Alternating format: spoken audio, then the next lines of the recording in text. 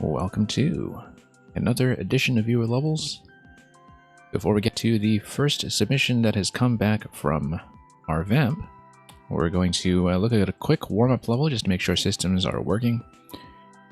And yeah, our vamp, I missed last week. I was just far too busy to stream, so it's been a while since I've seen you as well, and also a while since I last played some Viewer Levels. And so, looking forward to the queue today. You'll be the first one up right after this. And Junbug, thank you for the submission. Arcanesis Castle, where Bowser controls a fire with his mind and can read yours. So, thank you for all the submissions from Arvamp, Junbug, and Zigzy.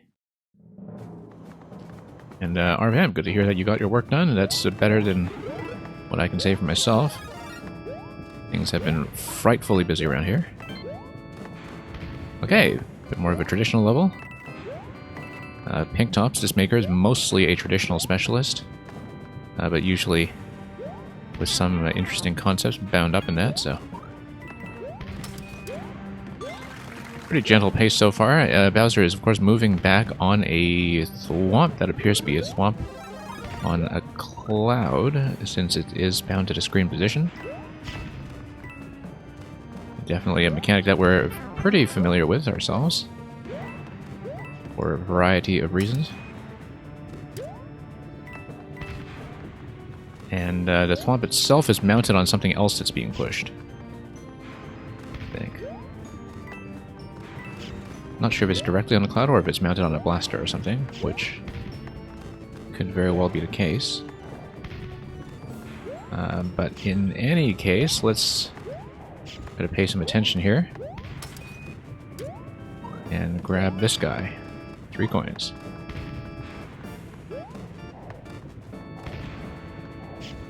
Nice little 30 coin here that we're going to totally fail to grab. And yeah, just getting back into the rhythm of figuring out how to play this game.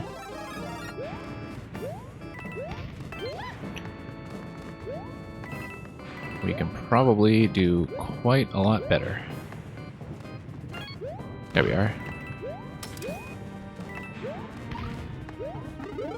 And progressive power-up. Squirrel suit is going to be quite useful here. So, Arvamp, you brought a new level that you want to get to play tested. Yeah, that's what we do, as you know. And whoops.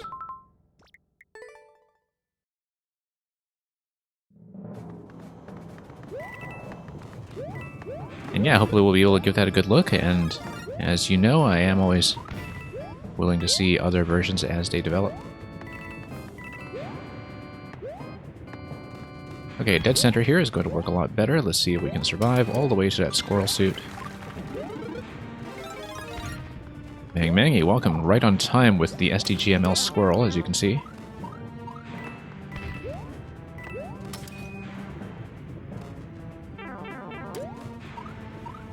Okay, down we go.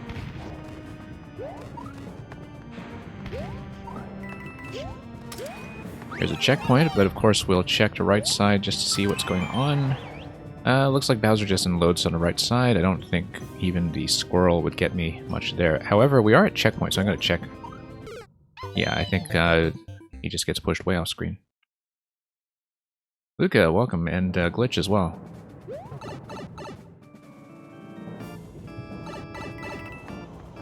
Yeah, good to have a day to just catch up on everything that you folks have been making. Looks like it is going to be probably 3 coins per segment here, followed by a safety at the very end. That seems like the pace that we're likely going to be in for when it comes to collectibles. Piranha Plants, of course, always taking their sweet time to load out of those green pipes. Oh, whoops. This is why we do a warm-up level and to start most weeks, just to get some of these attempts out of the system. Because of course they could be going much better, just very reasonable and medium-paced traditional interactions. Just have to get the fingers moving. Whoops.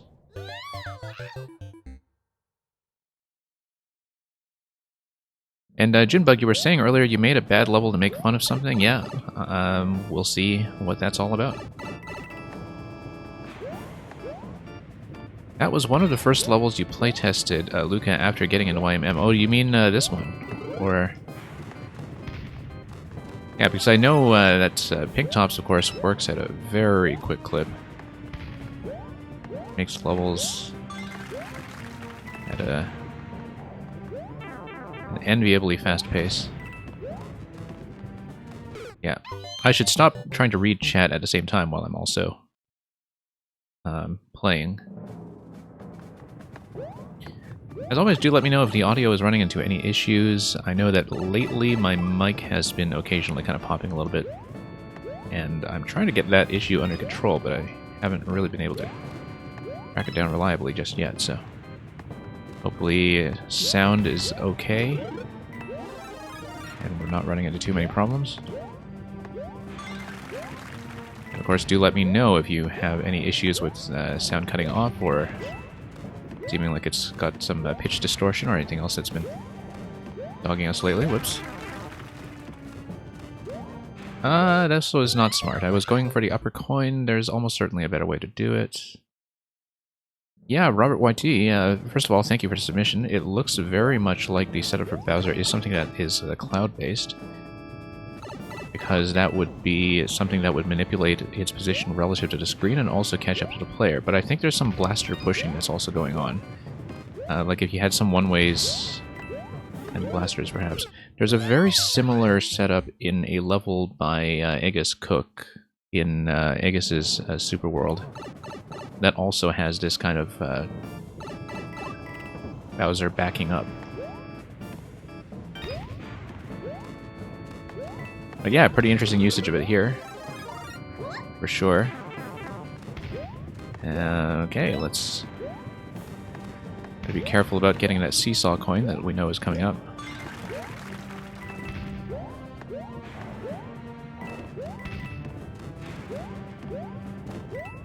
There we go. Now let's not die. If it's 3 coins per segment, as I predicted, then we should be in for a checkpoint relatively soon after we drop some of this stuff. Oh, actually, no, we have another coin right here. Okay, coin 7.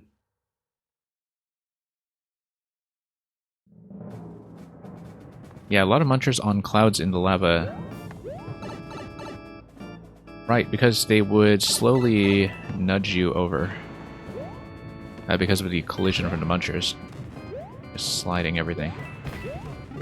I was trying to figure that out because of the way that the thwomp is not activated. I thought it might be blasters or something, but munchers makes a lot of sense. Particularly if you're using big munchers. But yeah, like I was saying earlier, as many people here know, I spent a lot of time playing with clouds and lava myself, just to play with some of the speed and dragging effects and other things you can do with that. And it is a mechanic with tons of potential. Thank you for the follow. And of course, we won't play too well here. Okay. Looks like we're going to be in for... well, it looks like I'm missing 2 coins.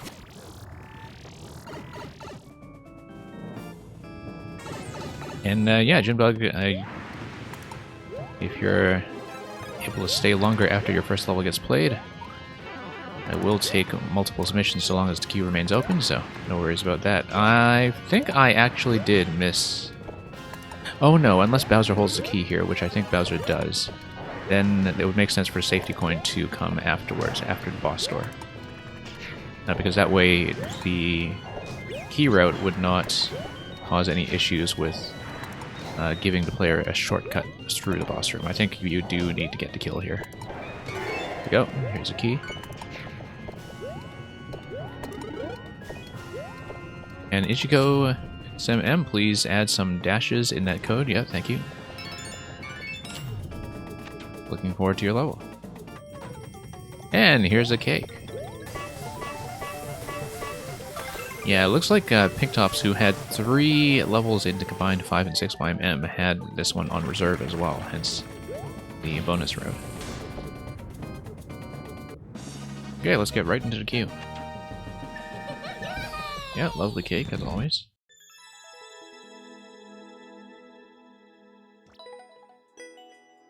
And for those of you who want to play it yourselves, I can just punch the code in chat. Can I do hard Kaizos? I can try. Some of them go better than others. Sometimes I have to do them in multiple segments. It really depends on the difficulty of the tricks. I can do some things like shell jumps and some other basic Kaizo tech, but I'm not a very advanced Kaizo player. But you're perfectly welcome to submit that if you want, Satamil. So absolutely no rule against that. Anyway, here's the code for this level. Let's take a look at our Vamp, who is first in queue. I hope I didn't miss too much in chat in the meantime, because a lot of you came in at once. But yeah, usually we alternate on a kind of casual basis between next and sub-next. Our Vamp told me that this is a fairly fresh playtest, so no clears on this version just yet, but we'll certainly take a look and see what's going on with Yoshi Humble Appetite. Yoshi is hungry, but there lies a cave.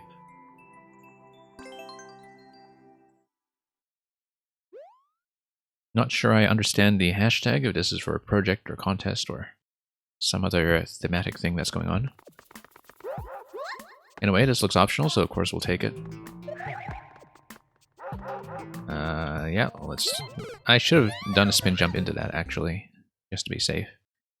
There is going to be, I think, a certain degree of randomness when it comes to chain chomps here. Also notice that it looks like there's going to be a scroll break to the right of the first door. I think the intended path is probably up the pipe, but there might be a scroll break coming back. We'll see. Let's check the pipe first. Okay, so we're in the subworld here.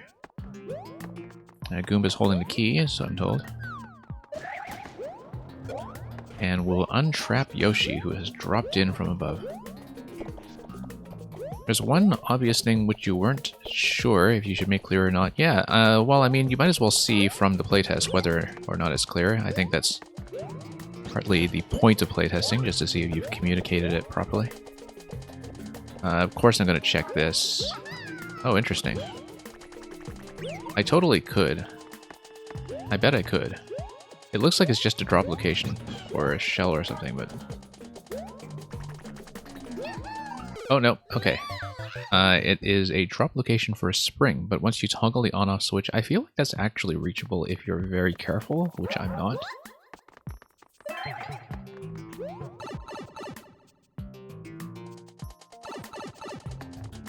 We'll grab Yoshi on the left, of course.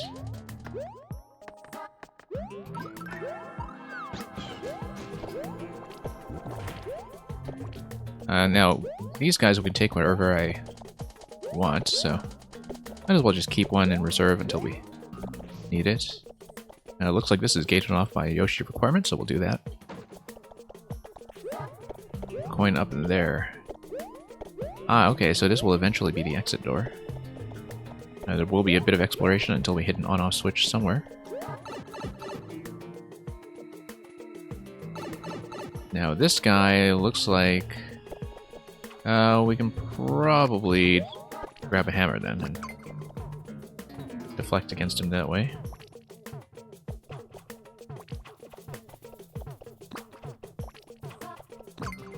Okay. I'm trying to kill him with a hammer and swallow a hammer before he dies. There we go. Now that I've got a hammer, one thing you have to be aware of course, is whether or not this could potentially break something. I actually have no idea whether the hammer would cut through here and collect a coin. I don't think it does, but my aim is not good enough to try. You know what, we can try. We can always go back for more hammers.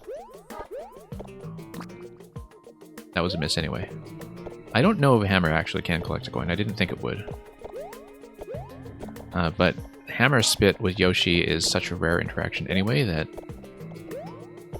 it's hard to tell. Now, was I actually able to progress? Did I accomplish anything by going to the hammer room? Wasn't paying nearly enough attention. Yeah, I don't think they collect coins, I guess. Yes, he does respawn.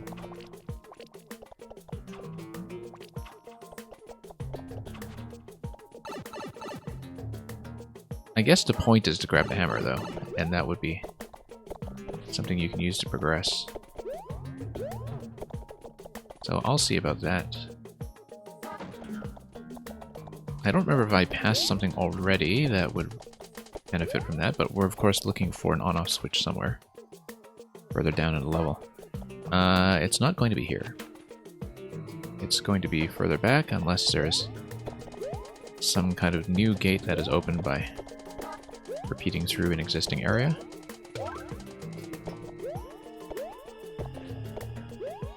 There we go. Now, where did we see a key door? We saw a key door up ahead, didn't we?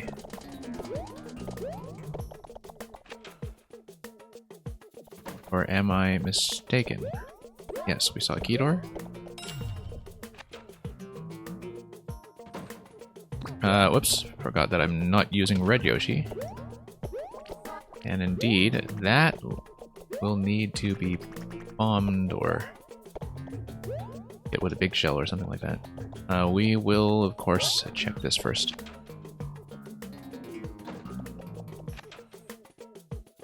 Looks like yellow pipes so far have been consistently traversable. That seems to be a signal that the level is sending me, so save point at 300-ish seconds. I don't know if we can find a matching checkpoint soon enough that will allow me to recycle through in case we want to preserve some coin progress, but we'll find that out. Okay. I guess that's not going to be it. We do need Yoshi to come through here, so... Interestingly enough, I wonder if a triple jump here will get me up. Not quite.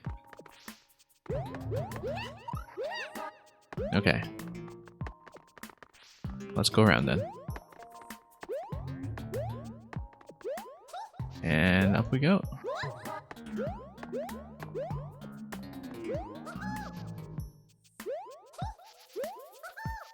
And Junebug, as far as the chat goes, it's been quieter. I'm not especially concerned. Okay, so given that I couldn't get Yoshi up here, at least not yet, let's wrap back around here and see if I could progress some other way. So we've seen a key door so far that was progressed through... Oh, okay, I did activate the on-off switch. Where did I activate the on-off switch? I don't recall, but that does mean that we can go back to grab that trampoline, which then allows me to progress with Yoshi. So, yeah, a fair bit of backtracking that you need to do here, but since you are required to preserve the items, I think the flow is actually fairly clear. It doesn't take very long at all to get back to where you need to be, so...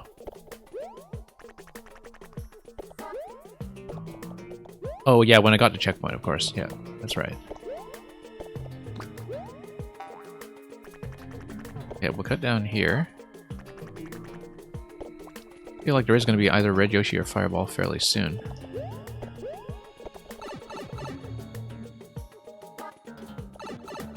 Yeah, because if the player hits the switch, it's much more conspicuously noticeable, and so I think having that happen is a good idea, just so the player is paying attention to what's going on. Okay, nice way to do the Iggy fight, of course. Iggy likes to trick you out with a lot of movement. I'm looking at that and wondering if that is breakable if you keep the Goomrat coin. Do we actually need to spend a key door to come into this location? I'm trying to remember. Yes, we did, because we needed to spend it here. Okay. Yeah, okay. I'm just wondering about the locking logic here. But I guess we need to obtain a key to get back through if we want to do so. No, we don't, because we can wrap around here. And yeah, Fire Ninja Wolf, use the add command, !add, followed by your level code. And thank you for your patience in advance if you're able to wait, because sometimes I can run a little bit long, just so you know. It can be a bit of a wait, so feel free to go AFK, watch other streams, grab a meal, do whatever, if you're a little far back. Yes, the Goomrat would respawn with a key, and so it is a breakable fight if you want to do it the long way. Of course, you would need to do things a very long way. You would need to grab the hammer and come back. And do everything over again. Also notice that we never actually saw the door from the front entrance, did we? Let me just do that quickly here. And Ace Dragon, welcome back. One K-Man, there is a new Ninja because it is a cross-promotion with the Legend of Zelda 35th Anniversary, which has a couple of things like the special Game & Watch device that has Zelda 1, Zelda 2, and Link's Awakening built into it. And so, for this occasion, they decided it was special enough to make an extra Ninja level, even after support for the game had technically ended. They did that... something similar for Splatoon as well, in fact, for a big Mario anniversary, where for Mario's 35th, even though they had technically cut off support for Splatoon and it said that they'd done the final Splatfest, they actually did put an extra one in just for that occasion, so it's not unprecedented for Nintendo to go back to games that supposedly had their support ended to do that kind of thing. Certainly not the first time we've seen that happen. Right, because the on-off switch allows you to go through. Yeah, we'll just go directly to the boss. I mean, we know there's a bit of a theoretical cheese here if we go back to the hammer and grab the key from the Goomrat, but let's try to do it the real way, or not, because we need to get a spring. Which I totally forgot about already. Well, in that case, since we're here, we might as well just get the extra key. See why not. Green Heroes, welcome. Green Heroes sending in a maker code to see what else musical we haven't yet completed. Probably quite a lot. But yeah, let's do this with a Goom. And totally missed, so never mind, we did not get the cheese on that after all. Merlin, welcome. And RVamp, yeah, it's quite obvious. Except I see that now it's mostly based on door progression rather than item progression. I mean, there is a bit of item grabbing and backtracking that you need to do, but I think so far the pace and the scale of it has felt pretty decent. If anything, Maker 2 doesn't have nearly enough of this style of level.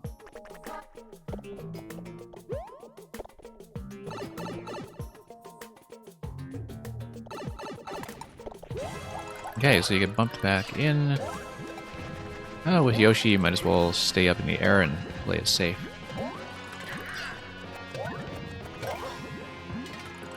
Yeah, Iggy's Michael Jackson moonwalk in this style, of course, can at least throw you off if you run into it.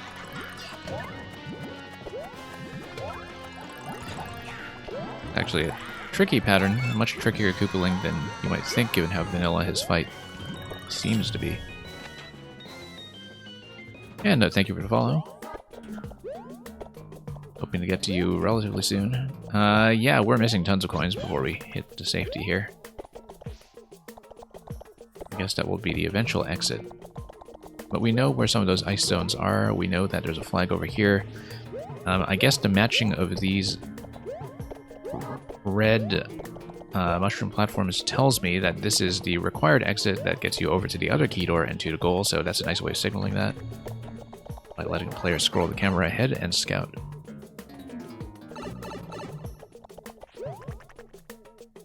And yeah, it is a fairly big cheese. Arvamp if you keep the Goomba key and still fight Iggy and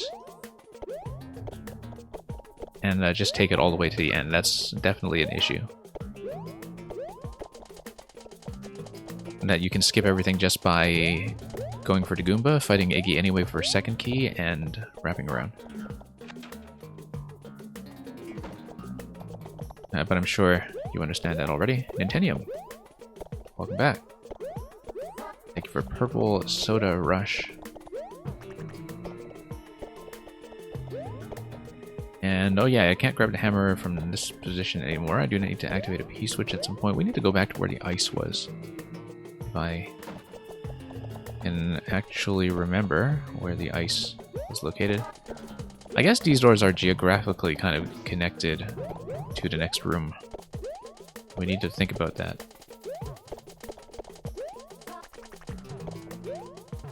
Now, where was the ice? It wasn't anywhere here.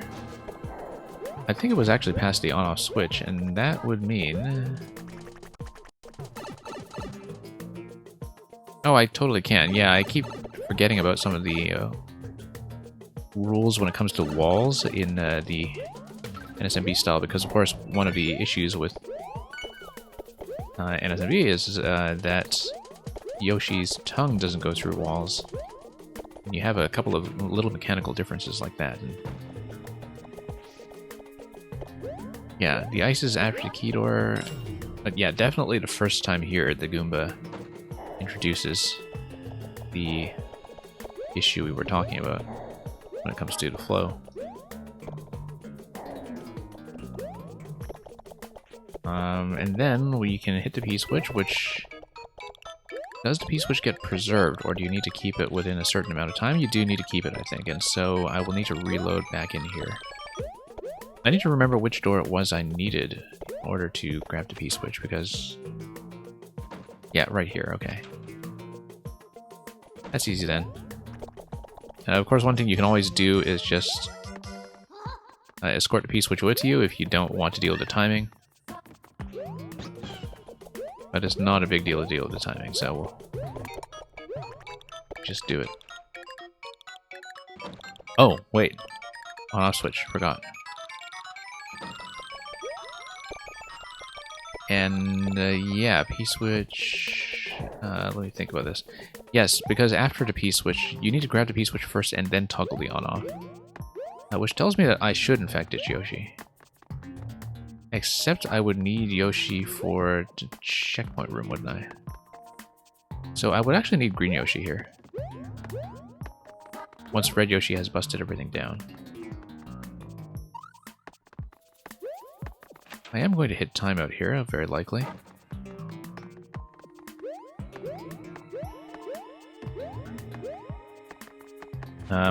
Or I could just do this. Ah, this is a locking issue.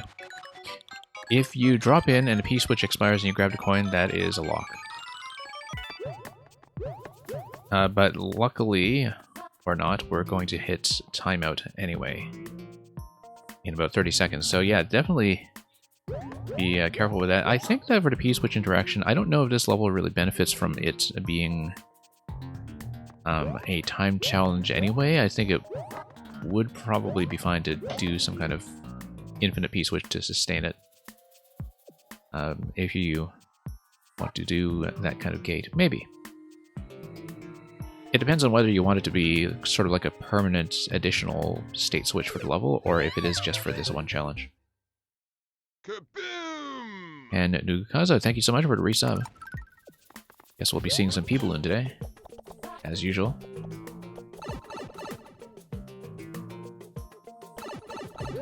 Yeah, and for playtesting purposes, Arvamp, even though we do know the method to kind of go through this quickly, I'll walk through it anyway. And we'll try to see the remaining coins. Because of course I could always just cheese to clear with the Goomba, but what fun would that be?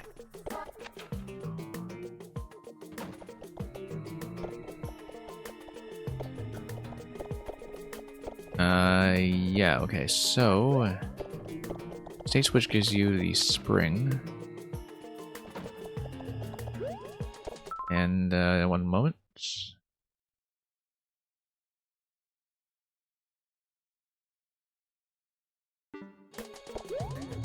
But I think an infinite checkpoint system would be a good idea.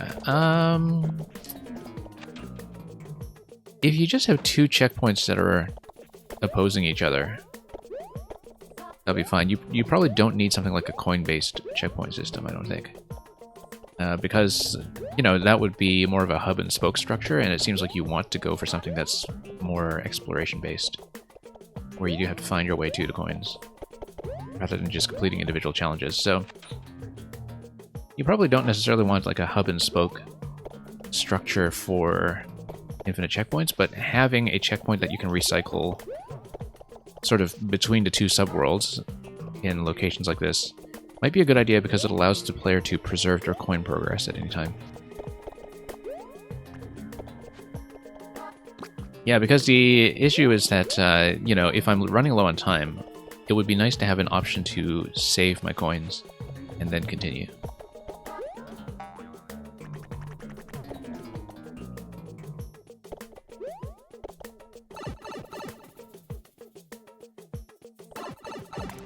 Anyway, let's fight him once again.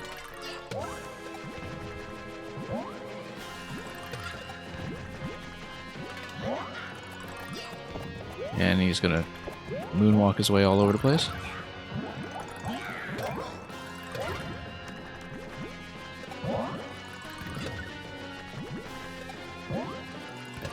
And let's try to drop on him again. Surprisingly tricky. But we'll do it.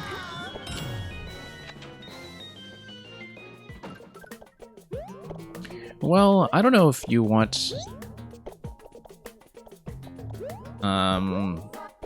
like, you want the 2 checkpoints to be kind of really close to each other, but you don't want it to be something that the player will miss. Right? And that might be the risk. But, yeah, no, that could work, actually. If you just have a pipe pointing to a second checkpoint, if it's still available for you anyway. Yes, that was just a scouting segment up ahead. I'm sort of thinking about this and thinking, yeah, I guess Red Yoshi hatches quickly enough that I can't just grab the egg with Green Yoshi and preserve them both.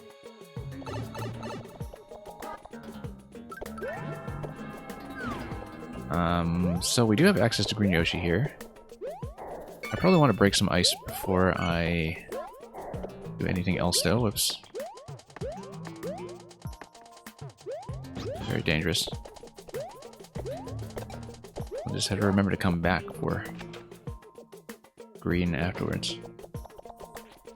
Now, notice that it is always quite possible to... yeah, this is supposed to go into this door anyway. Yeah, it is always quite possible, of course, past a certain point in the level to spend any key on any of the available doors, and thinking about whether that would cause any issues. I don't think it should. Yeah, actually, if we just take the lower route, I think I'm probably fine. Do we want to switch back to Green Yoshi later anyway? I might. Let's grab this first and see. No, that's not it. Let's reset through here.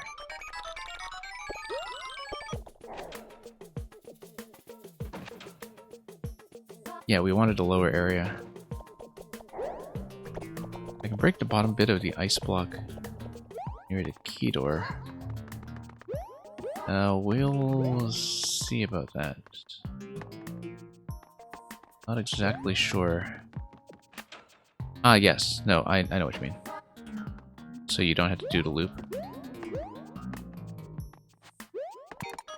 No, this is once again an issue because we don't have a way to break this yet. I would need something like using a POW block to drop the coins first, and then I hit the P-switch. Except that would require having access to 2 objects. Either that or I just have the ability to ground stomp through that. By coming in with Green Yoshi, for instance. And yeah, Green Heroes, we did point out the soft lock already. It is an early playtest. So, we are deliberately trying to uncover issues like that. That one's fairly obvious, I think. Looks like there is eventually going to be something like a POW. I'd like to take the P back to Green Yoshi with me. Yeah, you had Yoshi, so it never crossed your mind. Exactly, you've got to check. I mean, the thing that is complex about testing a level like this when you're designing is that you do have to check everything against every possible power-up state and combination that the player could get for themselves. I do need Yoshi to go back. Or a state switch, but then to get the state switch I would need to take Yoshi into the pipe room. So I think I actually can't keep the P switch the way I would like to.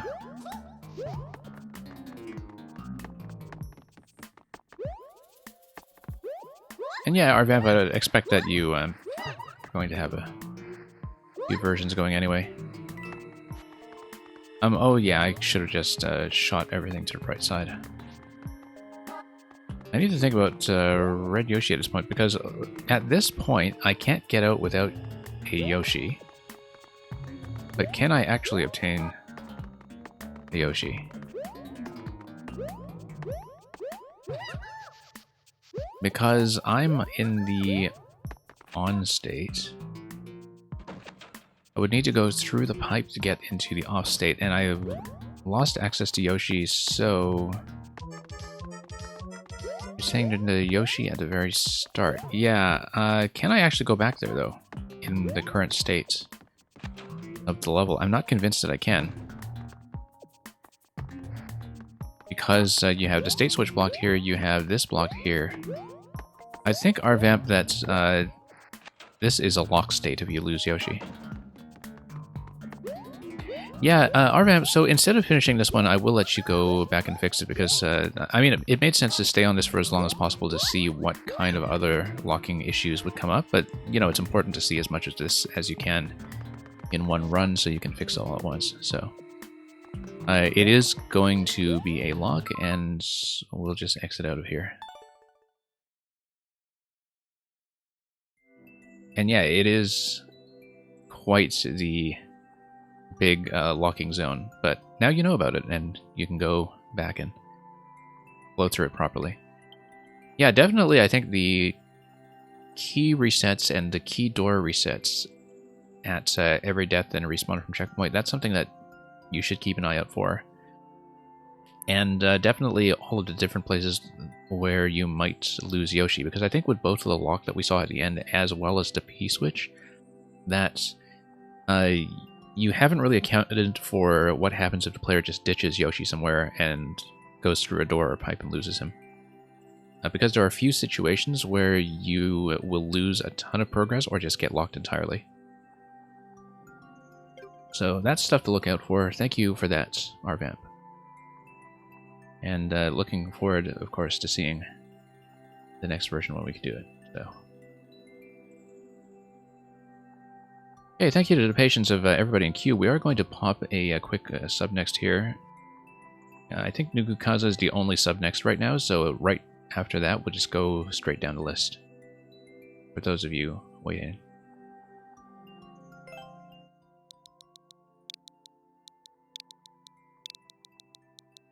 And yeah, no problem, Arvamp. That's what we do.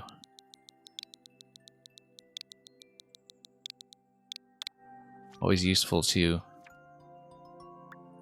actually try to get a level into proper shape. Oh, okay. I guess we'll probably look at Little P-Balloon off-screen hero.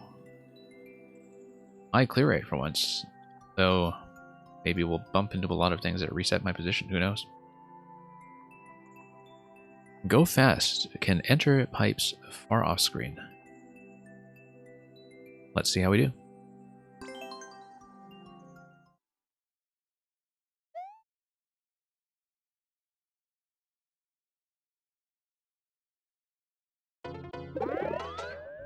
Okay. Yeah, 3 pipes here. You have a checkpoint system, basically. And yeah, that's how we'll get started. 4 doors here. These are just exits for the checkpoint system. Going left takes you back to start. Going right takes you to... Oh, going right takes you to the start as well. Okay. Interesting that you have a Yoshi there. Ah, I see. No, you have to enter each of the pipes from the bottom. I guess these are the individual segments. I don't know what the Yoshi is for, but that's a one-time spawn in a Yoshi. Ah, okay, that's off-screen. So you need to get in there while you're still within scrolling range. That makes sense. We'd better grab the checkpoint. And Reeboks, welcome.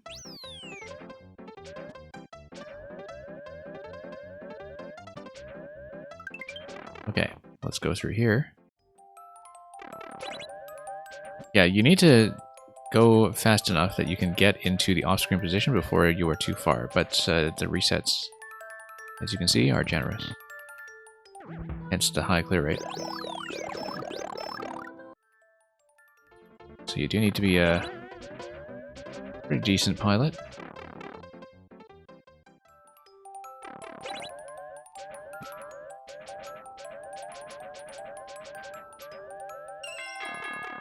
Yeah, Kaza, you'll actually be quite proud of me for solving a one-screen puzzle earlier this week that I took way too long with, but I managed to do it with a little bit of P-balloon wiggle jank that was not totally intended. And that was the moment when I realized I was probably way too conditioned on your style of level design at this point. Too slow.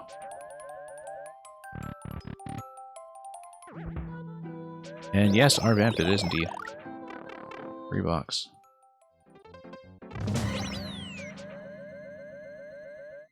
And okay, let's go up. Try it again. Ah, okay, so I do have to hug the right wall. I was off-center for that pipe entry. That was the issue. I hit the ding-dong sound, but I didn't manage to go up the pipe, so I was just a little bit too slow again.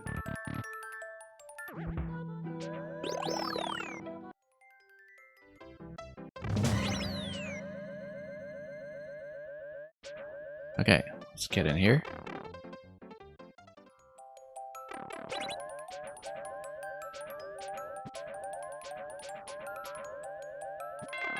And that's an entrance. Great. Actually not doing too badly. I mean, this one is a fairly relaxed level when it comes to letting you slow down a little bit around corners just to adjust position. As long as you don't lose too much time on bumps like that, I think this is probably losing too much time.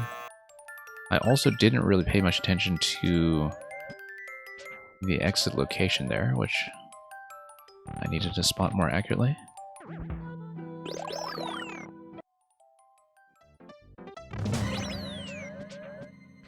We'll do that, and that's just going to be it for the level once we manage it. By the looks of it. Yeah, you need to go straight up the middle. That's going to be something I need to aim well towards, of course, because I'll be off-screen at that point. So, understanding how to center myself in that segment is going to be very key here.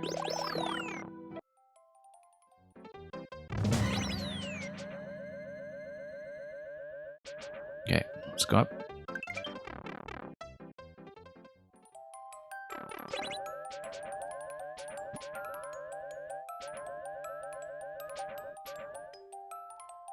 Not quite. I didn't hit the buzzing sound, but I also didn't go fast enough. Yeah, if you follow the clear path along the arc there, that should aim you properly, but I was, of course, a little imprecise, bumping around the occasional wall. And Fire Ninja Wolf, thank you for Sky Shell's Kaizo.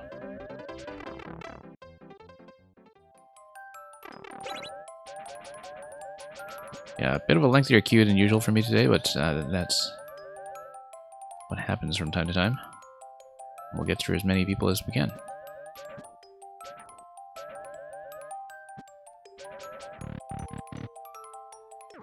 Okay. Yeah, still bumping some walls there in this challenge, so definite room for improvement.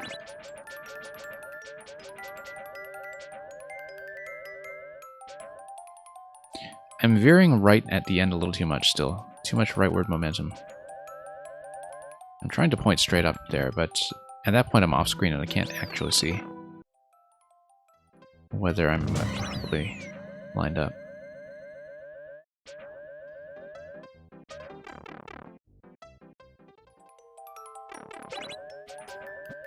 No, too many bumps. It's not going to go. Let's just redo it. No point trying to salvage that one. I should actually go out the right side because that way I don't have to recycle all the way to the top pipe. I can just go out the bottom pipe and continue from there.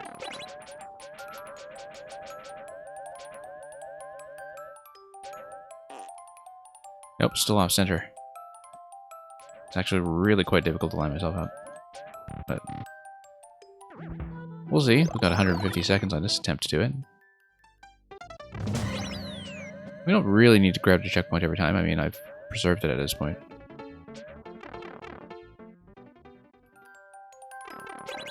Nice smiles in a CPU room? Yep, pretty much. Yeah, it's really difficult to hit that, actually. As you can see, when I'm pointing down to spot my position at the end, I was going all the way to the top right. And so, that could have gone a lot better.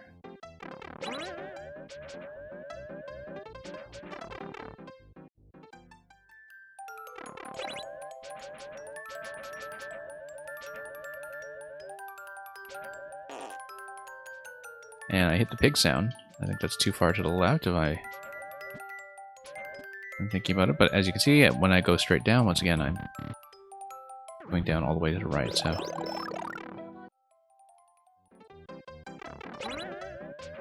Yeah. I mean, I guess there is going to be a habit that most players will have of going left to right, and I guess it makes sense for the difficulty to follow that progression. Whoops. But this segment seems significantly harder than the other ones. Probably just from missing the entrance here.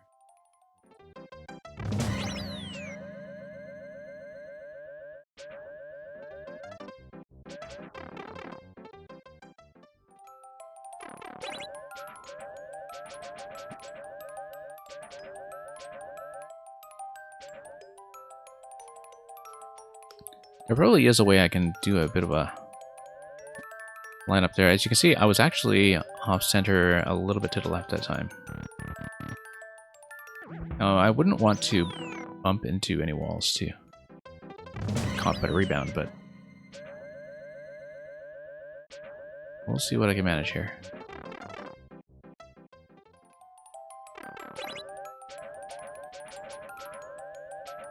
Yeah, cleaner flight in the early segments, of course, is going to help. There we go. At long last, we will actually get this within this timeout. And that's a G. All smiles in that G.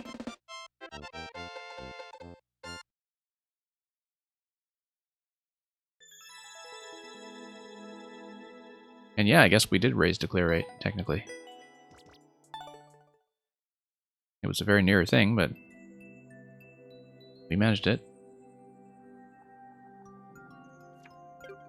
Okay, Junebug, if you're still here, let's take a look at the level that you were telling me is kind of deliberately miserable. I'll just give you a moment to check in here, just to make sure you're still here. But thank you for your patience in waiting, if you are.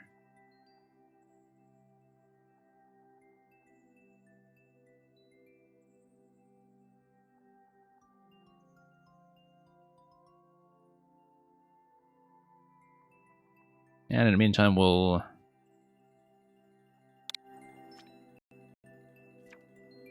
yeah, this is a little Timmy level. Yeah, Junebug, I'll just wait for you to check in chat.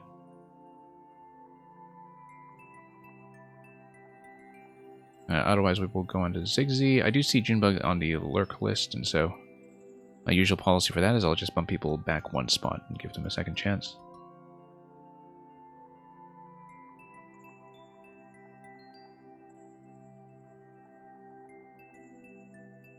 Okay, with no check-in yet, we'll go forward one spot.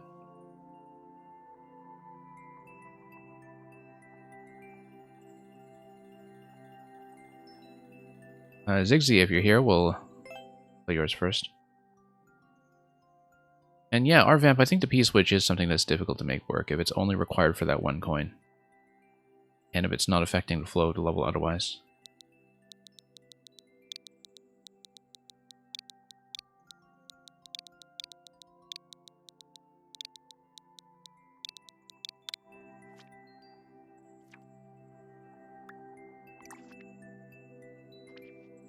I can play to re-upload, okay.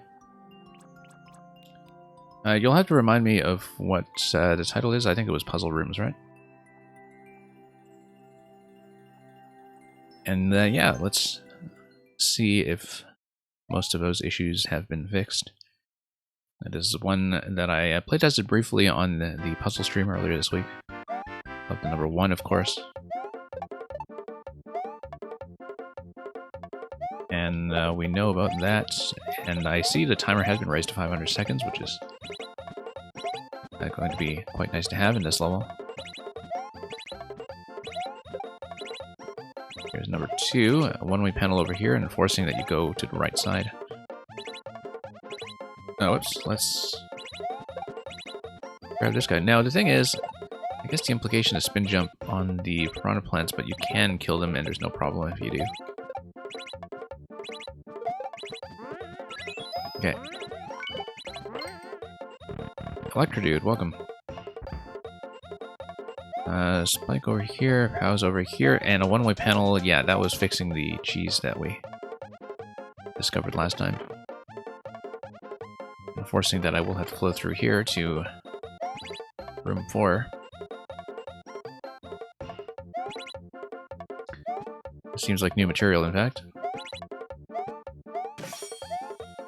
And yeah, quite like the way of getting the spiny helmet here. I mean, straightforward, but at the same time, a much more active way of picking that up. Okay. Grab that. Yeah, it's actually in much better shape, in fact. Yeah, that jump was not as tight, which is nice. And the P-switch here let me through. I mean, it is a potential locking issue, but the player should understand it. It doesn't need to be a P-jump, I think. That's okay. Well, that's a locking issue. If you're going to do a big clump of P-blocks like that, rather than just one row, you can get stuck in the middle row.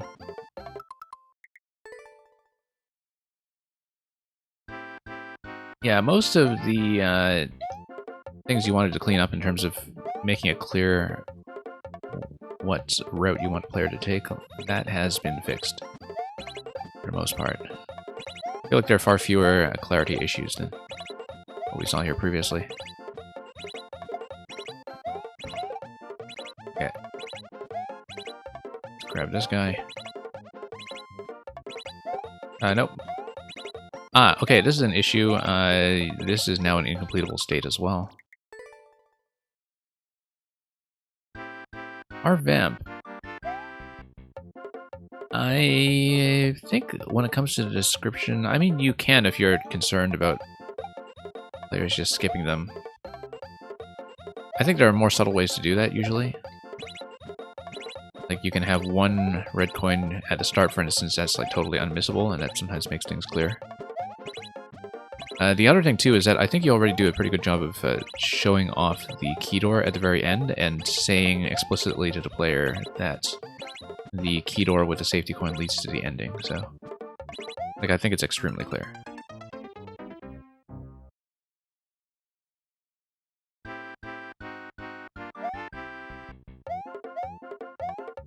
And...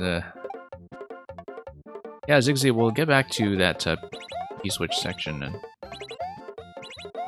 get that sorted out. Okay. Sure, let's just get rid of this guy.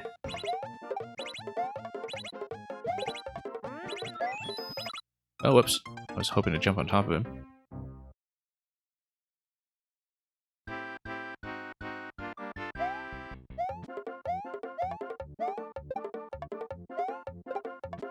Okay. Now here we go. Mecha Koopa, of course, is always going to trick me out with his movement.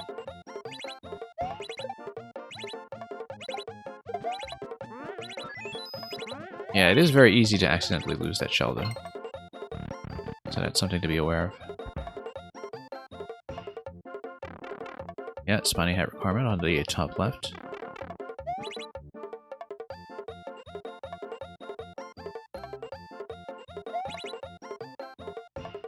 Yeah, the only thing with this segment is that some of the first few switch activations here aren't really that meaningful, I guess.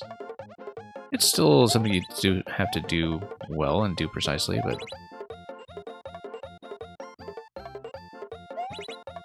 no, hang on. Let's get this right. Maybe this is more challenging than I gave it credit for. Anyway, yeah, we'll do this. Do this. And, yeah, it's possible to carry a red shell, of course, if I want extra height. Spin jump on top of the red shell, perhaps. Oh, you know what? On-off switch. Yeah, that's the obvious thing. I didn't even look at that last time. It's very, very obvious, in fact, that I can't believe I missed it. Okay, we may as well take POW. I'm wondering if there's any reason to take Spring, and we'll take POW.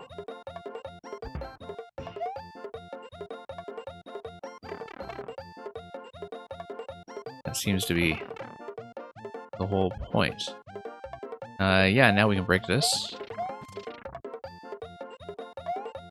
Notice that when you do take POW, yeah, you can kill that guy, which is okay. Switch will make it through that.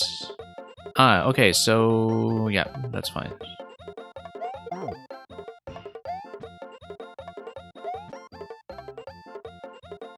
Then we hit the P, and then we send a shell forward.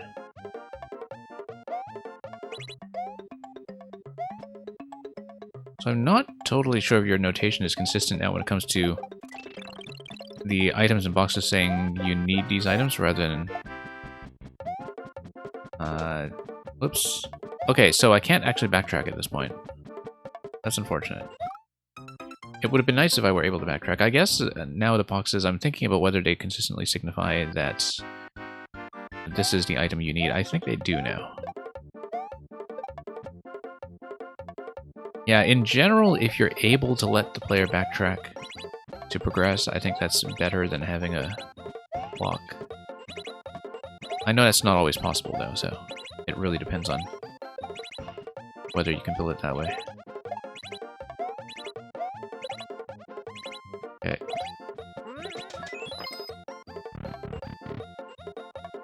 Yeah, it's not obvious, at least going into a blind, that you would need to clear that. I mean, it's obvious in retrospect, but I'll show you the issue with that when I get back to that in a moment, with the Koopa break and the spice and the spacing there. Because there is one particular concern I should point out. In terms of whether it's going to be clear to the player. So yeah, as you can see, this thing here, you have this signal here that is inconsistent with the other ones because it seems to indicate that you need the POW when what you're actually trying to say is that here is where you get the POW. The issue is that it's clashing with the system that you have with the rest of the level now. Okay, let's do this.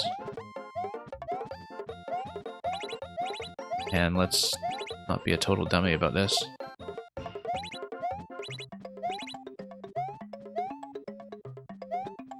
Okay, power off the pedestal. Oh, whoops. Oh, lost the spiny head. Can I still get one off the track? Of course I can. Let's try to back it up here.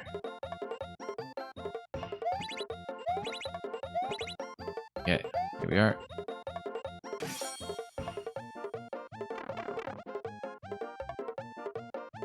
And yeah, thank you for the next submission, Nugukaza. As you know, as usual, we'll just stay on next for the time being. Simply because of the length of the queue. Yeah, so here's the issue. If you break all of these, you can't really get up there. I mean, I guess you could stand on a POW, but if you stand on a POW, you can't use it against a Munchers. But I think the height here doesn't quite work. Yeah. So you actually cannot break all of these, but at the same time, you want the Koopa to have enough room to come down. And because this is an irreversible interaction, you're running into some issues. Now, here's one thing that you can do to fix this. If you want to fix this, you can put vines inside the bottom row of these blocks here. Because then at least a player would be able to get out and respawn. Oh no, you can't actually, because you're stuck up here. Never mind. Okay. Yeah, this needs to be fixed, I think, because part of the issue is that it's narrow. And it's very easy to either not break enough or break too much.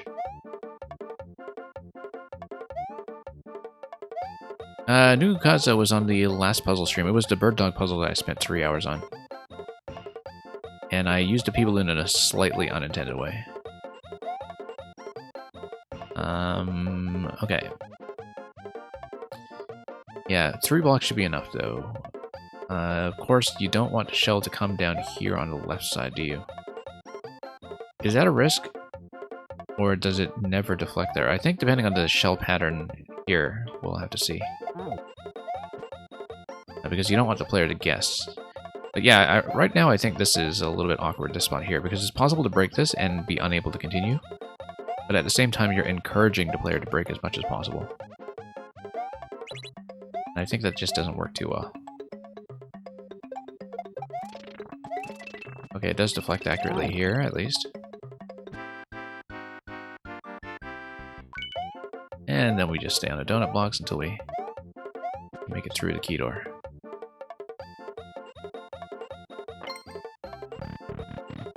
And yeah, Nugukaza the P-balloon isn't a central part of that puzzle or anything. It's just one element that came in very handy. I do not have the correct state to go down there, so we'll have to go back from below, I think.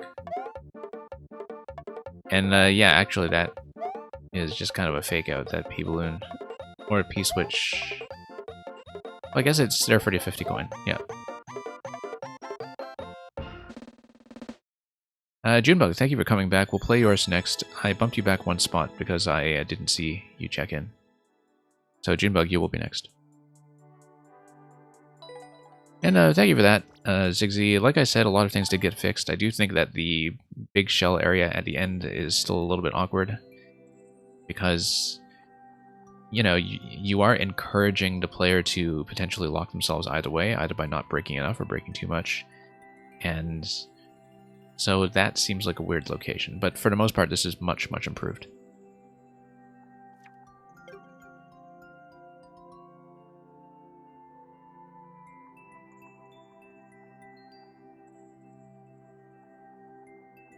Okay, Junebug, let's play yours.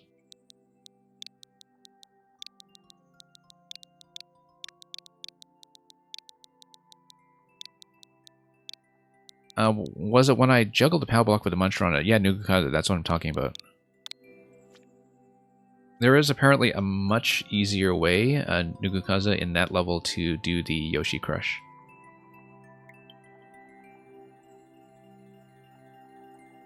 And yeah, Zigzy, if you're able to stay, send whatever you wish. We'll try to get through as much as I can today, although of course I have a much longer queue than usual. So I may be closing fairly early today, but we'll see. Anyway, Junebug, you were telling me that this is kind of a jokey, deliberately trashy level, and that you will send me the good stuff later. We might as well see it.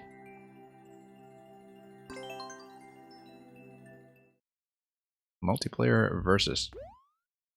Yeah, you told me something about this much earlier on in a stream when you sent it, and I don't really remember what else you said. Oh, whoops. Wasn't even watching the ground blocks at the start. I was just going for the stars. And then... That's probably not too wise, in fact. Ninja, welcome. Okay. Yeah, 1 star is all you need to really get moving here.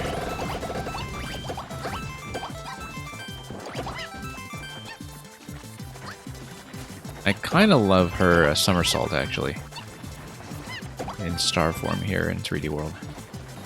I mean, you usually get a somersault in star form, but...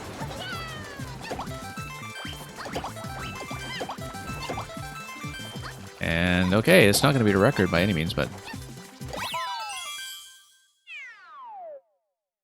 And, yeah, Ziggsy, we have a lengthier queue than usual. I mean, usually I take long enough with levels that will definitely have a few dropouts by the end, I'm sure, but...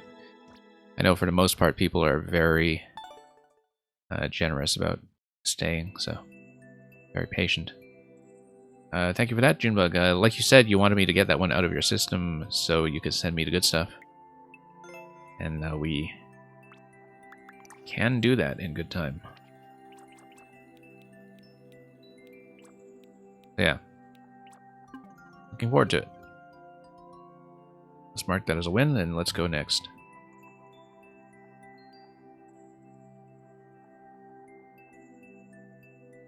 Luca. If Luca would like to check in, yep, there we go.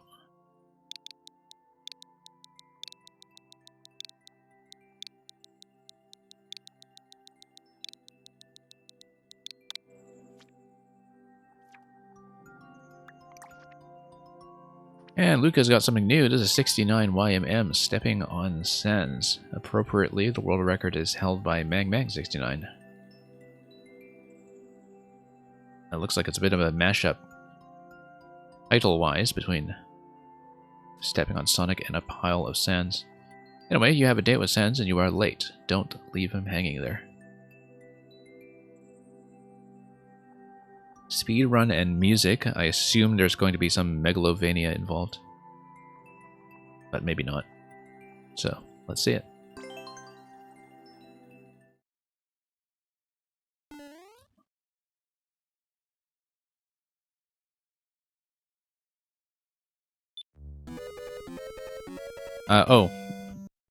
Yeah, okay, 100 seconds, we should have just gone off to start. Okay. Oh, it's basically kind of like an auto level, almost. You do need to jump, but it's not quite like an auto level. There's a bit of an auto segment here that works well despite how dangerous it looks. But yeah, we want all of these platforms to be synchronized, so you can get down here. It totally is a Megalovania music level.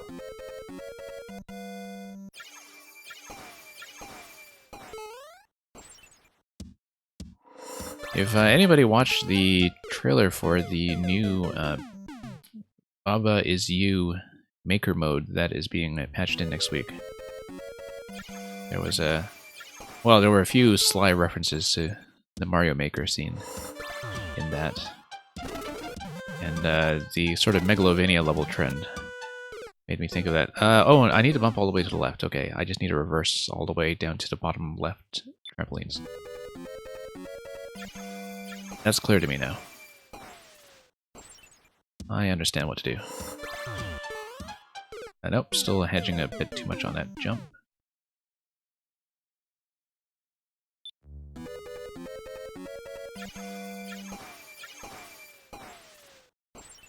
And yeah, those of you who have been catching up on Deltarune, I hope you've been enjoying that. I have not even played part 1 yet, so... It's something I'll eventually get to.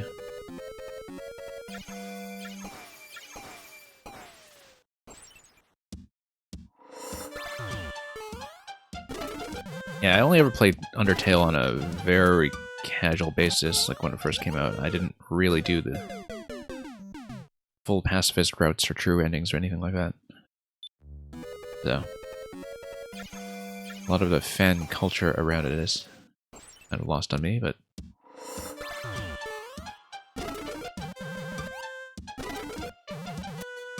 And...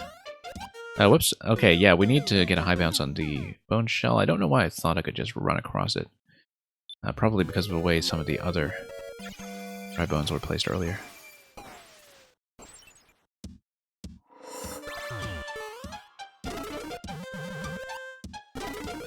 Yeah, because the dry bones on claws be a bit misleading. I'm still missing the bounce there. Need to be much more precise about that. Merlin, you were just playing Undertale a week ago. Okay, I see. I mean, I played it back in 2015, so don't really remember the specifics quite that well.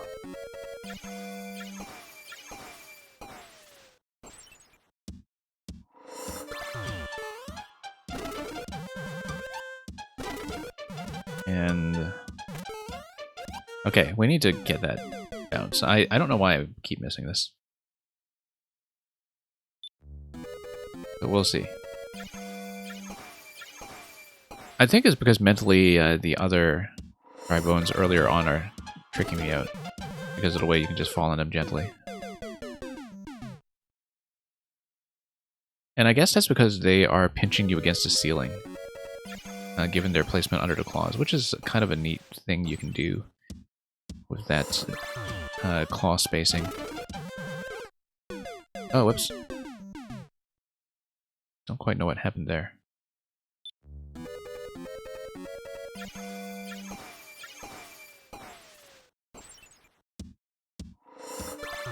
Anyway. I am slipping off for some reason. It may be because I'm hitting the jump button too early when trying to get off the second dry bones. That seems to be where it's happening. Whoops. May have broken something there. Yeah, I didn't really even see how I broke that. I did... there we go.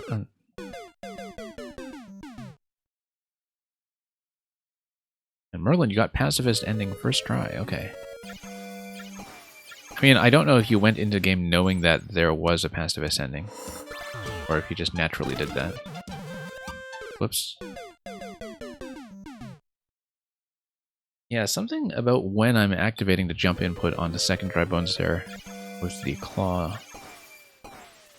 Something about that is behaving in a way that I'm not always able to predict, but we'll get a high bounce here for once.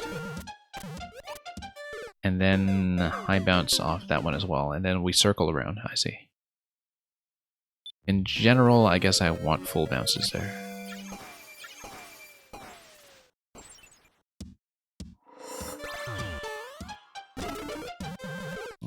Yep, still slipping a bit in that location. Okay, so you played Deltarune 1 and 2 before you played Undertale, is that what you're telling me?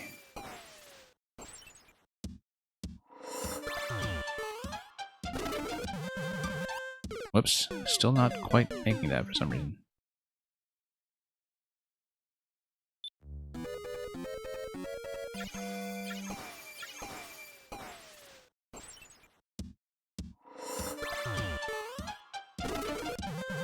Whoops. But yeah, as far as getting the pacifist ending first try goes, I mean, I haven't done the pacifist route, but as I understand it, it's not like you need any hidden information, right? Like, you just really need to commit to doing it. It's not like you can only do it if you've played the game before, without reading guides or spoilers or anything. Like, in-game it seems to be totally possible. Try hugging the ceiling. Yeah, I am trying to hug the ceiling there. Blue Blur, I've been doing well. Hope you've been alright yourself.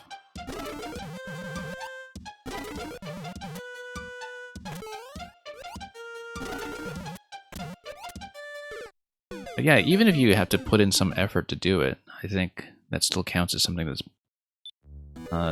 playable blind. You know, as long as you don't need to look up any outside resources to do it on the first try.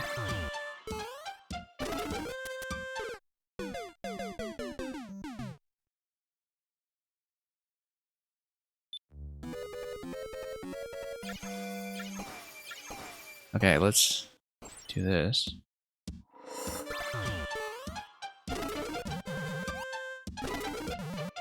Okay.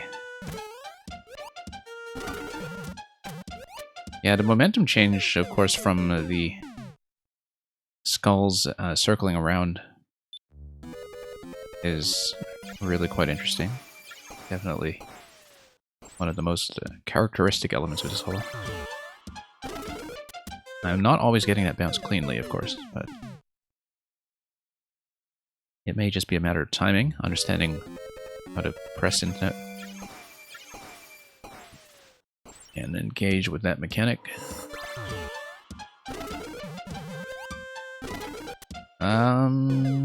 That looks like a potential skip, actually. If you can actually space it accurately, which I will not be able to do. Blue Blur, yeah, I know there's a Twitch app on the Switch. I don't see the point of using it myself. Because if I want to watch Twitch while I am mobile, I'll just do it on mobile, where it's easier to chat and such. But that's partly why I've never really cared about using media apps on a game console anyway. I mean, you know, some people were really insistent on wanting Netflix on a device or something, but I'm not somebody who has ever used game consoles as any kind of media hub, partly because I've mostly just owned Nintendo systems, which don't do that much in that respect, despite some of the TV features that were built into the Wii U at launch, and which were barely used.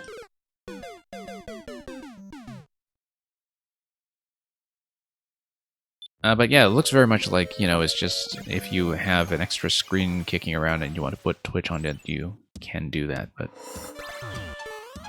it wouldn't be a very interactive experience.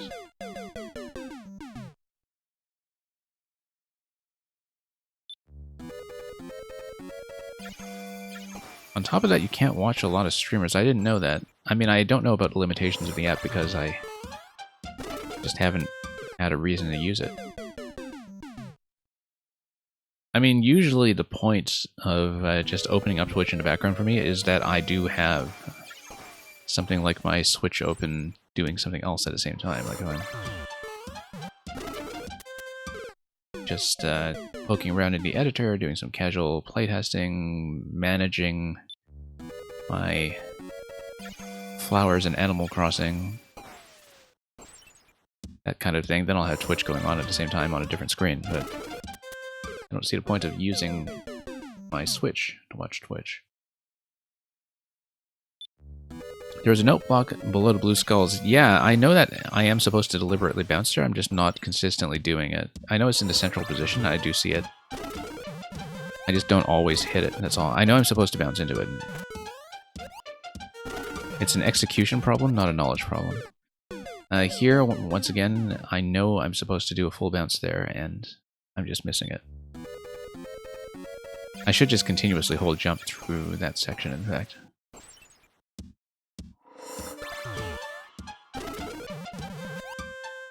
Yeah, I just need to aim a lot more centrally into some of this. There we go. First time here. Whoops, lost a bit too much momentum on that claw. Slowed down a bit on that claw, but that was a significant amount of progress.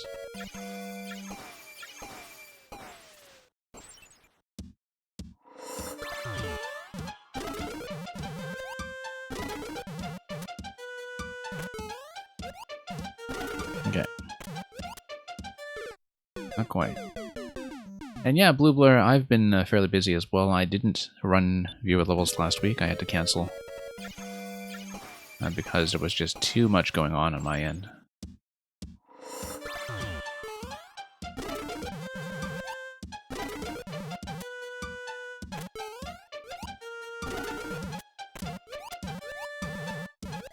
I always feel very fortunate that I can still stream at all. I mean,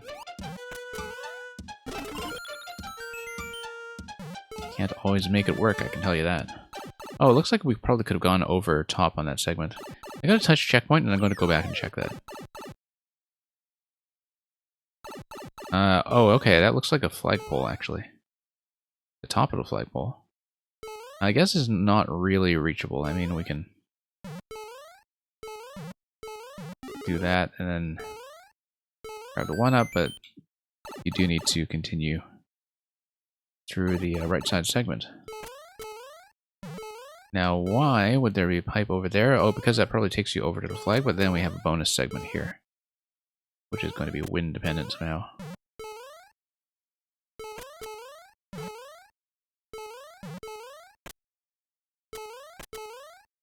And then, oh, 50 coins, okay. So we missed a key, then. I don't know where we missed a key.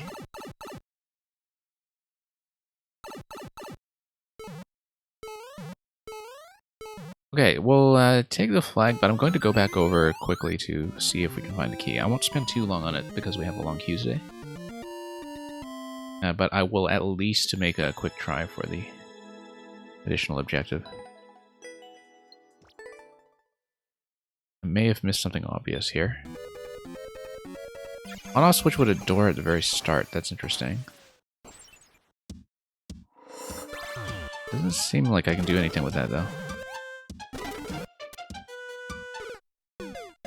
And thank you for the GGs for now, anyway, while we figure this out. Yeah, because I noticed this entrance location here. So there's something that allows you to just loop back from the start with the correct on-off state. But I don't know what that is. Like if there's some kind of early key location that just requires you to do the starting segment and additional time. I'm trying to look at this carefully and I don't have a good idea.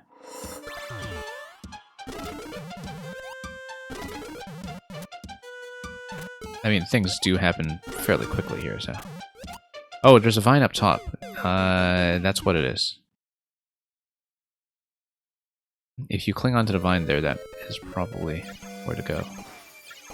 And then you likely need to keep a key all the way to the end.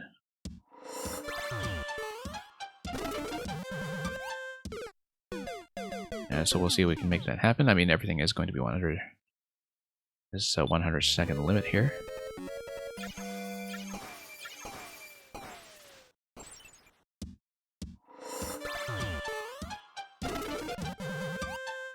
That's mostly just to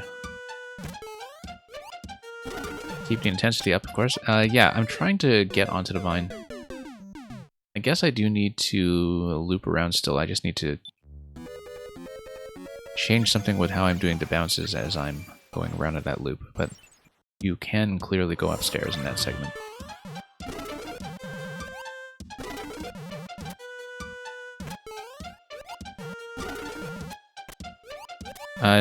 Okay. That was almost right. If you don't have too much forward momentum, you pull back onto the top shell.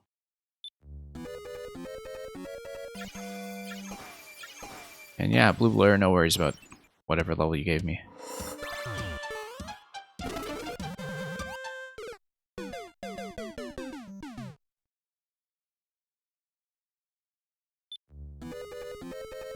Now, because of the length of the queue, I am likely going to be closing fairly early today.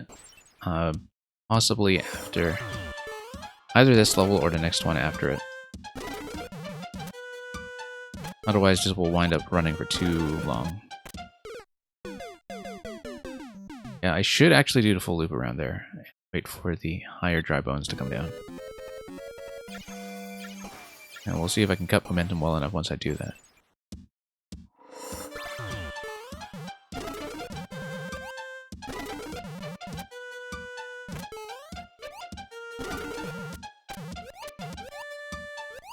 Okay.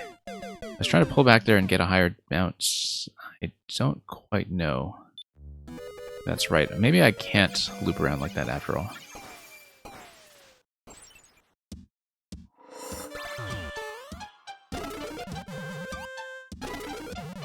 Yeah, that's going to take a little bit of adjustment before I understand it. Yeah, okay, no, because you get on top of the donut block and then you can circle around and get on top of the bone shell that way with a manual jump. That's how to do it. You just never go down to the lower bones to begin with.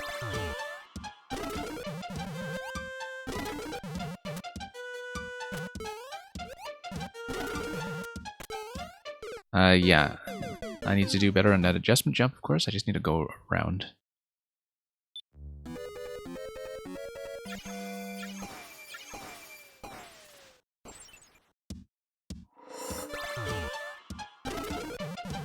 Okay, here we go. Nope. Missed that.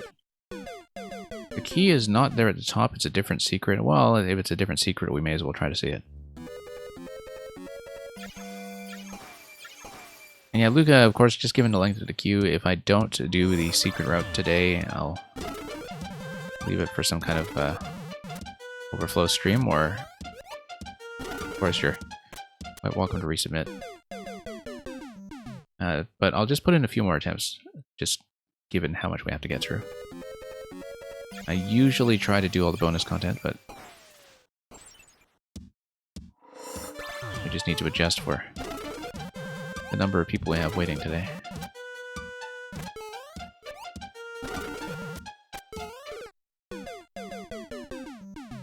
Still having a bit of trouble positioning myself there. We may as well see it as secret, even if it isn't the key. And then we can walk out of here not totally empty-handed.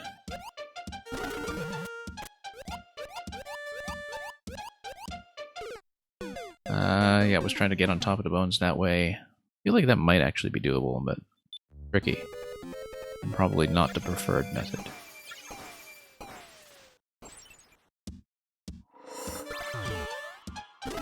Hold back when falling? Yeah, I did that on some previous attempts.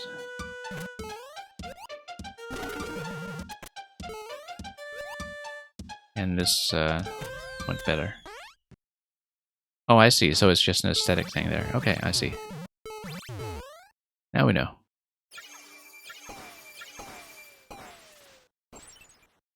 Now we'll just continue through here in case we can find the key.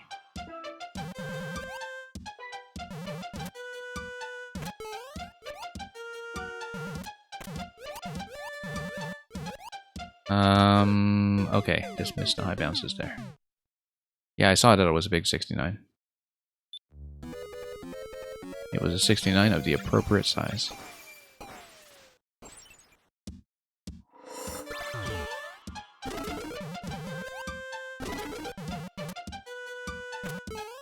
Okay.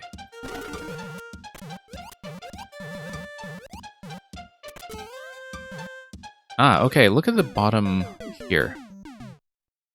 That instead of going over to that spring, you can pull back and go to the lower level.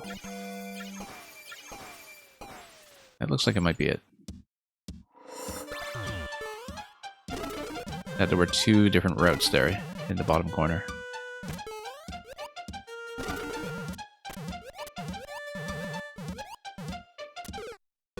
Pulling back too soon, I just need to pull back a little bit on that claw. And yes, Netcat, it is quite aesthetic.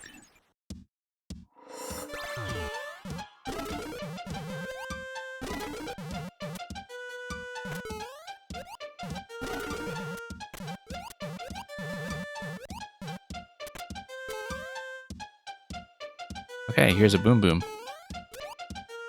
And I guess we just boom boom boom a few times. There's a key, and now we survive. Except we would need to probably get back onto this claw. Okay.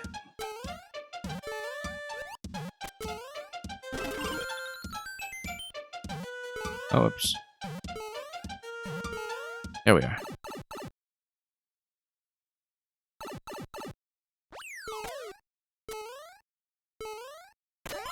Now let's see what's in here. 41 seconds.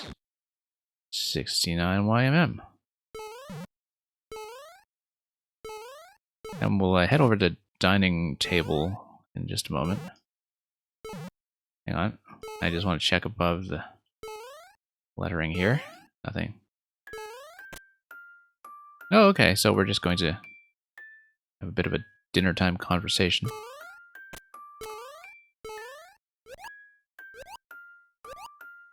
Nice little secret. Let's get out of here. Get that second clear. Before the wind gets me.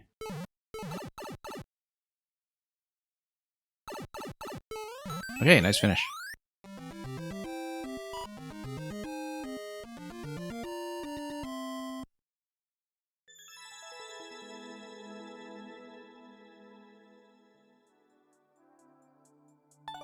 And speaking of Mang Mang 69, who holds the world record on this, let's take a look at the next submission. Now, based on the clear rate here, I'm going to decide whether to close the queue now. I may. For those of you who are new here, I do almost always clear all the remaining levels after I close the queue. So if you're able to stay, there's plenty of reason to do so.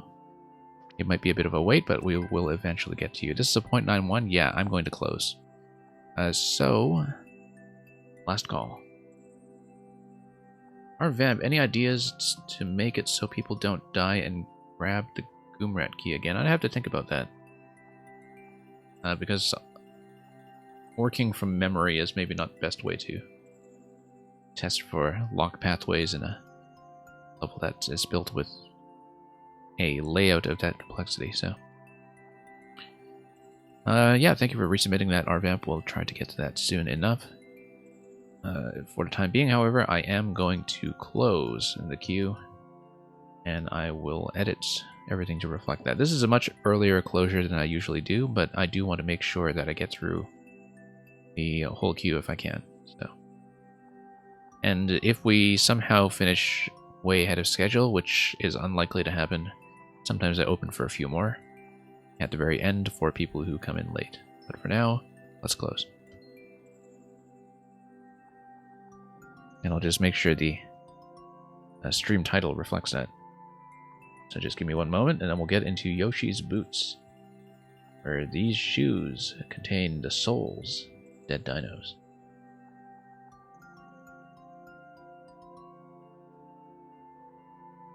So I reload the Warp World display.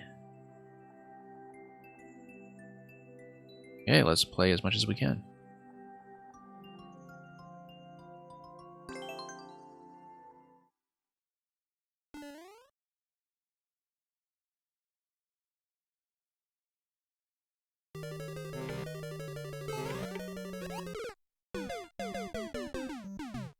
And you just noticed upon about the souls, yeah. Okay, I do need to work on my timing a little bit here. Let's...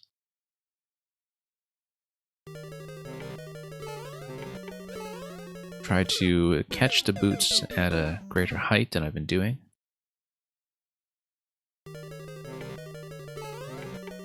There we go.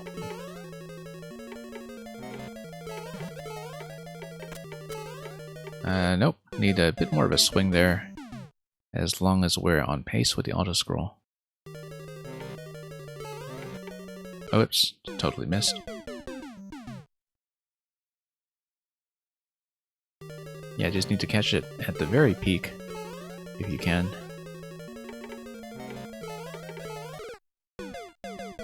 And of course, it's a fairly slow platform descending there, so I've got lots of time to adjust accordingly. Find the right pocket of time.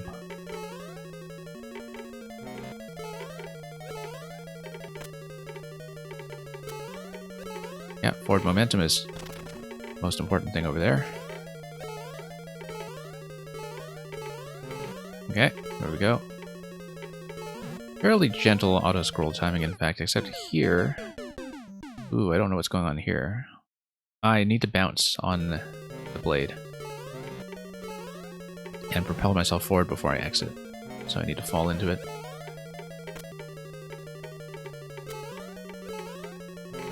Okay, going smoothly.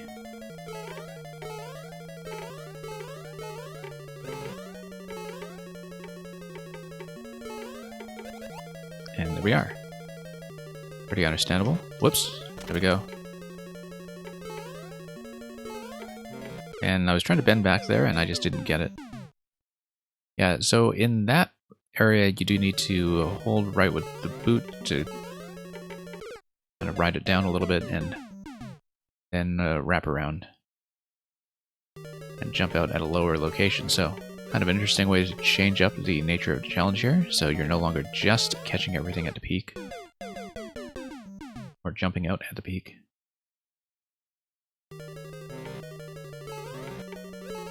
Okay, there we go.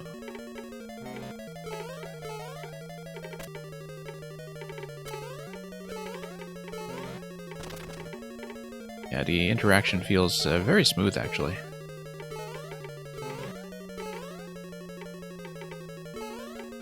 Oh, whoops. Totally missed that.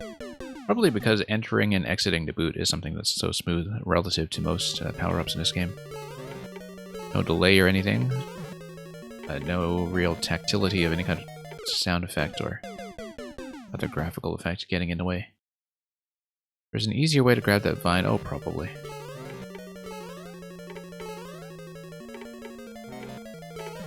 There's usually an easier way to do things than however I'm doing them. Okay, there we go.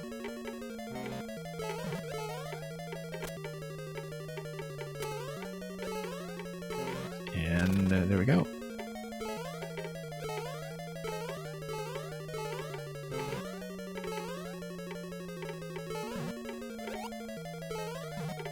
Okay, that's pretty smooth.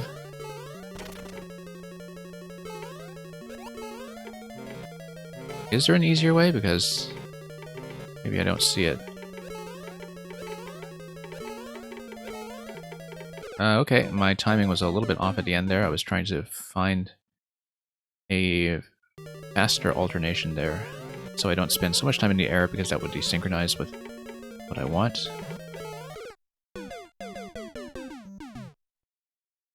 Of course, the auto-scroll ensures that everything loads in very consistently, and that all of the series of boots remain synchronized.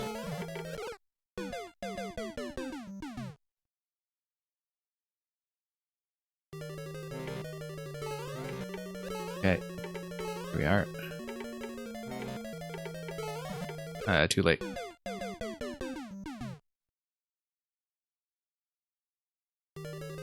Yeah. That's how we do things around here.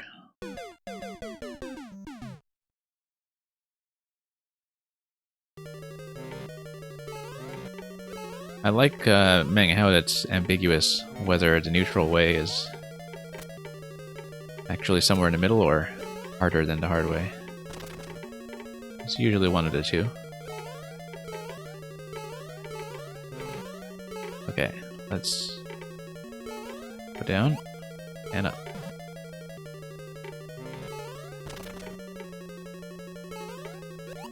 Whoops.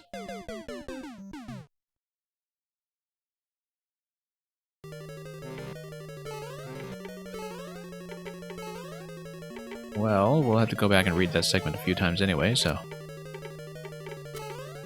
possibly we'll eventually see what Luca is talking about. Okay.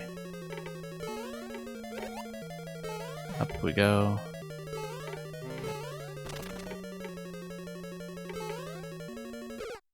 Nope, bad timing there.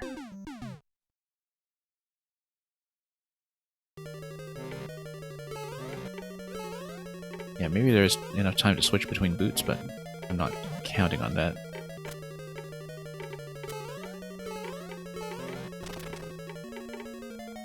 Okay, here we go.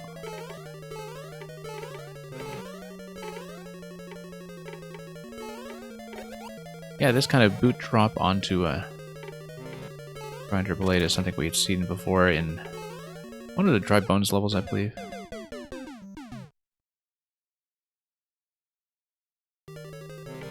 Which was also just about hopping out of the thing you're riding and hopping back in. Oh, whoops. Interesting that we did a bit of an alternation there.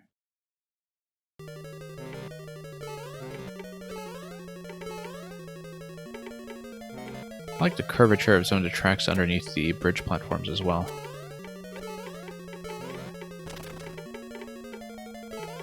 That's a kind of a unique look and feel for something as basic as SMP1 Castle.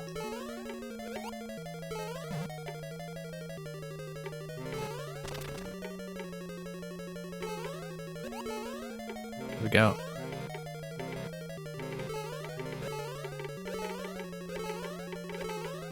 Here we are. Went pretty smoothly there. Yeah, that needs to kill. Oh, whoops. Didn't mean to double tap. That was a bad idea. Can you get an empty boot on a track if it moves over to lava? Let's think about what you mean there. Not exactly sure what you mean, Green Heroes.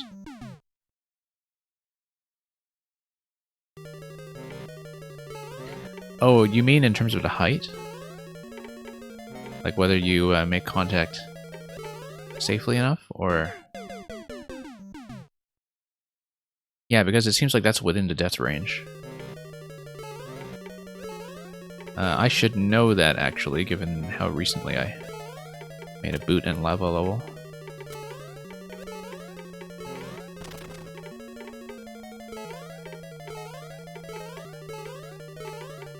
Okay, over here.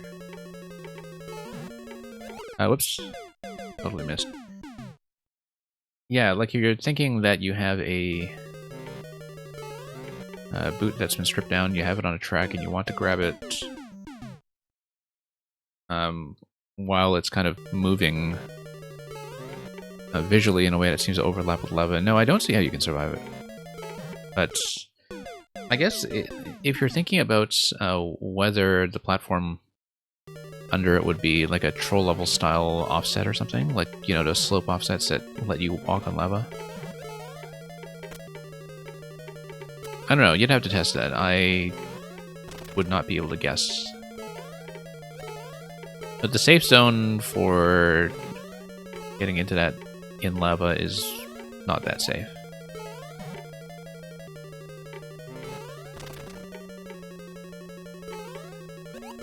Okay. Yeah, I just need better timing there. That's a fun interaction. Tons of fun.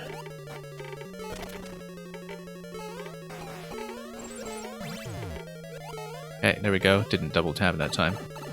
Oh, did I miss something that I should have checked over there? I went out of there pretty quickly. Okay, I wanted to ride that up, but maybe I shouldn't.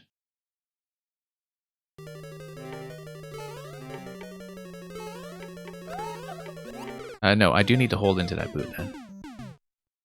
But I still want to obtain it at its peak in order to get the burst as high as I can. Yeah, there we go.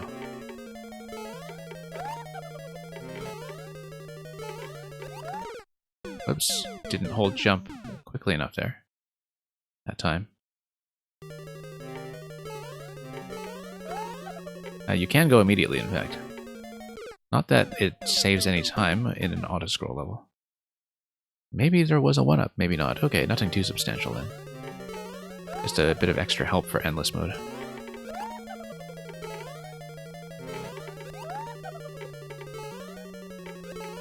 Okay, there we are.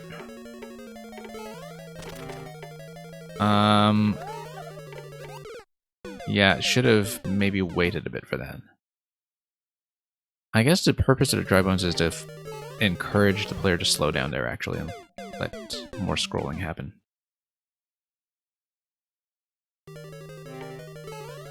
Oops.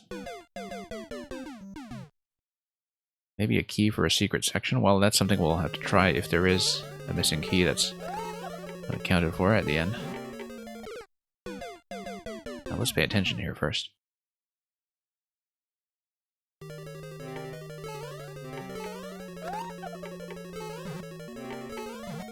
Nope. A little bit off my usual pattern.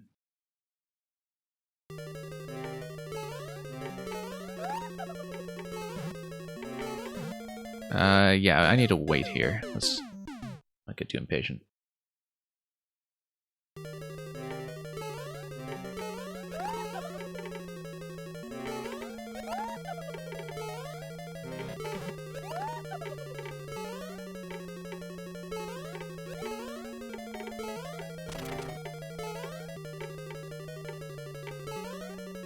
Nope, went straight over. Next is going to be heading up to the question blocks, though. But yeah, it makes sense to wait until we have the ability to read most of that on screen. Hang on. Totally missing now. What did I do to signs? There are all kinds of things. Mostly just stepping, though.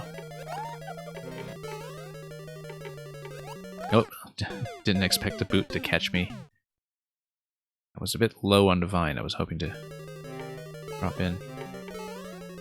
And yeah, Merlin, I enjoyed that as well. I was commenting, of course, on the tracks and the bridge tiles earlier.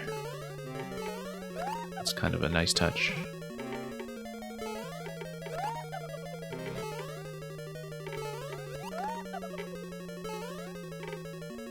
Surprisingly safe.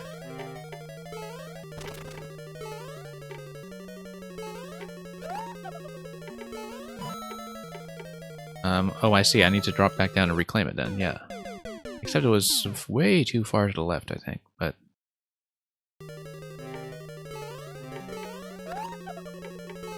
wanted to keep that in mind, that there is an incentive to go as far to the right as I can before I drop the boot underneath the question blocks. Hopefully directly under. If I'm able to do it. Whoops.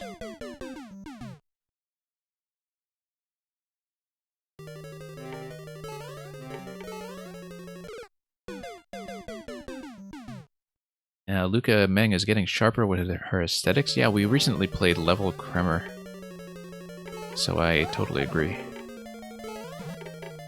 Whoops.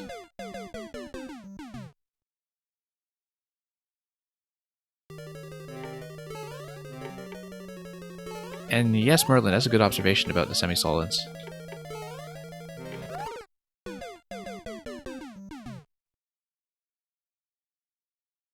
It does visually highlight the boot locations very well.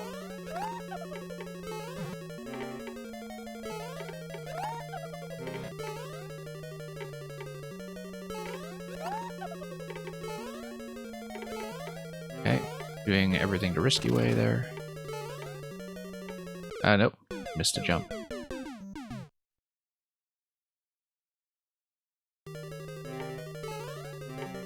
Yeah, let's not jump that high off the vine. I do need a little bit more headroom there.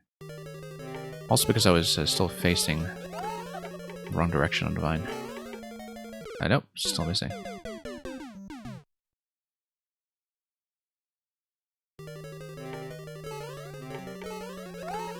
Okay. I'm still not managing to catch that. We'll just fix up as much of this as we can. Yeah, I was too far left in previous attempts. That seemed to be the issue. Now let's actually hit the jump this time. Oh. Right timing, I just should have pulled back to the left a little bit there. Recenter myself. Oh, whoops. Flying too low.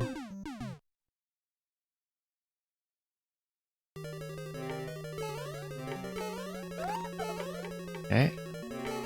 Nope. Still going in at too low an angle.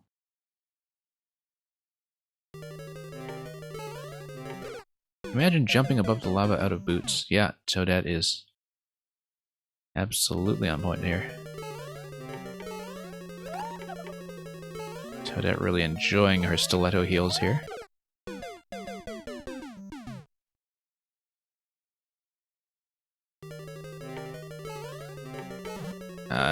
Although Toadette is also bumping her slightly oversized head.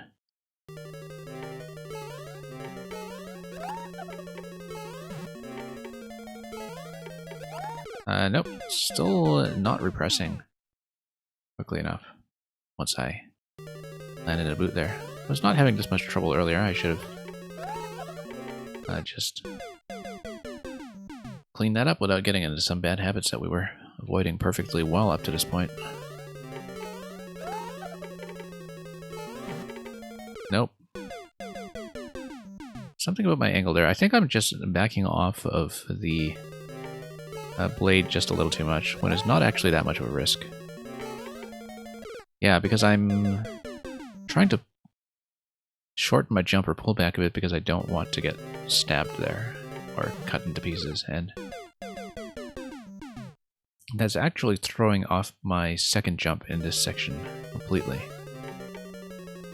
Second boot, rather, it's the third jump.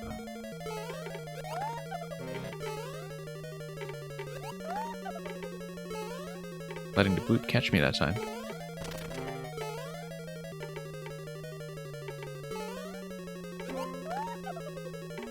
That was surprisingly salvageable, except I messed up the positioning at the very end. Fire Ninja Wolf, you have to leave? Yeah, no worries. I will be likely running viewer levels again this time tomorrow as well.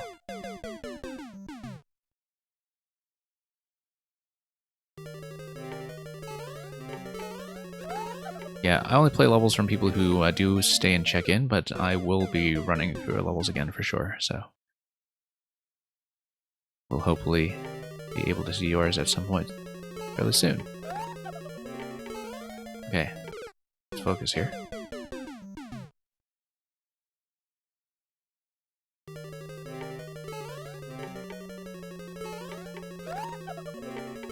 Nope, too slow here. Just missed the first jump.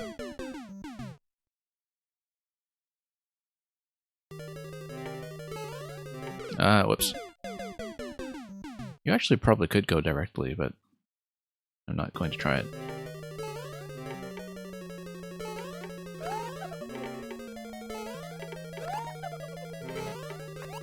Oh, whoops, didn't expect that. Didn't think I would catch one directly and break the icicle. Nope, still too high.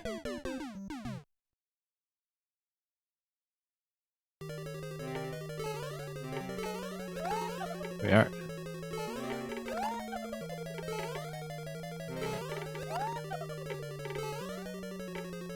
Okay. Oh, that's rarely happened.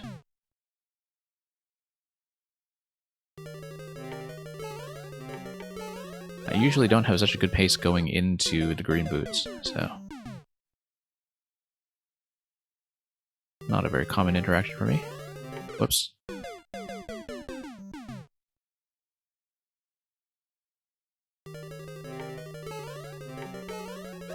Okay, here we are.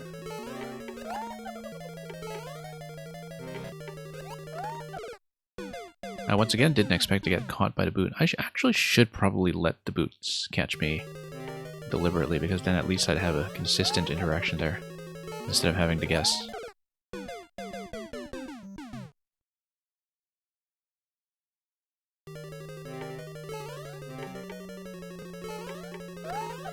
Okay. We should be able to fix this up. I mean, I got it on some early attempts, just making far too many mistakes here. Okay, there we are. That was fairly smooth. Now here is the moment of truth. And the truth was that I couldn't quite get it. Oops.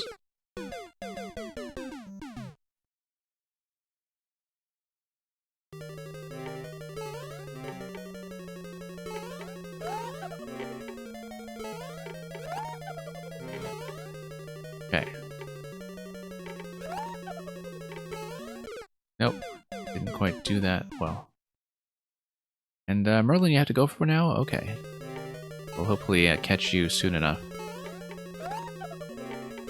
On tomorrow's stream or the next time you're around, perhaps. And thank you for dropping by anyway. Hoping to see your new one soon. Oops.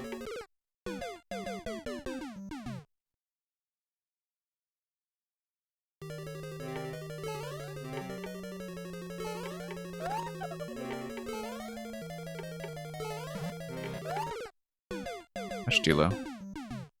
Yeah, Terminator, I closed kind of early today. We'll see how things go later on if we are still able to take yours, but I had a really long queue today, so...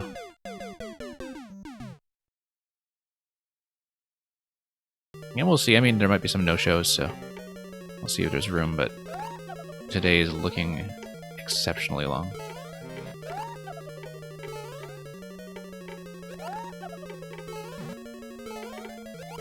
Okay, here we are.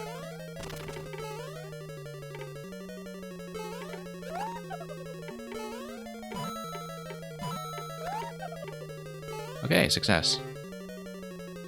Now... Nope, not quite.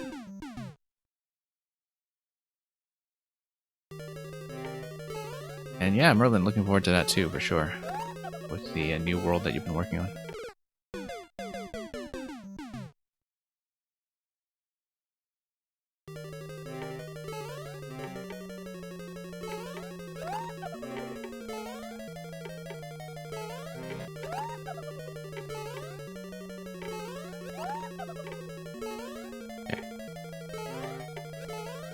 Oh, almost lost a boost due to blinking there. Whoops. When they've been up and running for long enough.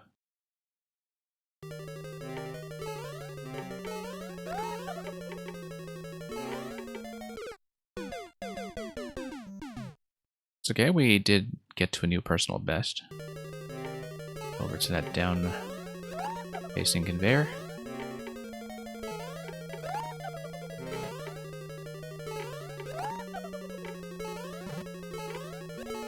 Oh, whoops.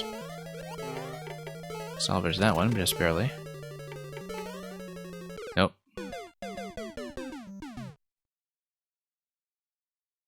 Yeah, those long timings are reliably a problem for me, so... We'll see if we can fix that.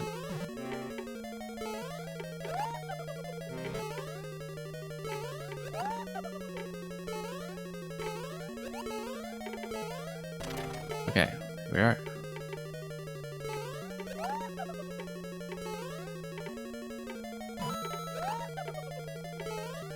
Okay, that went smoothly. Nope. And then after that, it will be onto the blue platform that we just barely saw out of the screen. So just inching our way forward one jump at a time. Oh, nope. Trying to get on the right side of the vine, just didn't get the input down.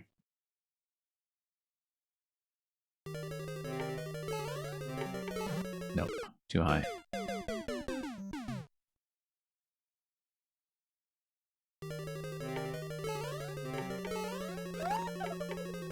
Okay, there we are. Oh, but my face against a wall, in fact. So yeah, the blade isn't a problem, but the wall is.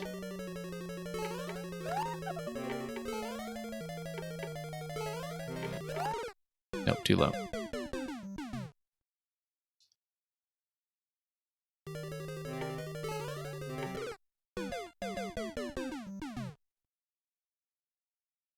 Yeah, it could be doing a lot better. All over the place. Nope, too short. Do want to catch the boots on their way up if I can.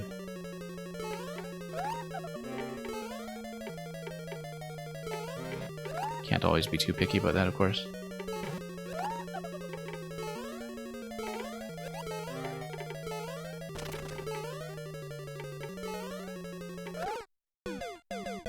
Not a great entry timing there, just precisely the wrong window.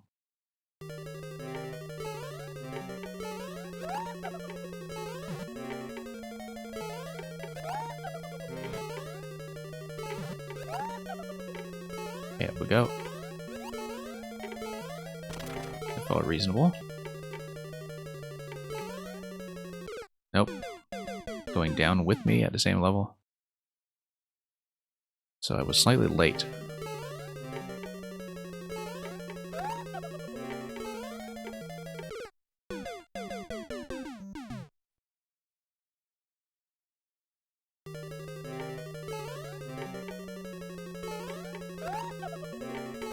Okay, not quite. Going immediately is best, if I'm able to. But sometimes the vine climb just doesn't work out for me.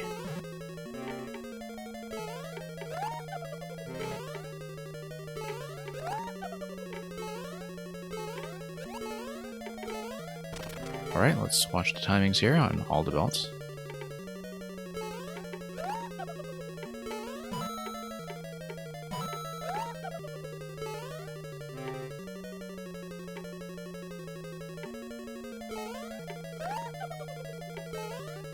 Not quite, except I could have grabbed the vine, in fact, if I just watched that properly. That was totally doable.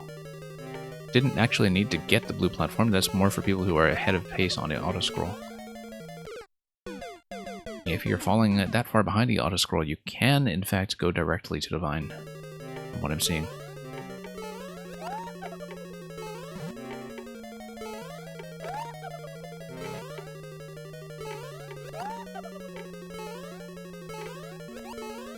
Okay, here we go. Nope. I mean, the timings are going to be consistent relative to the auto-scroll. So there's no need to feel that pressured by the camera when I know that there's going to be a particular timing that works.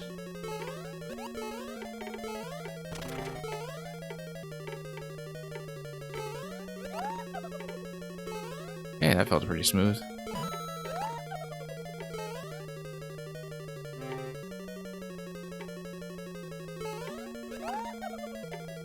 And that's an instance when you need to write that down and miss.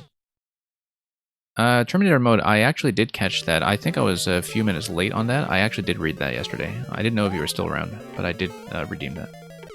It was about 5 minutes after you put in a request. I just missed it at the time. I thought since it had only been a few minutes that you might still be around for that, but... Yeah, you're perfectly welcome when you redeem rewards and I don't catch them. Do remind me. You can totally nag me about that if I miss it.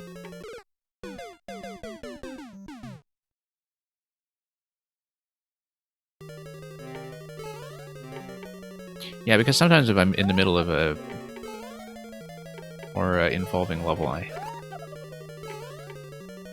don't necessarily catch all the reward requests right away.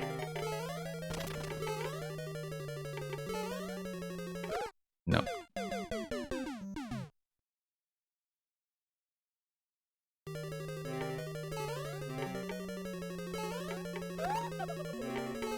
Not quite.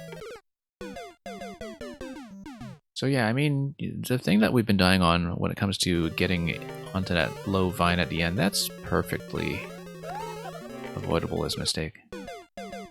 Luca was something else. I have it on my reward list. It was like 109, I think. Yeah, I actually do have it on my list from yesterday's request list.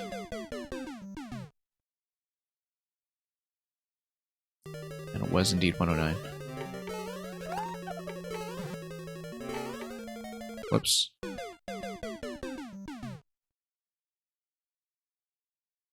Anyway, dying a bit much to some of the simple stuff.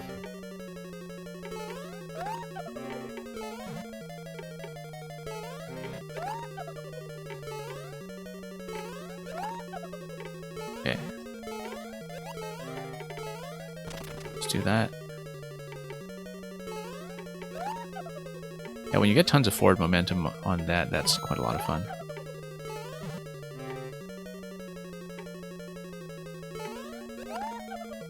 Okay, let's not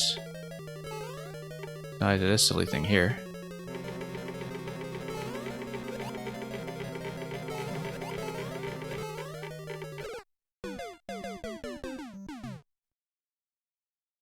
And yeah, you just have to catch the wave.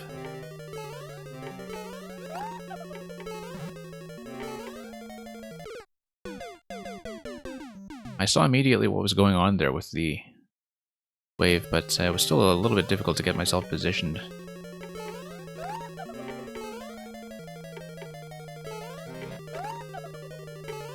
Because you need pretty good control over how high you're jumping that segment, as with the same segment with the groups of 3 boots that were before checkpoint 1.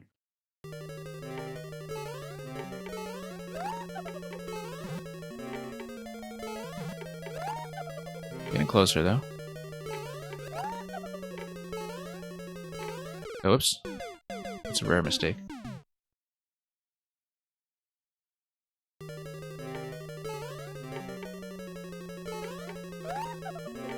Okay, let's get back on pace.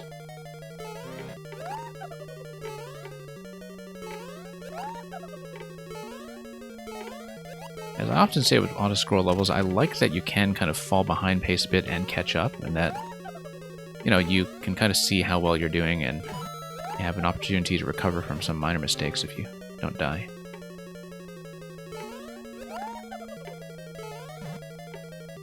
I think with slower auto-scrolls in particular, that's when they work best. Like when you have a chance to miss but make a comeback. Whoa. Thank God, that's going alright. Hope you have been doing well over at your stream as well. Whoops. Luca, yeah, you would drop them from different heights. I've played with a concept like that before in a level that I didn't publish, which I was...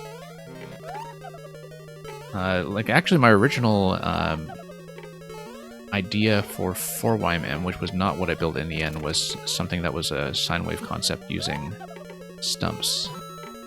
And yeah, for auto-scroll, you just dropped them in at different heights to line them up the way you want. And it's nice that auto-scroll works that way, to get you nice reliable spawns everywhere.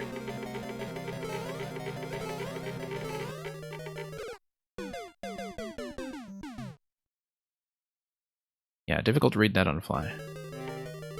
But... unless, of course, Mang is using something completely different here, in terms of loading them in. Like, you would bounce them on the same platforms below the lava, but the thing is, you can spawn them initially from a bit of a tile offset.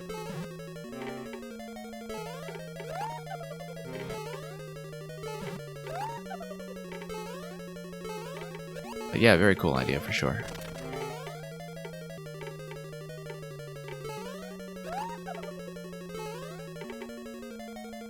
That went smoother than I expected.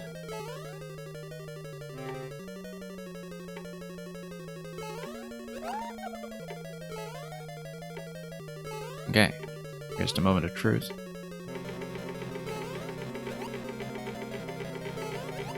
Whoa. Yeah, as you can see, the crests of the wave are still kind of spaced every 3 to 5 columns or so, and so if you read the crest of the wave and just kind of go crest to crest, then it works the same way that the easier segments did when it comes to the alternate timing and the height that you need to jump. So instead of trying to improvise, I should actually try to target a particular spacing that I want to go for. And maybe even spend a little bit longer to read the wave come in first before I jump into it.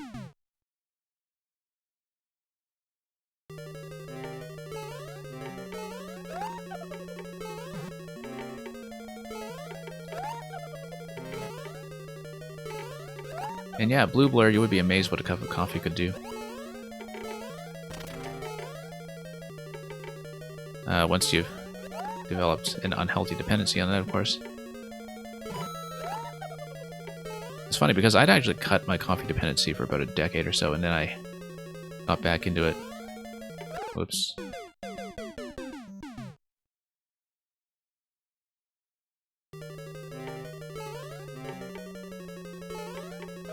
Whoops, okay.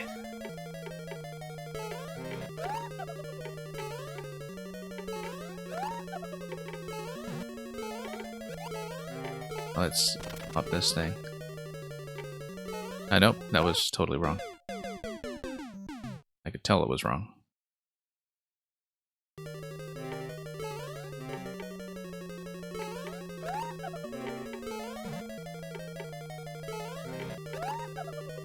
Up we go.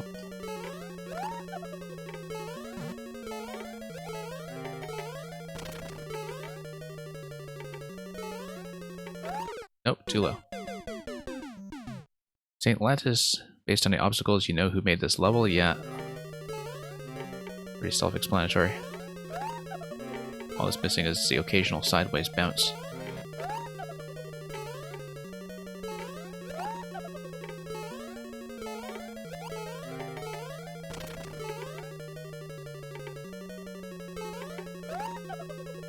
Yeah, I love that forward momentum in the conveyor. It's quite nice.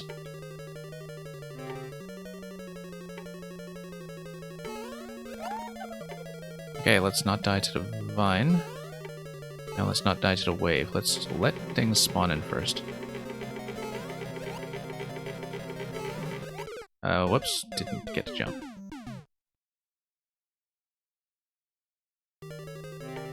It is tricky, that part.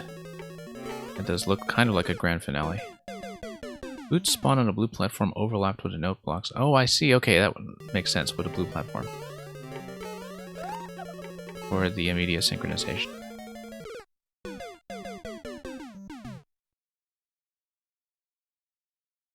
But yeah, you can have different kind of waves formations depending on how you offset the placement of the objects as they drop in. But here, just having them scroll block by block at the current auto-scroll speed is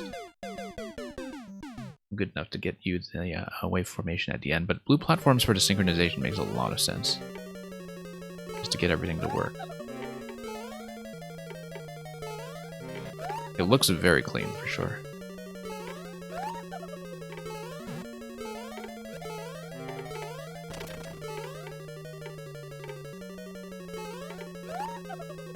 And yeah, don't need to be too afraid of the auto-scroll there because of the conveyor belt catching me up in terms of momentum.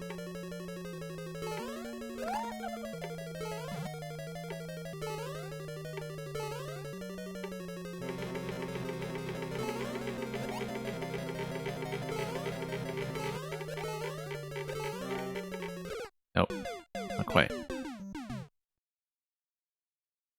And yeah, Blue Blair, no worries. I mean, if you need to sleep, that's fine. You know where to find me for more cues.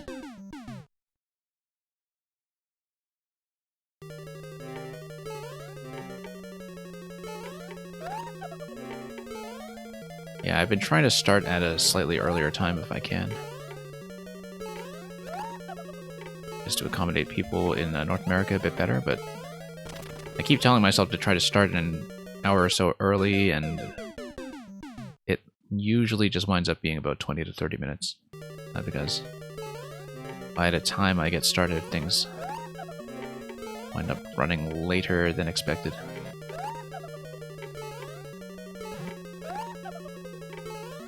Today's probably already in better shape when it comes to finishing at a reasonable time.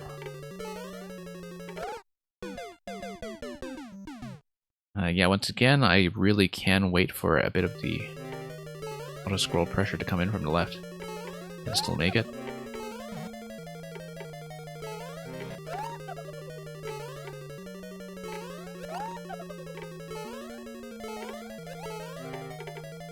Okay, let's do this.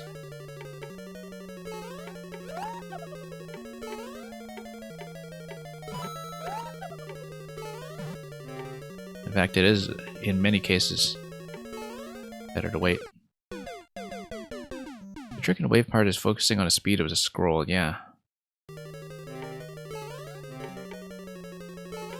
Yeah, I'm trying to read the wave as a wave, basically, and trying to go peak to peak.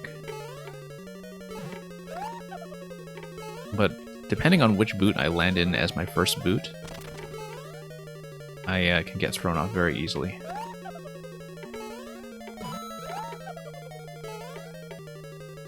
Okay, let's get over here.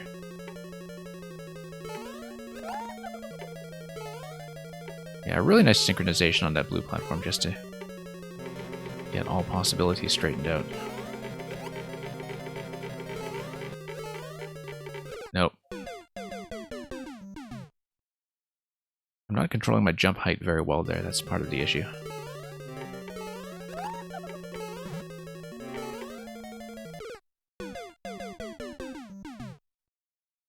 Very tricky obstacle. And man, if there is any kind of hard mode in this, and I don't know if there is based on the entities you're using, but I obviously will not have time for that today.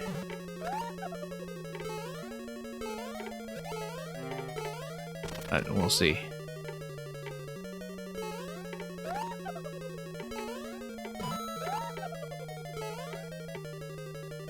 Don't change peaks in the wave.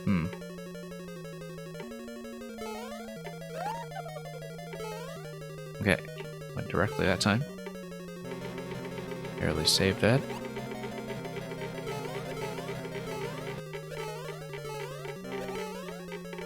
Almost. No space left for the bonus road. Yeah, I thought that with how many boots you were using here, that... Well, and also because you're covering a lot of territory with a scroll, that's very true. Just given how much space you cover with some of the elements like the conveyor belts and forward momentum you get all the way across the screen. I mean, also because you're building over lava, which means that you can't just build a top and bottom segment. Unless you use spikes, of course, but that's ugly.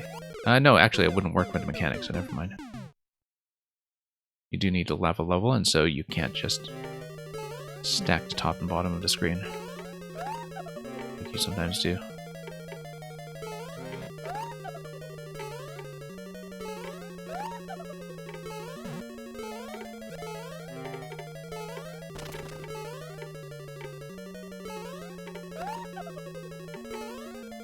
Okay. Oops. Yeah, it dropped the boot a little too far to the left that time. But yeah, Luke, I'm beginning to see what you're saying, that if I'm sort of matching the forward speed of the auto-scroll, then I should be able to maintain height much better. Because that's how things are synchronized.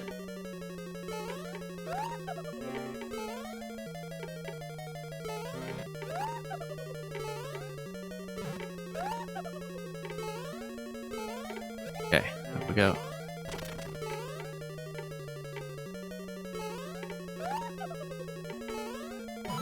Yeah, I'm finding the appropriate auto-scroll timing much better there. Whoops, let's not do that. Whoa, total miss.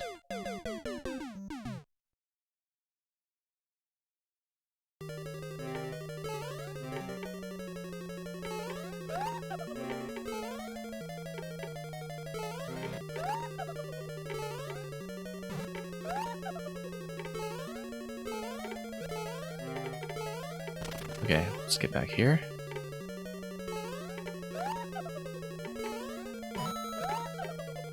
Whoa, close call with the icicle there.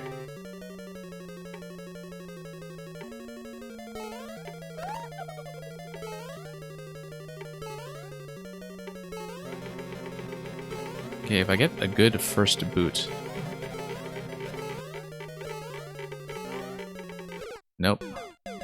It's too inconsistent with how many jumps I need to make. If I cover a longer distance, of course, then I don't need to make as many jumps, but it's also harder to see, so... I feel like that distance could probably work as long as I'm consistent about my jump height, which currently I'm not.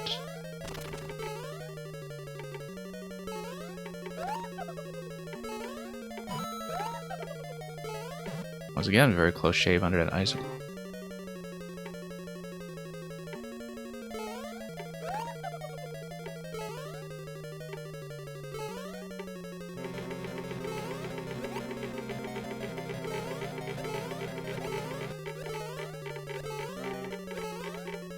Okay, there we go. And there's more.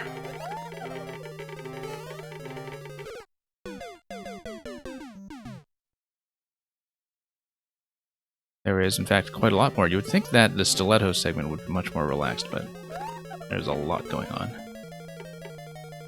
In general, the principle should be that I want to catch things on their way up, though.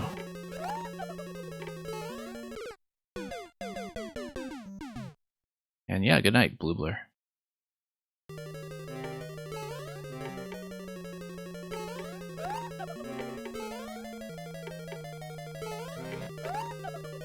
Well, there's a lot more where that came from.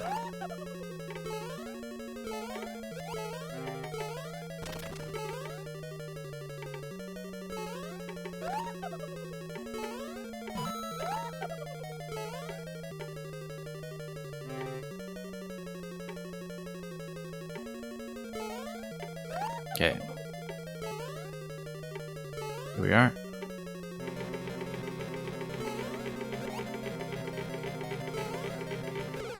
Nope. Not the right entry timing at all.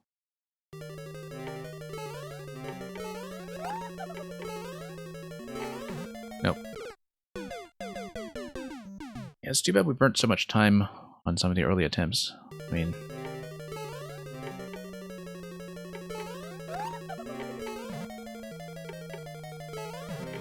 But it took me a while to figure out the appropriate timing for some of this. And yeah, man, given the length of the queue and how long I've been spending on this level, I will not necessarily be able to finish. But if I don't finish, it shouldn't take too long to get back to this.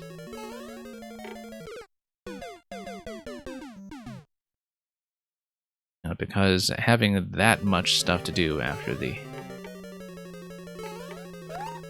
part that I've been having the most trouble with is maybe not approachable in a reasonable span of time today. But we'll see, because this is a great level and it would be nice to see it through.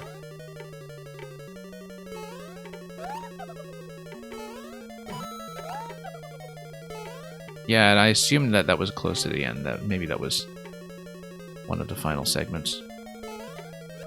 Which is why I'm still on it.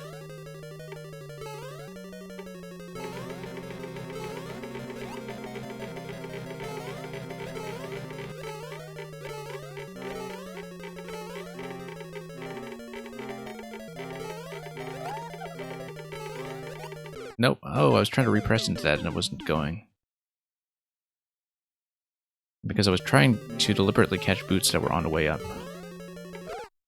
And for some reason I just didn't get into the flight in time. I think maybe that the boots, they're... Well, no, I do need to just hold into them as soon as I land, but I need a good landing consistently.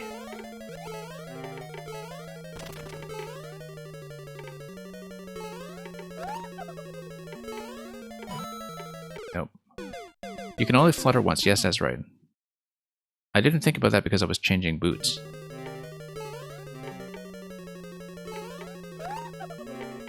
But yeah, now I do remember that.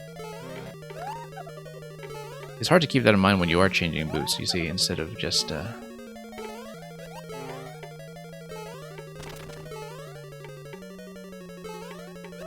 staying with the one boot at a time and trying to reset into it.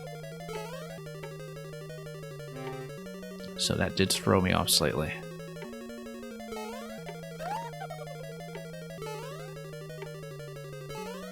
And thanks to the patience of the people who are still in queue.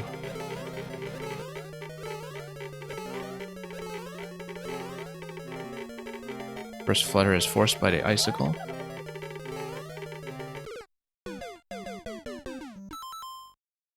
And yeah, thank you for that, Electro Dude. Glad to have you here too. stomp on some of that. There was one before that too, if you were able to catch that. Thank you. Yeah, everything's been slipping past the filters lately, and I don't know what's been happening. That something is not quite working.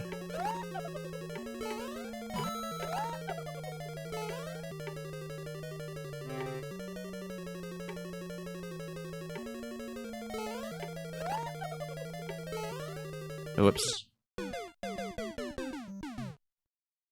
Yeah, we'll see. That is going to be a tough segment there at the end.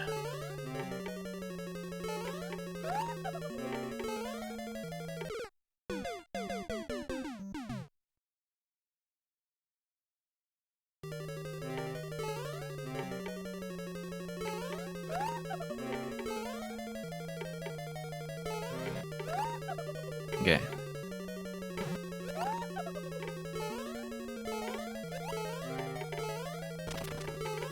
Got this.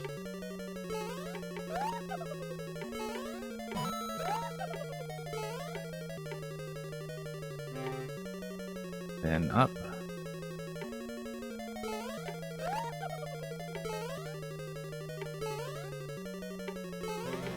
Let's try to get a good boot here.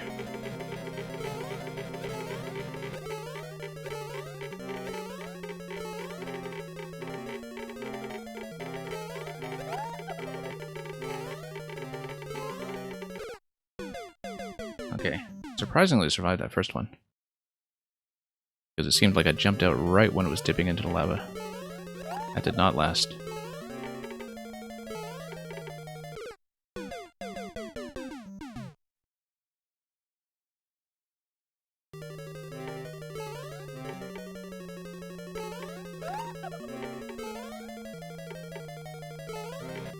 Wow, hit the wall.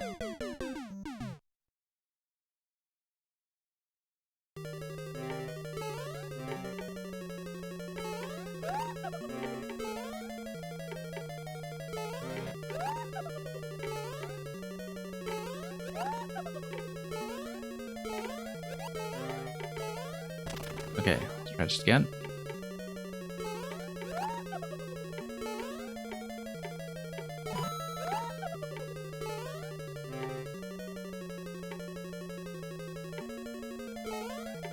Yeah, some of these boot entries are getting much more consistent at least. That's a big plus when it comes to not wasting too many attempts. Okay. Was initially out of alignment there and I fixed it, which is great.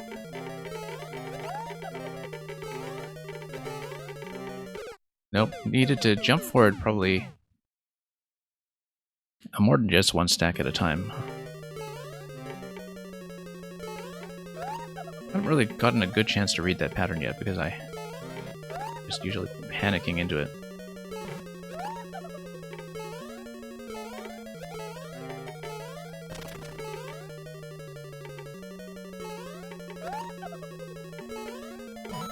Oops.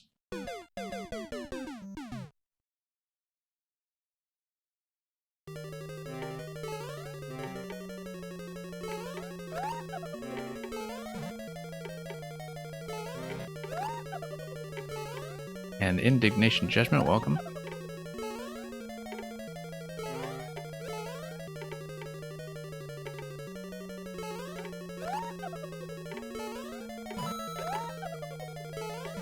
Okay, finally fixed that up.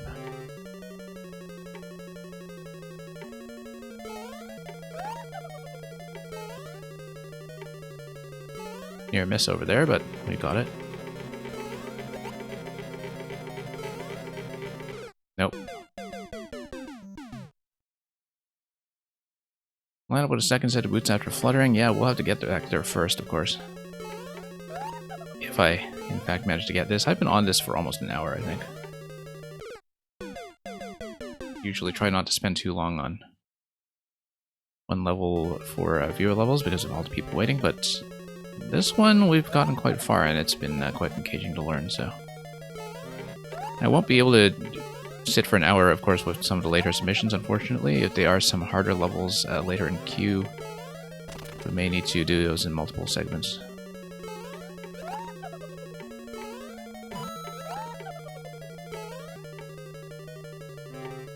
The footing is poor in this level, yeah. Well, this level does have a lot of soul.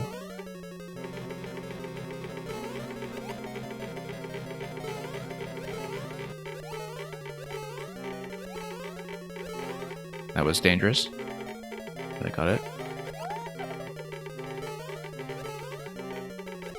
Nope.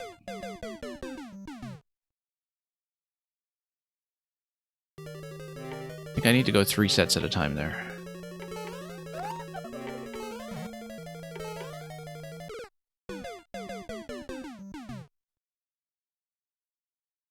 We've been getting awfully close.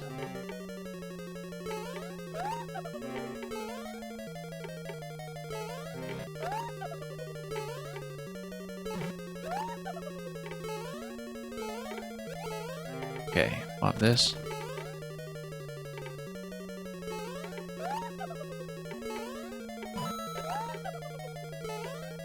And up we go.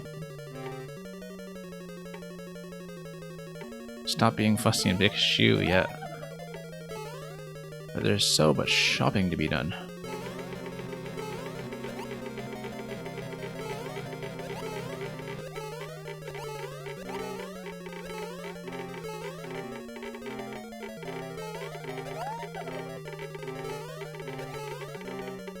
Nope, I was trying to go all the way forward and it didn't quite catch.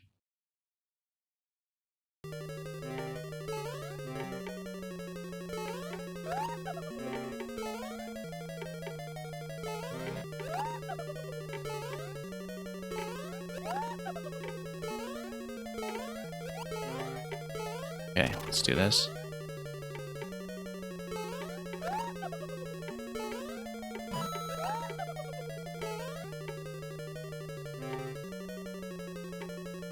And then one more. Here we are.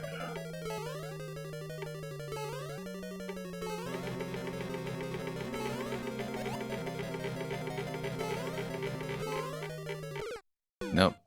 We entered much too low that time.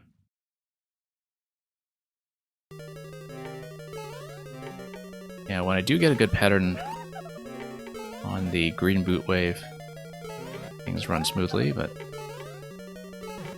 took me a long time to get that fixed up at all, to make it even playable.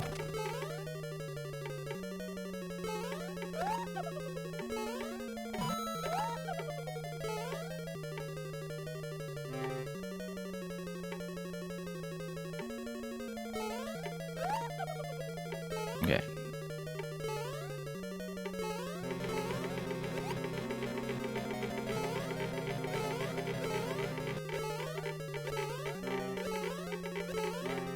There we go.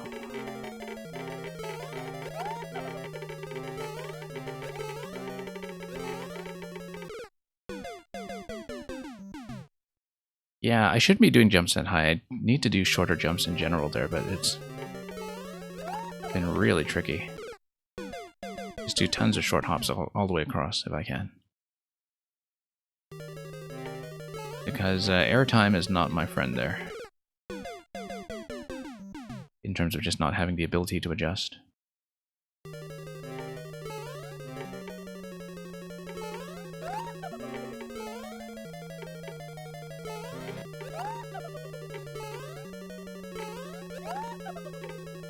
Okay. Whoa, whoa, whoa, whoa. Got onto the conveyor belt too early.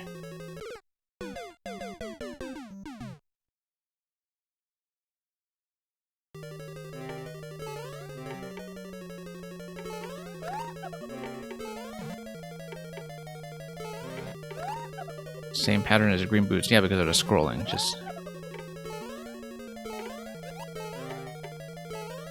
We'll, go back there and see. A little bit difficult for me to visualize right now while I'm also playing the early segments at the same time.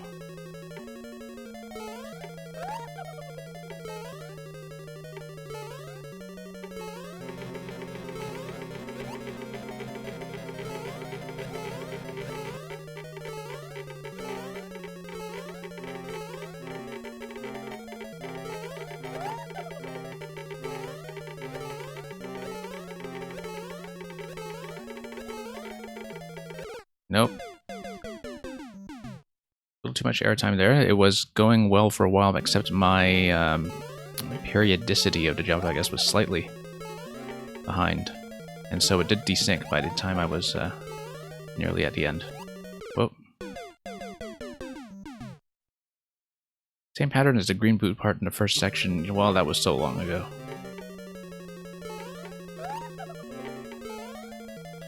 Anyway, that's a valid approach. It's just that I need to adjust when I see that I'm beginning to slip a little bit behind the pace that I need. It's a lot of boots. A very long section for consistency.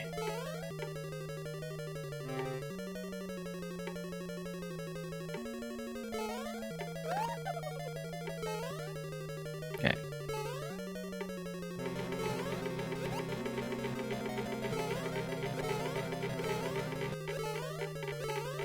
Nice short hops, if I can.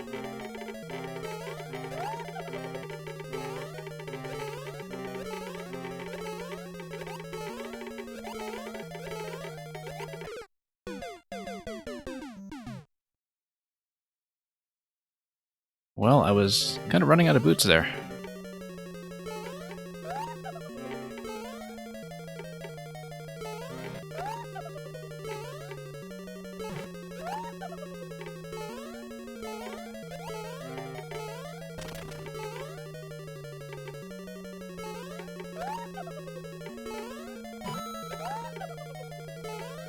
Getting closer, of course. Best attempt yet. Which unfortunately is still not to clear.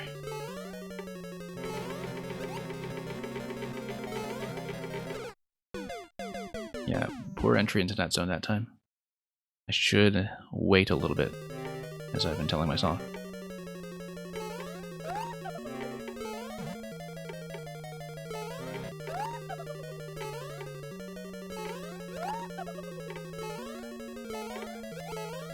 Okay, here we are.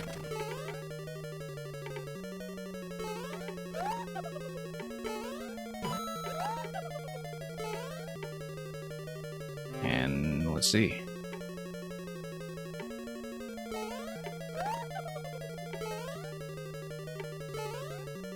Yeah, wait a little bit to the pattern scrolled in.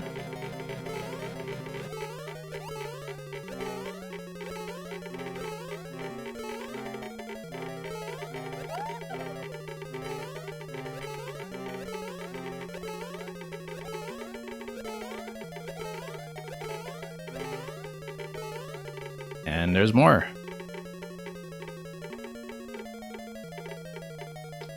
Oh, no, I need to catch that.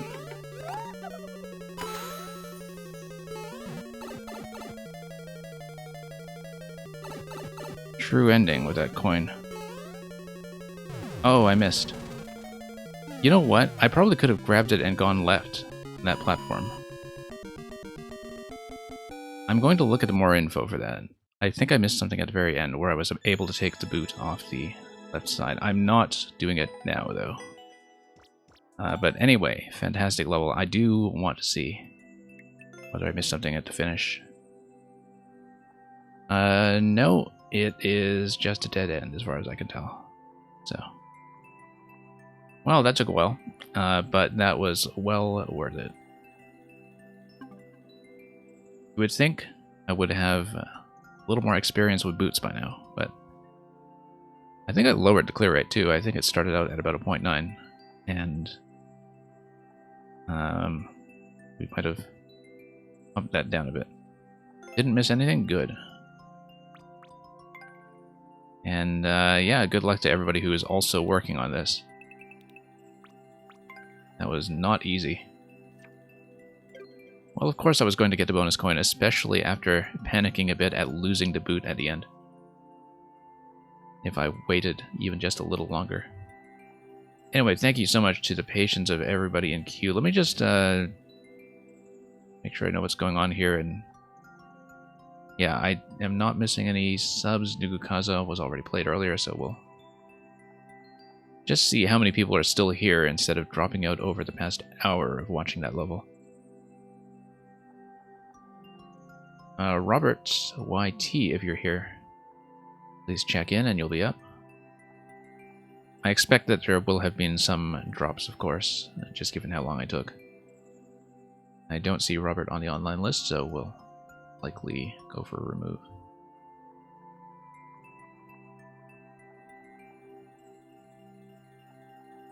Yeah, we had some faster levels earlier in the stream, of course, but sometimes there's something that takes a bit more work. Ichigo SMM. Terminator, we'll see. I need to see how many drops there will be first before I can make any more room. I might not be able to, just depending on how long things are taking.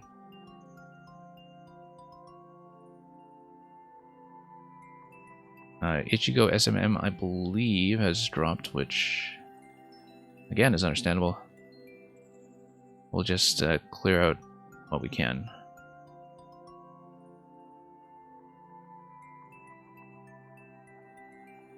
And Sadamil, yeah, Luca, finally getting a second COVID shot. Do give yourself ample time to recover, just in case. It does affect people unevenly. And I remember streaming after I got my second COVID shot, and everything was fine except partway through my stream, my arm started getting really sore. That was about 12 hours after the shot, I think. And yeah, let's just continue going down the list. Not surprising, of course, that we would have a lot of drops. I guess things do even out with time. Ace Dragon, I also don't see. The next one, I think, is going to be Green Heroes, judging by my list here.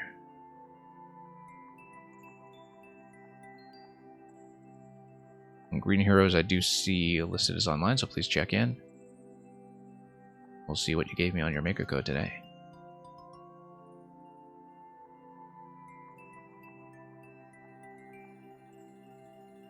Yeah, major casualties there from Meg's level. But it does mean that we might have a manageable stream after all.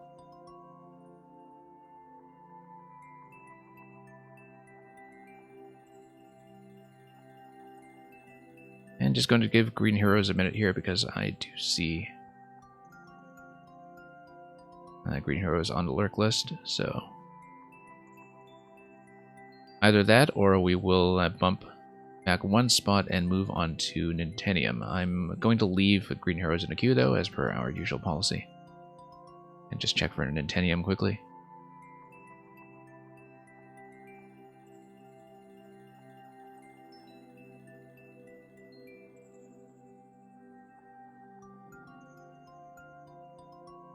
And after that, I know Fire Ninja Wolf said they had to leave.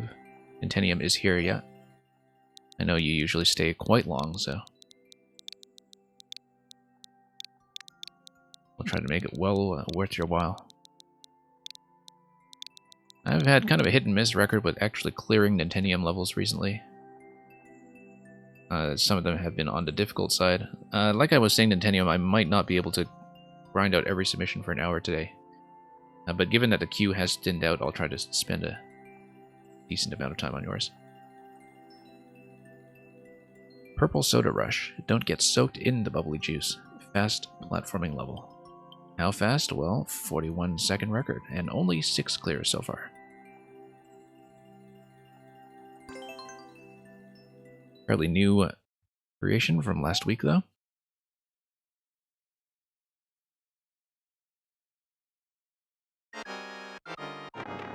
And time limit is not a hard time limit, but you just need to be quick to beat the purple soda, by the looks of it. Get on that shell, I assume... I don't know if the Koopa kick direction is going to matter here, but we'll find that out very soon, I'm sure. Yes, it does matter. You need to kick it to the right and then get on top of that E-block. I wasn't quite sure because I hadn't scrolled up to that point yet on the camera, so... Whoops.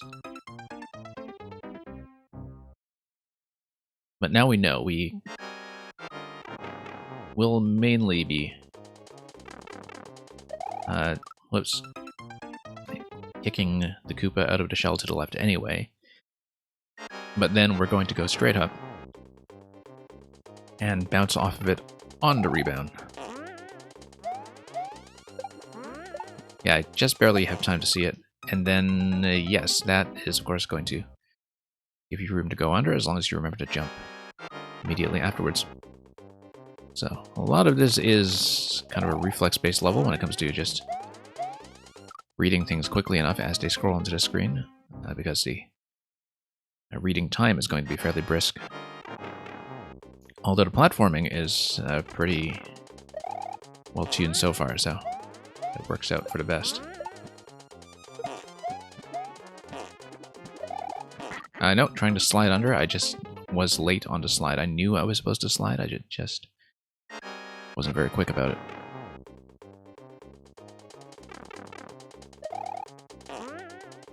Nice plant decorations, by the way, with the piranha plants here and the fire flowers in the intro. Stuck in their little boxes here in the garden. Nope, a little slow there. Lost a bit of time putting on the helmet. Whoops. That will be the damage boost, but I need to make it up there first. And then, once again, lots of decorative elements on the side with the munchers to the left, the clown car to the right. Lots of extra enemies just kind of bearing witness to this whole affair as you make it up the soda fountain.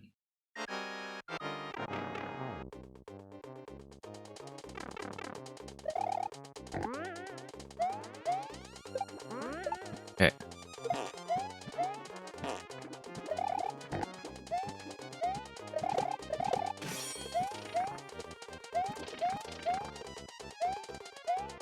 Nope.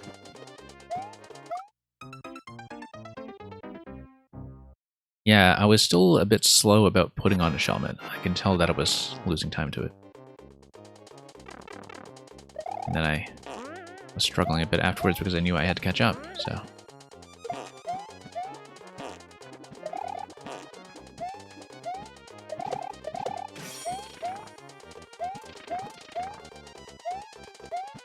Nope, still missing that. And there's this little one-tile gap, too. Which shouldn't be that difficult.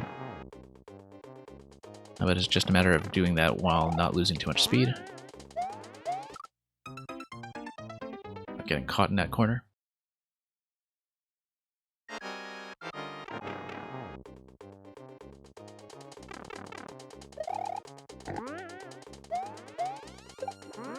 Nope, not quite.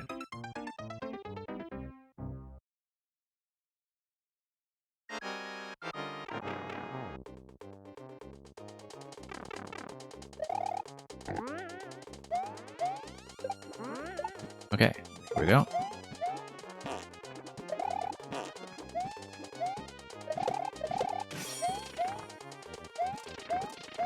Nope. Slowed down a bit. Because I was worried about my head bump accuracy there, but no, I really do need to maintain full speed. I'm going to make it past that.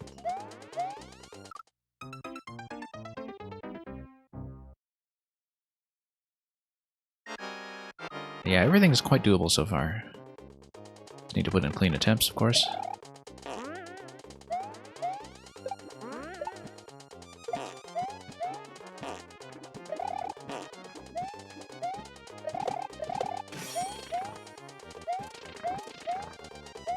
Nope. Still not doing that accurately. I wonder if I should maybe be spin jumping there. Let's go with a standard jump. I mean, I'm allowed to bump my head in that segment at least, because I do have the spiny helmet. So I should perhaps be taking advantage of that where necessary.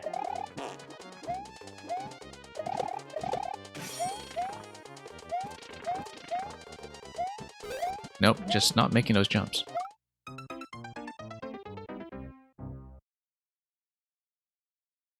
Purely a spacing issue there when it comes to how I'm jumping into that gap.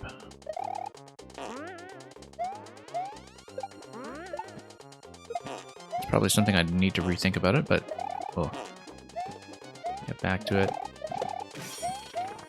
Maybe a spin jump is best, but No, it won't be. Except I'm losing too much momentum there. I do need to go full forward, I think. But that is a tricky, tricky jump.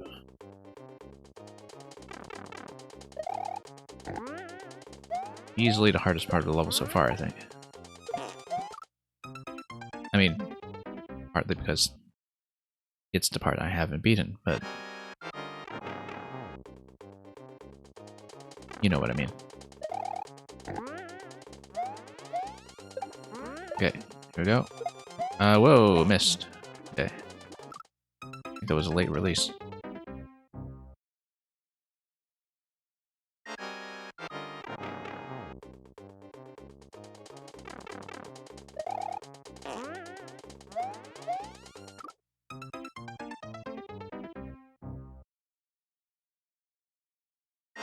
And okay, let's see.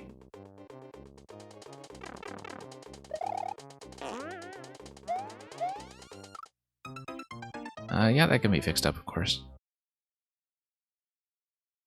Hopefully without too much trouble.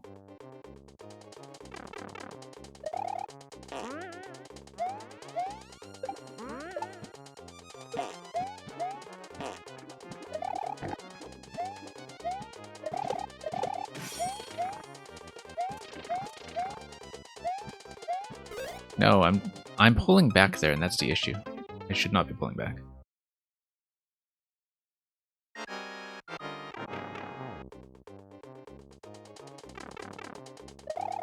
I keep thinking that if I'm going full speed ahead, that I'm not going to be able to make that jump, but if I'm just really quick about jumping as soon as I land, it should be okay. If I pull back at all, I won't have the momentum to go over. That's the thing that's been killing me repeatedly there. In general, holding in the direction of travel is the thing you're supposed to be doing in this level. Nope. Once again, I need to take advantage of the fact that I am allowed to bump my head. That's the thing that's probably throwing me off when I'm calculating the jumps. In fact, I'm not accounting for the fact that I can bump the ceiling. That's going to affect my trajectory. When it comes to planning how the physics are going to go.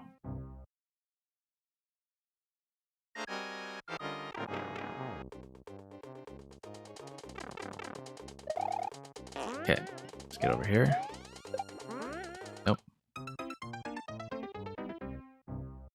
And Redbeard, you've been getting ready lately for the announcement that you revealed in that escape room a while back.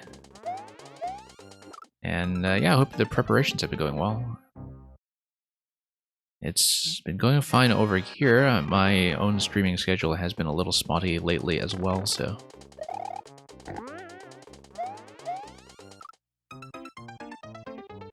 We had a one-screen puzzle by Bird Dog a few days ago that took me about 3 hours. So it literally took me longer than most complete escape rooms. That was quite memorable. In a good way. It was a good puzzle. It was a fantastic puzzle, actually. And yeah, the viewer levels today have been quite good, except I am dying to a few specific things over and over.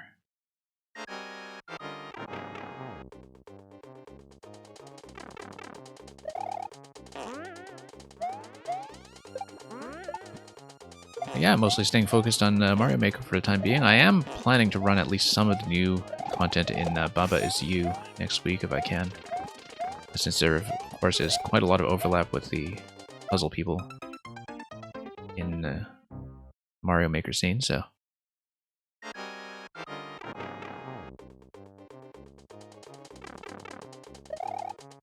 Yeah, but we'll see, because there is a new Maker mode in there as well, so there might be a modest viewer level experience, but also tons of new built-in content that should be worth looking at. So from a puzzle solving perspective, that's something I'm eager to do.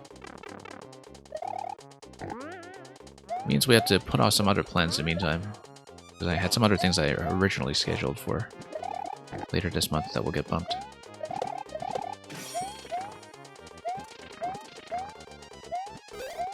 This jump here, I don't know what to do with it. Because I've tried going all the way forward, and unfortunately, I think that angle isn't quite working either. So something about that jump is just not working out. I'm totally miscalculating it, I think. That took too long on the hat. Yeah, there's not much room for error with that. Because I can't pull back cut momentum. I think I just need shorter, tighter jumps, maybe? I don't know. Maybe thinking about bumping my head was the wrong way to approach that. Because if I'm holding full speed ahead there, I have too shallow an angle to get over the second blade on the right. So, whoops. And RVamp, you found a temporary solution to the Goomba key issue, I assume you mean?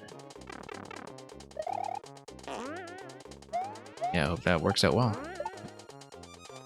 Which will break it some other way, but it's hopefully not too critical a problem now.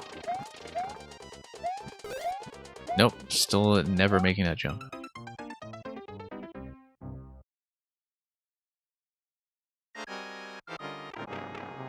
Yeah, for a level that is this quick, that is a very demanding obstacle.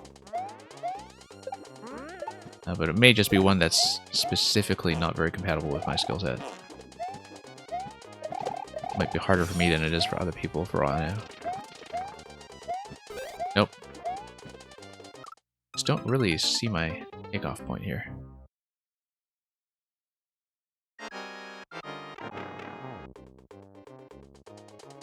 Now we'll keep pushing at it.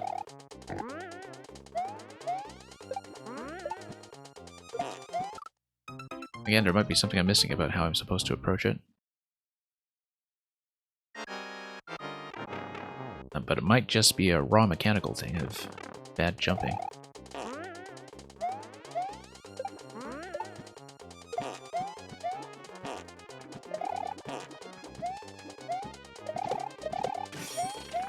Okay, let's have this, miss.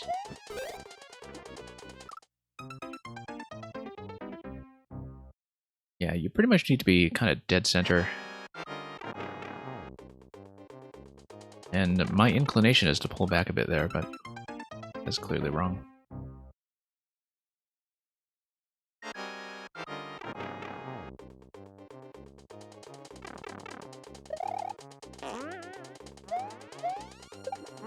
Okay, let's do this.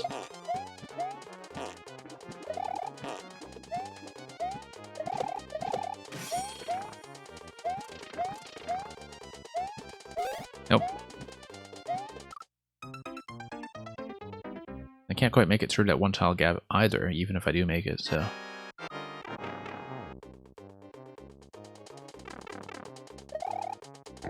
Maybe it is spin jump. I was worried about the distance that the spin jump would travel, but... I mean, I haven't tried spin jump there yet, so... I didn't think it would give me enough height, but... Given the spin jump at the very start of this zone, I think maybe it does.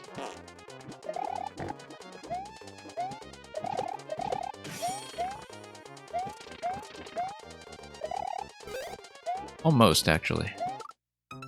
Not quite, it does get me a bit far. But maybe if I do jump and then spin jump. Or combine some other way, I don't know. Just don't understand this jump yet.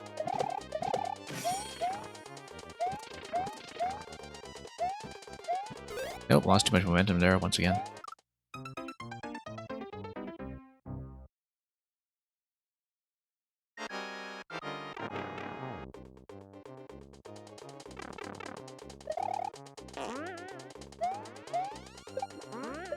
Okay.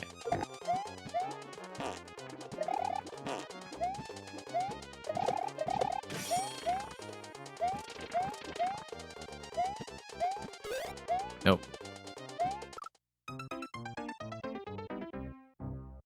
Got the first jump, but... still don't really have a method worked out for the second.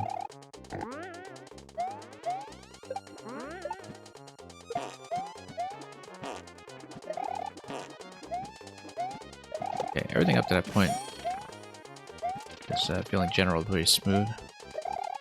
Okay, yeah, standard jump and then spin, that's the way to do it.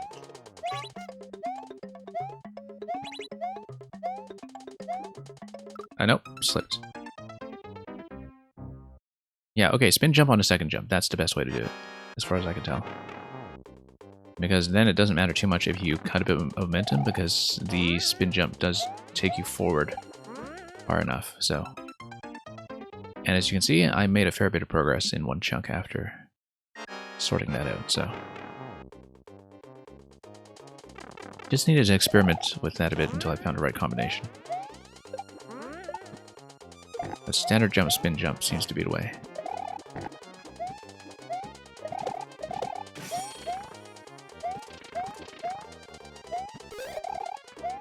Of course, you need to make the first jump first before you do that. I mean, you could actually kind of pull back on a spin jump as well, but I think I wouldn't have as good a sense of control, so.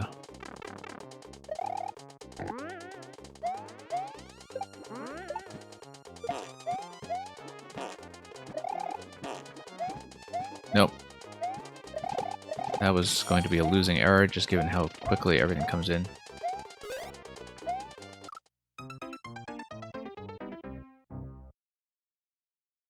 Well, I made good progress on that one good attempt, though.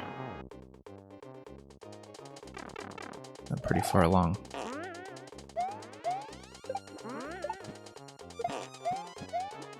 Okay.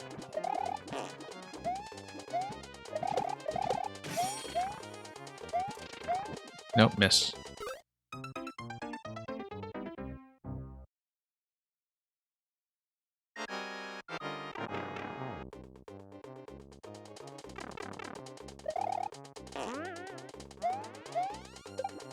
Up we go.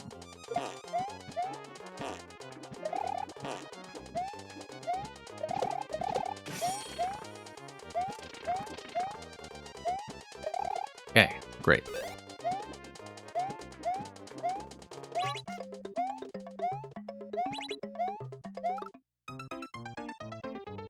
I was thinking nice crisp and short jumps, but that one was cut back a little too much. So for the most part, things were going fine. Now that I've got at least one intended method worked out for this segment here, though, this feels much more doable, whereas I was feeling totally lost here earlier.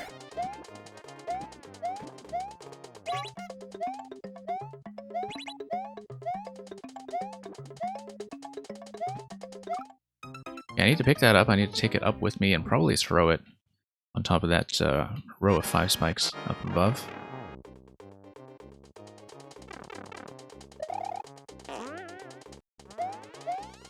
Might be a throw and landing, but I don't know yet because once again I would need to let the camera scroll.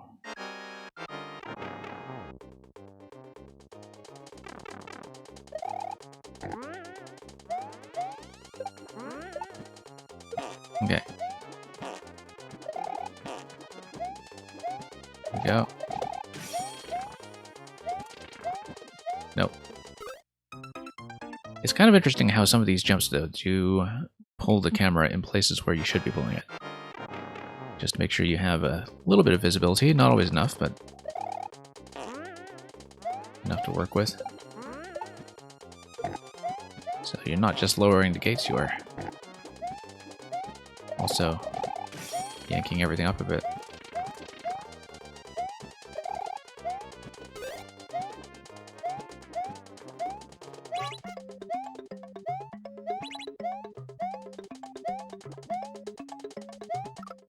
Probably should spin jump over some of these too, in fact. Not just given how low they are.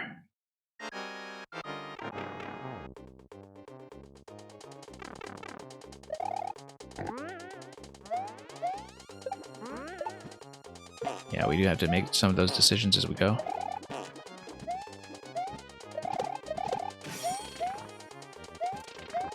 Nope, just missing.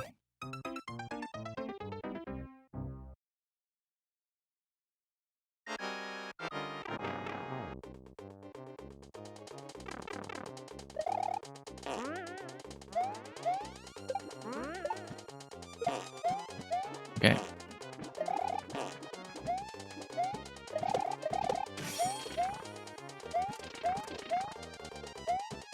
Nope, miss.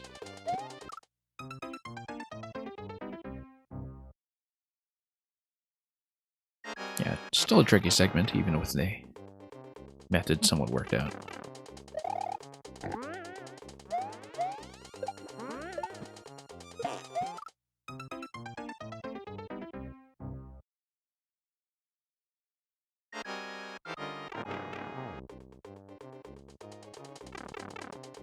Oh, we'll just go back and try it again. Nope.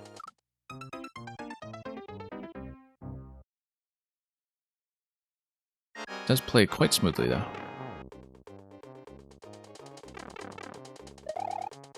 Just a few locations that are clearly where the challenge lies.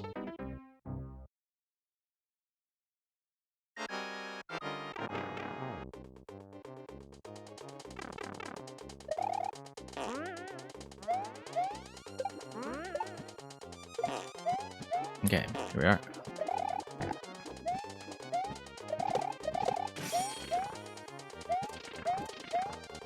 No, slowed down too much.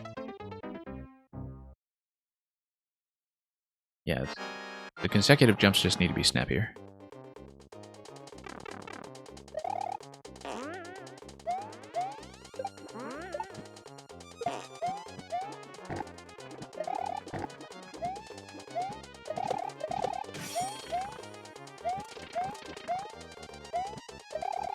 Okay, much better.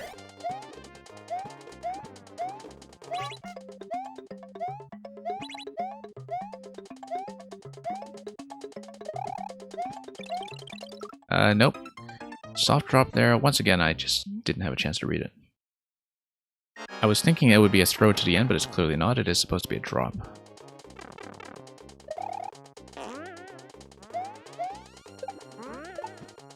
I don't quite know where that's going yet, so we'll have to go up and see.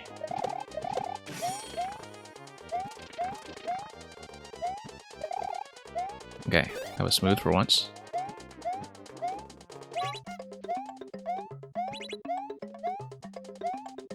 Nope. Too much of a slip. The jump up to the cloud actually is fairly comfortable when I do manage to do it. But visually it looks like it's a bit of a stretch because of all those P blocks having enclosed you from up above.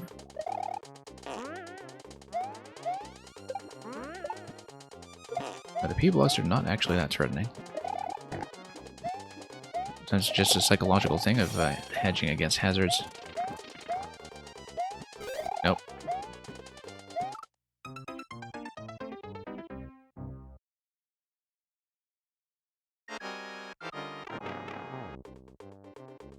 Yeah, we could be doing a lot better here, but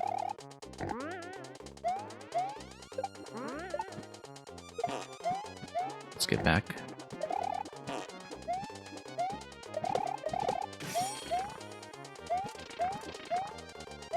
Nope, too short on that jump.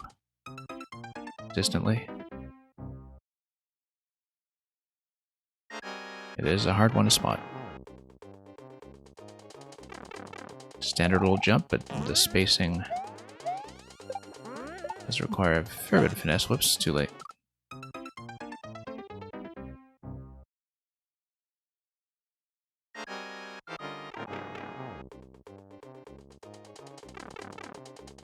Okay, up we go.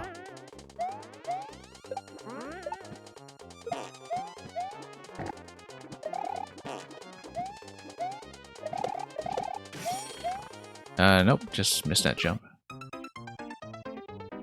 I'm trying to cut some corners efficiently, but sometimes I do overcorrect.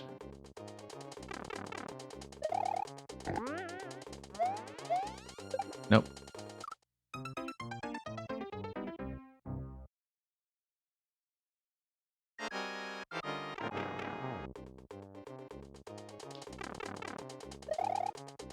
It really does subjectively feel like I'm fairly close to getting out of vertical ascent. I mean, that's the main bulk of the level. far as I can tell, with a pipe coming out directly towards the goal at the end, so...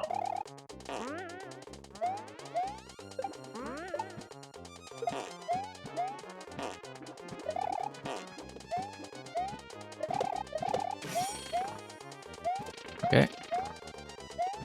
No. Still a really difficult jump.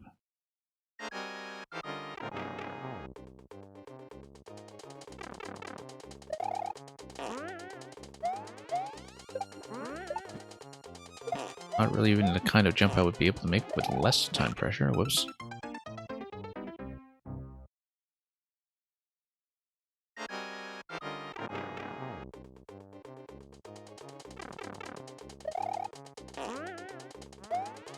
Yeah, a lot of minor difficulties to work out here. And a lot of careless attempts. Some of the early stuff that we had. Pretty much completely sorted.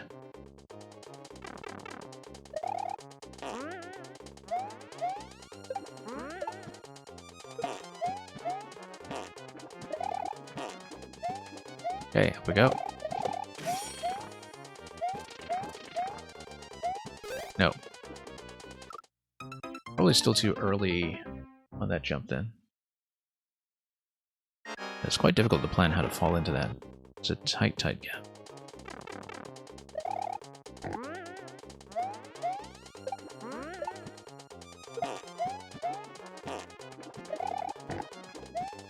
Maybe it is supposed to be 2 spin jumps instead, but at this point I don't really want to try it.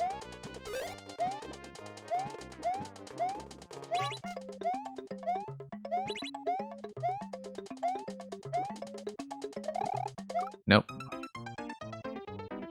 Much speed.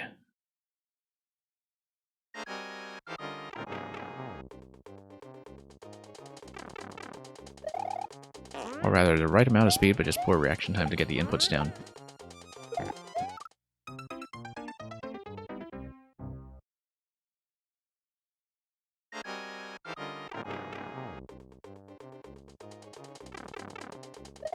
Okay, we'll get there.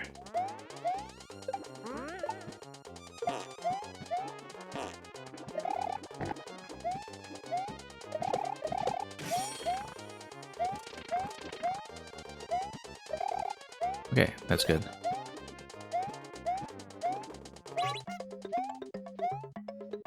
Oh, stalled a little bit on that jump. That was enough to be a problem.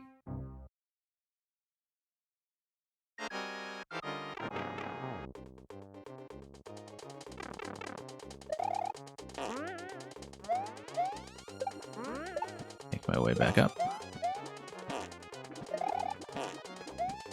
And up and up. Nope. It's probably a momentum issue.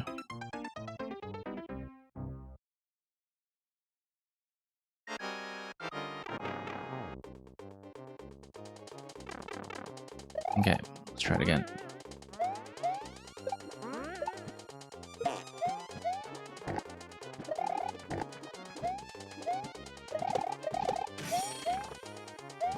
To be fairly quick about everything. Nope, still not making it.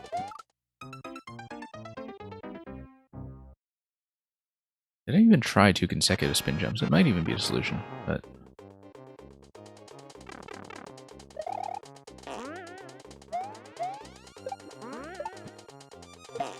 might even shave a bit of time. It would be worthwhile to burn 1 attempt on that, perhaps, just to see how the timing goes. No, not great. Not actually safer.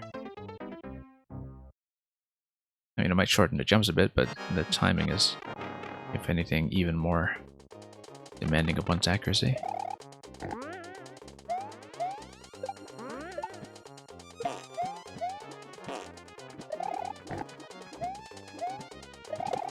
Okay, here we are. Here we are. Feels like a bit of a thrill every time.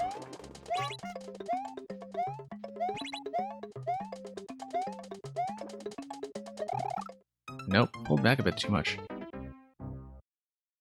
Felt like I was Making a few last-minute adjustments just to get up above the on-off blocks there.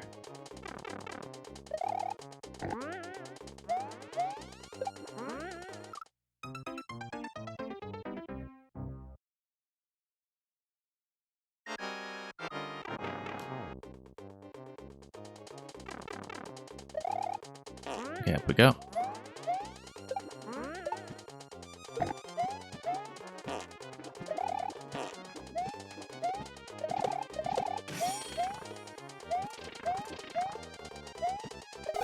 Nope, too close. Yeah, it does seem like a pretty significant difficulty spike.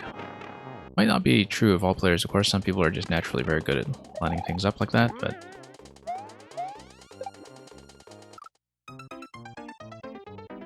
I do find that to be a much trickier landing than anything else in the level.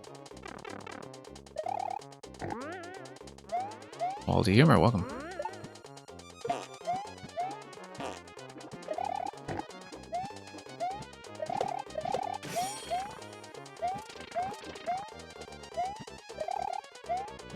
Okay, there we are.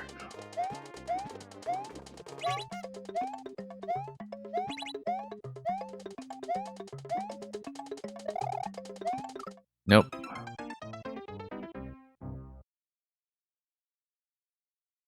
Yeah, never missed a lineup in your life? Well,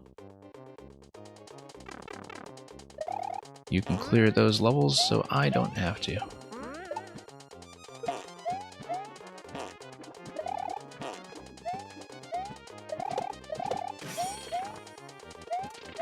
Okay. Nope. I haven't actually successfully done anything with a trampoline yet. I got as far as picking it up safely, but failing to drop it in the appropriate location because I hadn't really seen that part of the level yet.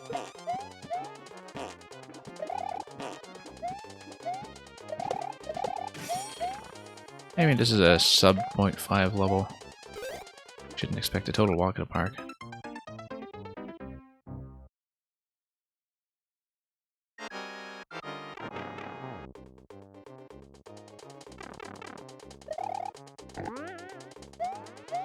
Okay. Nope, miss.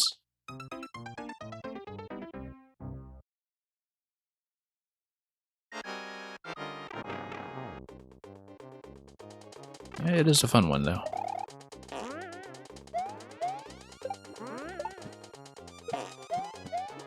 There's lots of little things that can go wrong. Always. But particularly because it's so time sensitive.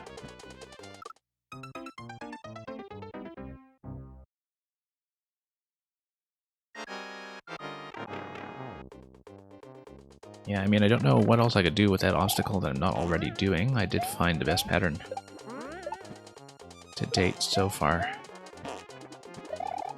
I do need to execute it, but it was still easier than some of the other stuff I was trying. Nope. Yeah, since you've been watching Team Shell streamers, I mean... yeah, I know that's going to take you down into, you know, 0.0 something or other, depending on the levels.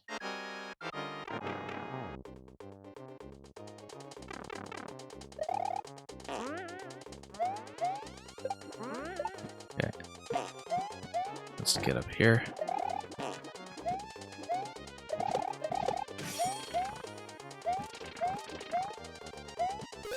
Nope. Yeah, it's this one obstacle that's been giving me grief the whole time. Much more than anything else combined.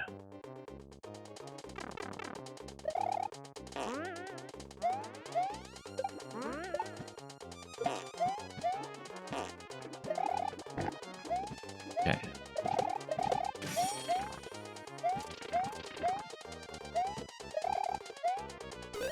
Not bad for once.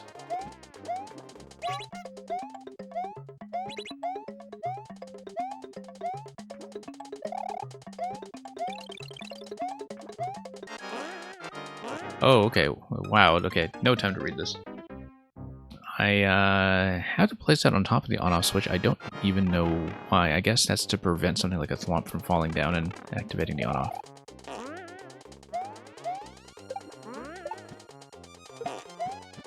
Yeah. I guess that's my one misgiving with the level, is that the blind read is a bit difficult just because, you know, you're scrolling up a little bit at a time.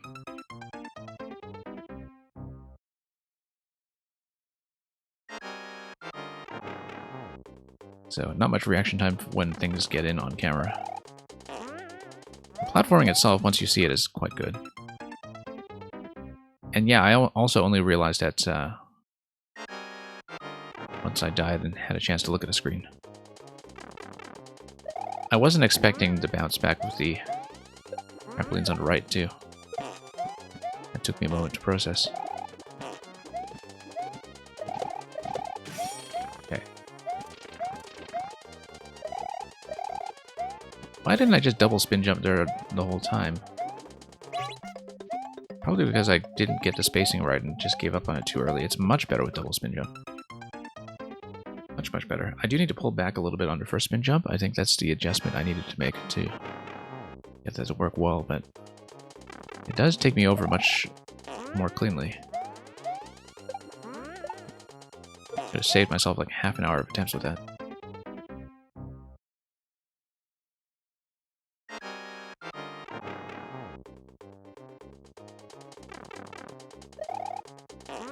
Okay. Not quite.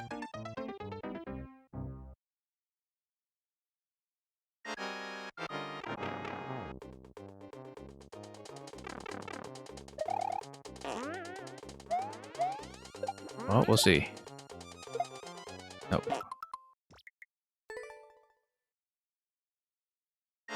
Yeah, 42-second record, but not a lot of flexibility just given the poison level, so...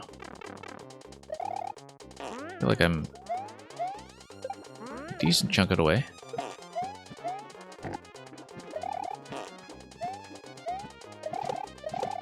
Yeah, I think I gave up on double spin jump too early. If I pull back a little bit better there, I think it's doable. Tricky, but it's still better than the other way. Saves a bit of time too.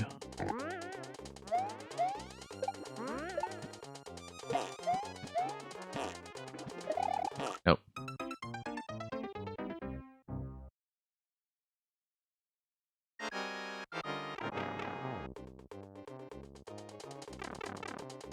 Okay, up we go.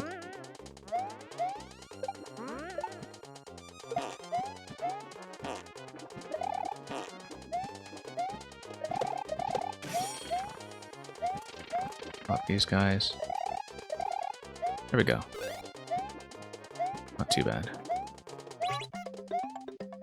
Feels really comfortable to do double spin jump when the spacing is right. I'm losing too much speed going into that pickup there, but that's because I'm kind of backing up a bit so I don't overshoot and run into the next spike. Lots of tricky little segments like that. All over the place.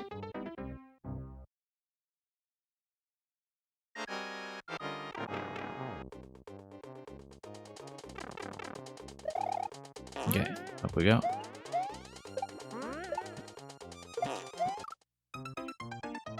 Spin horizontal speed is lower than normal jump. Yeah, but I want it to be cutting back a little bit on the horizontal. Because otherwise the spacing just doesn't work out. I'm already pulling back on the normal jump when I do it.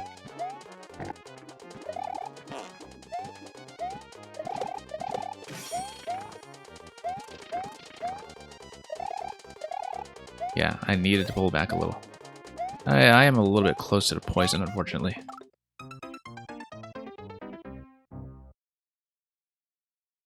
Yeah, quality humor exceptionally long queue. I had to close it quite early, but I also had a Mang level just now that I spent about an hour on.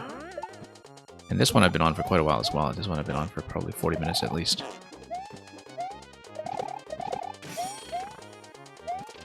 I usually don't go that long more viewer levels, but they've been good and engaging experiences today, so I've always been so close to really getting somewhere with them. No, yeah, that feels much too blind.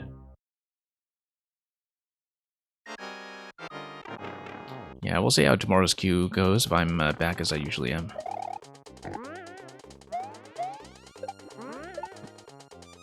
We'll hopefully be able to get some more people in. I mean, it comes and goes. Sometimes you have really efficient streams. Sometimes things get held up by 1 or 2 levels. Or rather, held up by my decision to actually stick through with them instead of getting off early.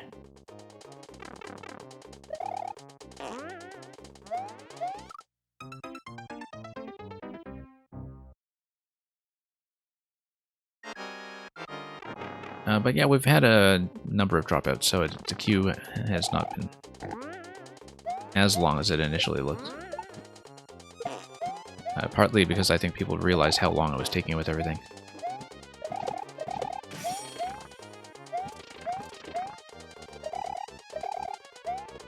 Okay.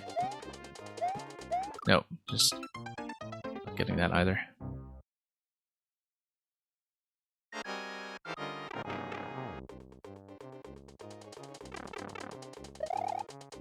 Okay, up we go. No.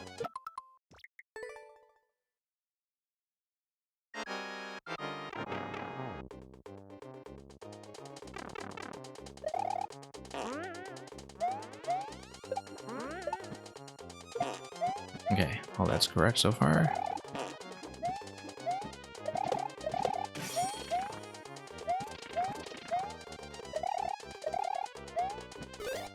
Yeah, that's feeling a lot better.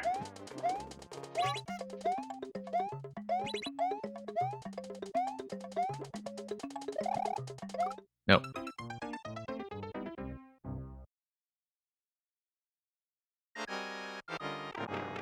Really tight corners all over the place here. May have to cut off this one soon. It seems like there's quite a lot left.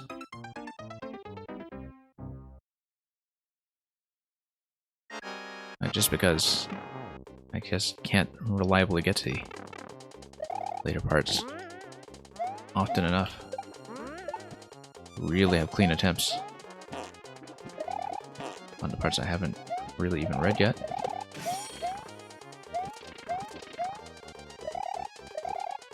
I've got to mark this one down for an unfinished business day for sure. It's a fun one. Yeah, Dennis Sam Crow, we've been closed for quite a while now. The queue is just too long today. But I am back tomorrow with more viewer levels if you're able to make it.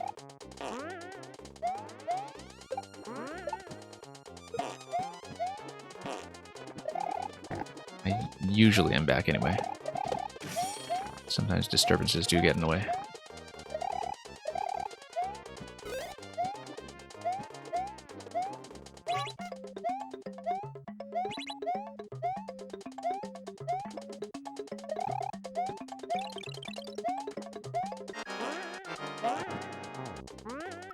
Nope. I needed to bump the swamp and then get through.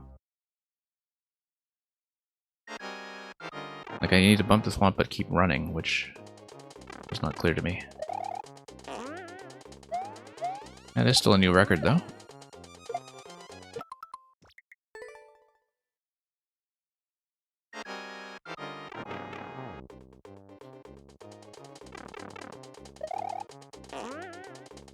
Yeah, because otherwise it shuts the gate on you. In the top left column.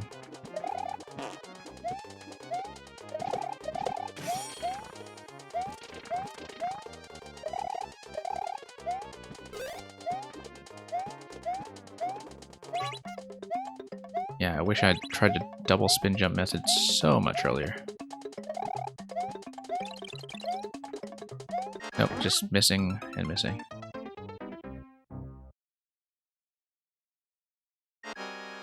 There's lots of stuff all over the place that's enforced by spikes. I will try and make that work.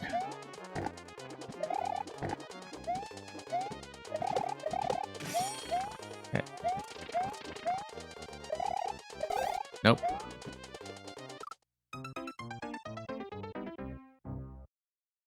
Yeah, I'm probably going to drop this one soonish if we don't figure out the Thwomp. I want to get one more clean attempt at the Thwomp, but that's probably going to be it. At most. And if we can't even get back there, then probably not even that.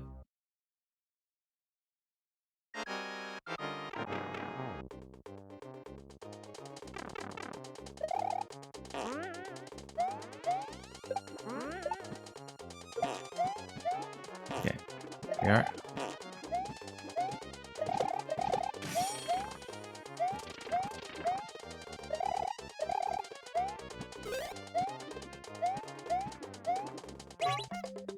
No. Yeah, Nukukaza, I don't know why Replace hasn't been working for the past few weeks. I think Warp World changed something in the back end that I haven't looked up and fixed yet. Because the Replace command was never really that configurable for me to begin with. So, something is deeply wrong. Okay. Hopefully a good run here.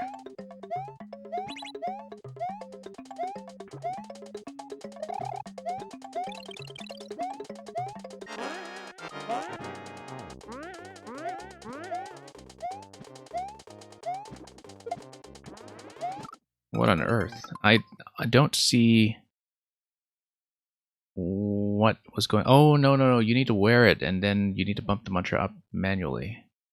Okay.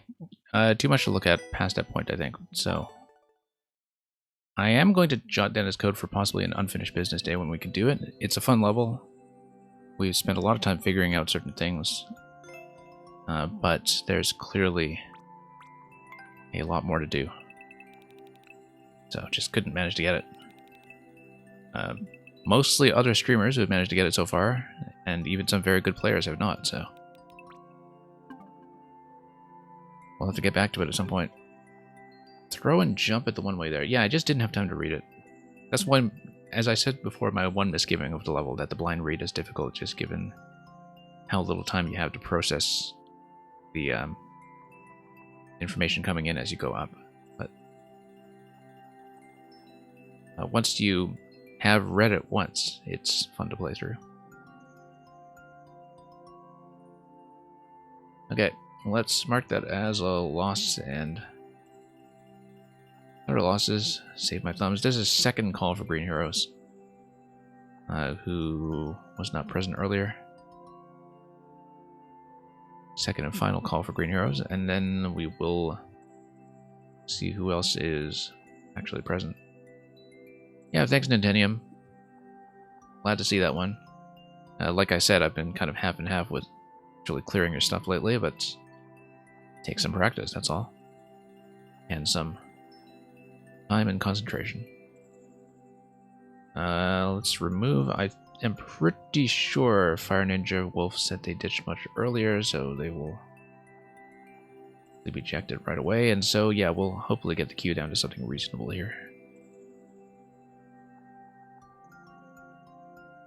And anybody who actually is still here, thank you so much for your patience. Nukukaza, you had some kind of replacement code. I can just try to punch that one in directly from what you put in chat earlier, if you prefer.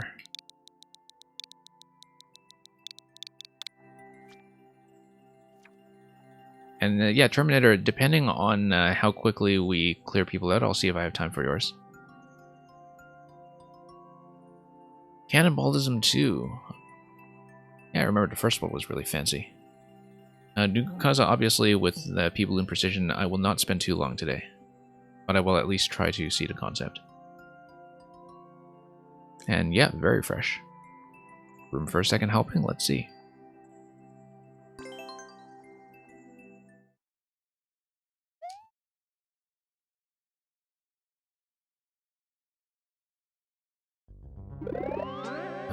Hold right. Ah, okay, and then you just need to adjust your position accordingly. Oh, very neat, actually. And I feel like it is doable, too.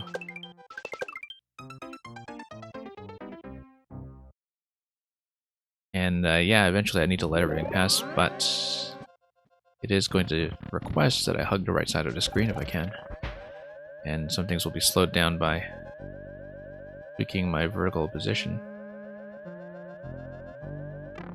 Oh, I have to go down a lot faster than that. Yeah, it's kind of funny that you have this sort of reversing going on, and then ultimately you go up one of the pipes, and likely there will be people in check at the end.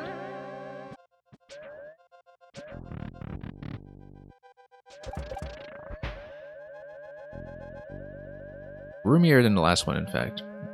But of course you're kind of going backwards through this thing while holding forwards, and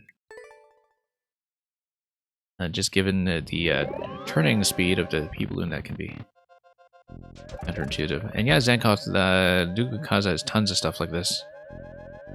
This is a sequel to a similar concept that I had seen previously.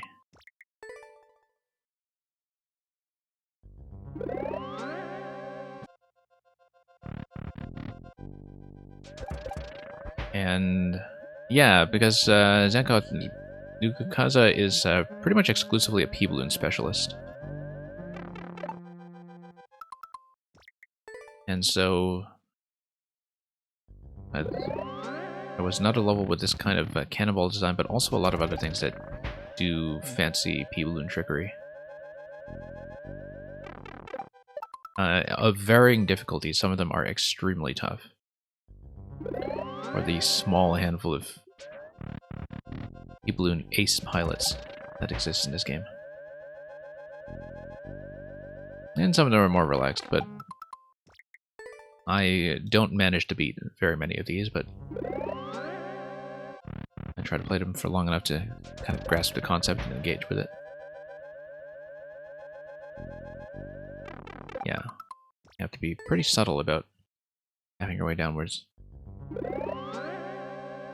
What's a down diagonal and up diagonal? Yeah, I kind of have to nudge your way down slowly.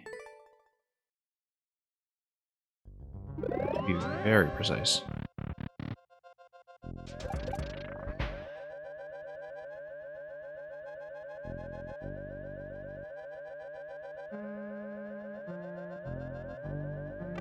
Oh, almost. Almost. Very close.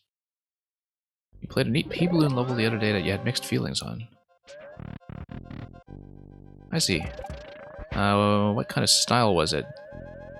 We've seen all kinds of P-Balloon stuff here before, so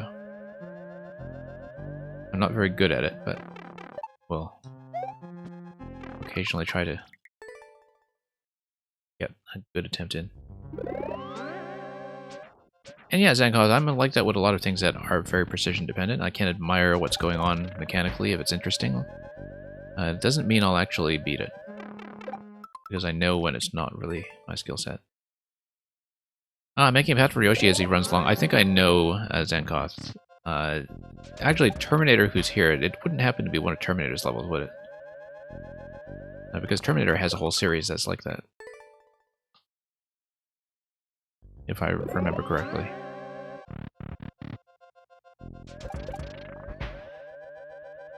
Yeah, because I've played a couple of levels in Terminator series that is exactly that concept.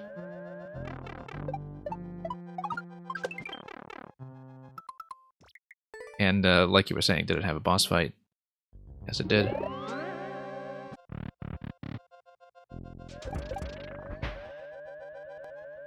So yeah, that's one that I have played before.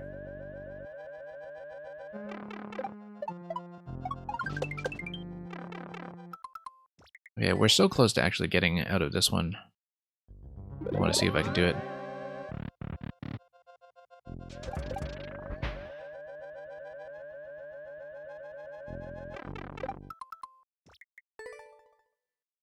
But yeah, it's an item that has an incredibly high skill cap.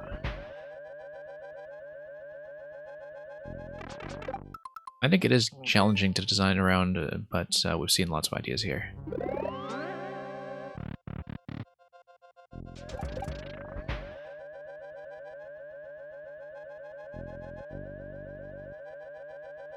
I mean, the P-Balloon is, in this iteration, basically an original item to Maker 2, right? I mean, it is based on one that's from Super Mario World in certain levels like Tubular, but it has significantly greater functionality than it did in the original game.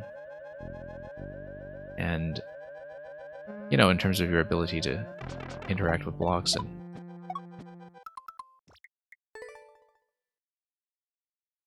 other things like that.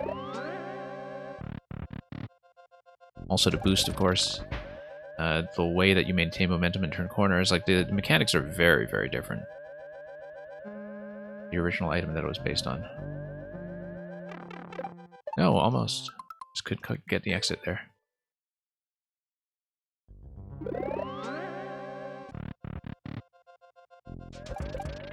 And yeah, Terminator, it's fairly significant that unlike something like, say, the Bullet Hat, or even the boosting on a propeller, or anything like that, you have something that just lasts. I've seen a number of puzzle levels do interesting things with the fact that the P-Balloon reverts to this Super Mushroom when hit, which I believe is also original to this game. But of course, puzzle makers just exploit everything like that that they can find.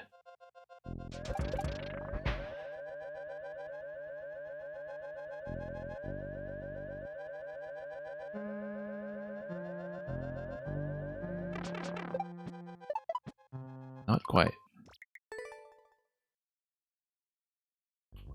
The fact that I've done as much as I have with this one is kind of nice. Better than I expected when it comes to my own ability to play this.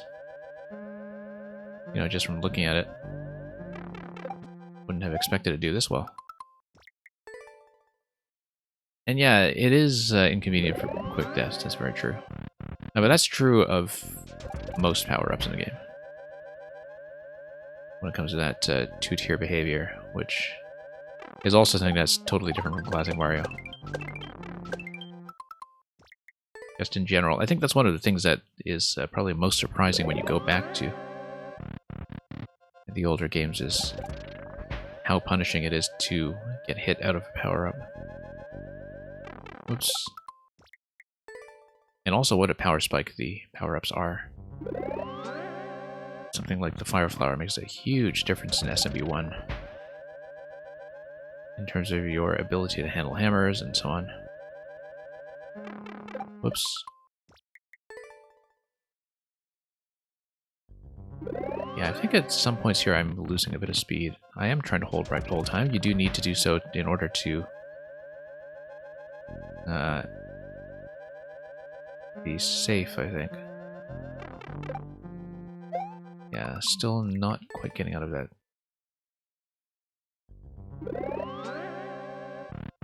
And a lot of close attempts here, but nothing totally successful just yet. Okay. The P-Balloon hitbox can be tricky to read.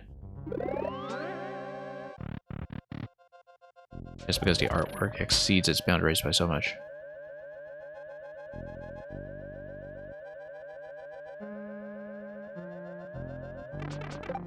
Nope, too much of a wiggle at the end.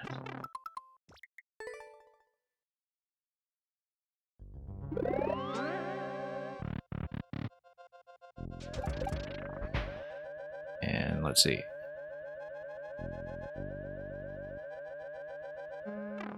Nope. Off center on a y-axis. Yes, that's right. When you're just pointing upright, yeah.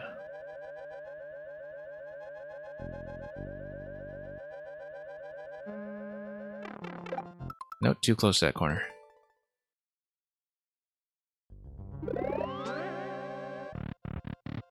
Well, the fact that I was able to make it to pretty much one cannonball before the exit a few times is an encouraging sign.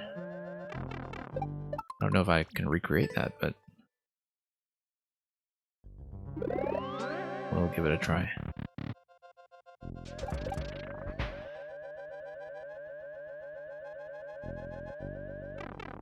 not quite.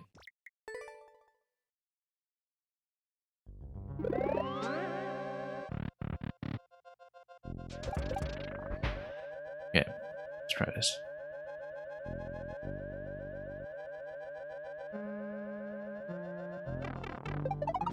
Nope, just still making a poor adjustment at the end.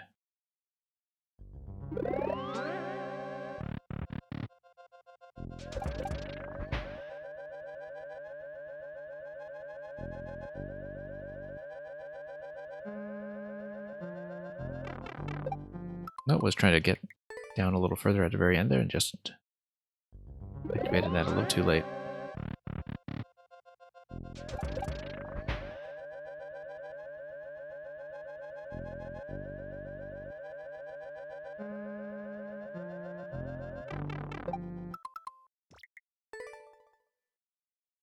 Yeah, you have to be quite subtle about the adjustments.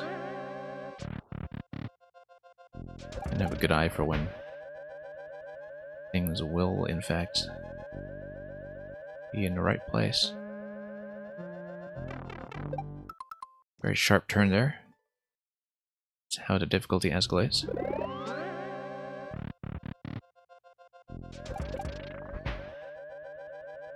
Yeah, it's sort of interesting that spawns you in a position that does require you to start with a bit of a nudge, just so the player gets into the habit of nudging right away. I do want to see what's on the other side. I assume it's a P-balloon check. It is, of course.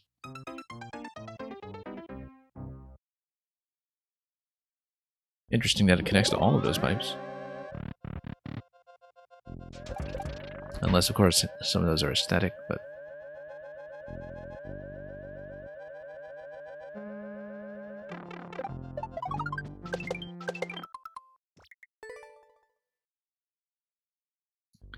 I could enter the first pipe.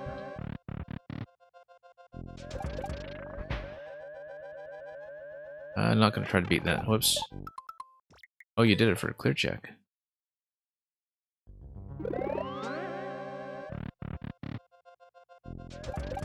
Yeah, a very subtle kind of exploit there.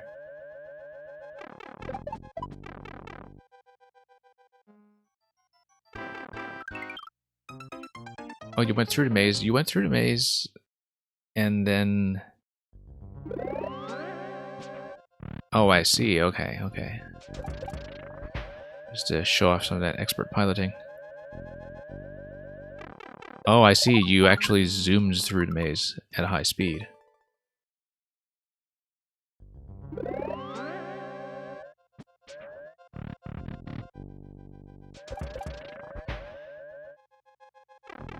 Yeah, you'd have to adjust really quickly to do that.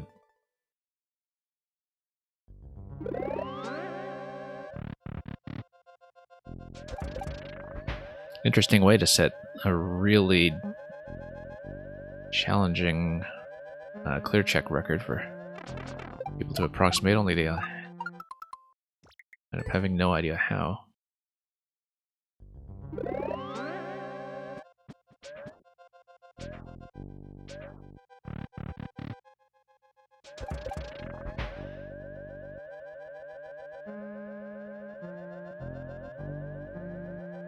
And, nope.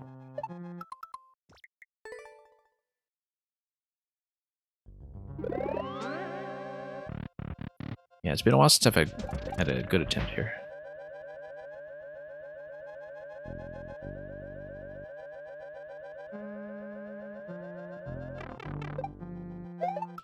Point of pride, a petty point of pride too. Have a clear check time that doesn't get beaten for a while. Yeah, if you can do it. Might as well set that as something interesting.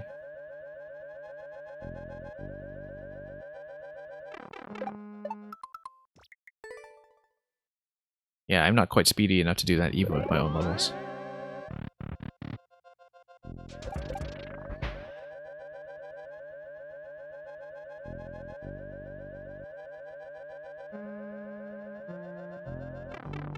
No, just one little adjustment at the end should have done it.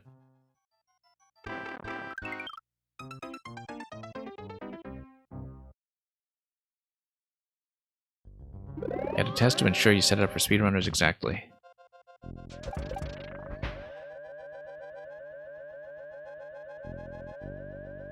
Yeah, because I assume that most people who ever work with a P-Balloon just do not have the skill set to actually proof it against the best P-Balloon pilots.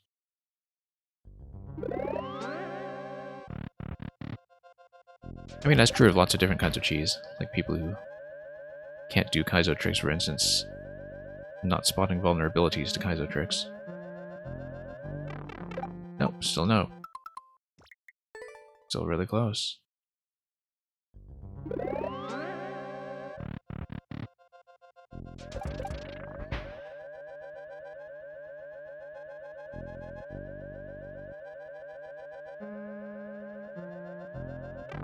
Nope, not quite.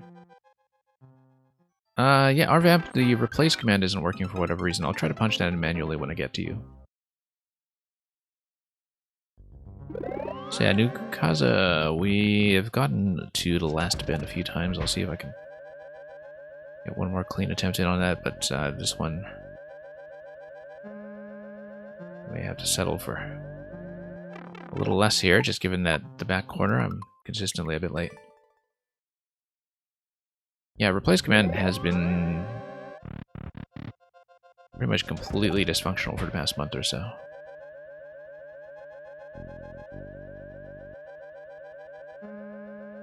It wasn't implemented in a very consistent fashion when it comes to Warp World's own internal interface. Let's bail on this for now. Got reasonably close, but at the same time that is still a fairly big adjustment that it will require. So thanks for offering me first clear anyway. We're not going to get it today, but I'm sure somebody will soon enough, so thank you so much for that. That was almost at my skill level.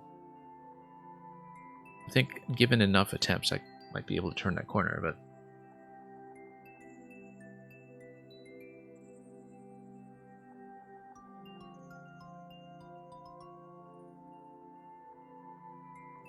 okay, let's see. Zigzy, if you're still here. You're here still? Yeah, great. It's okay if you can't chat very much.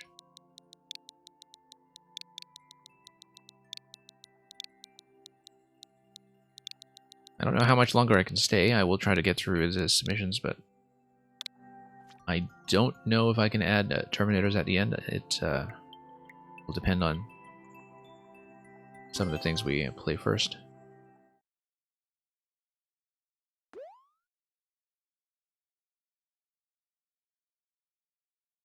But I'm already staying a little bit long, so. Okay, Snake Block, need to see where it goes, of course. Notice, of course, that the Snake Block, if it disappears, you can't really get it back.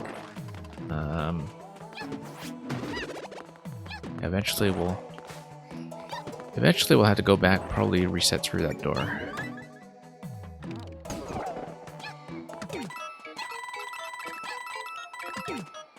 Okay.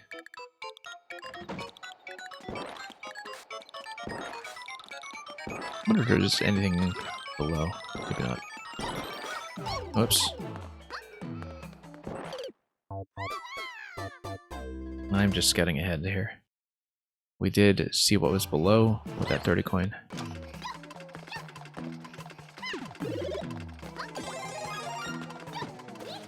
I need to do something different with the P-switch here. Oh, I see. No. I know you're supposed to get the P-switch. These turn into blocks, and then they give you a place to go. Everybody's going to miss that and instinctively grab the coins.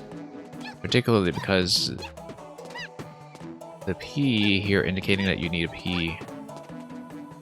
I mean, there's no point in doing that instead of just using P blocks. I know P blocks are kind of ugly and they get in the way most of the time, but if you're just going to tell the player you require P, you want to create something that it's still possible for them to do.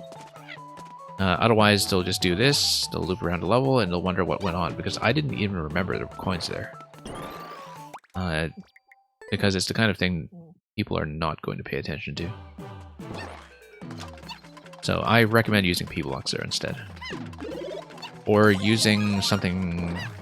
no, you can't really do anything reloadable in 3D world. Yeah, you see how, like, if you come out of that wall jump, instinctively people are going to pick up the coins. Especially because people won't necessarily think that this is a bad idea and will cut off the path, when very often when you see this, it means that people might expect to throw an object into the pipe. And aren't necessarily expecting to enter it, so. Yeah, okay, I guess that you made this one before P-blocks existed. I see what you mean. Yeah, and you break the bricks as well, it's not resettable. And because it's 3D world and you don't have the benefit of vines.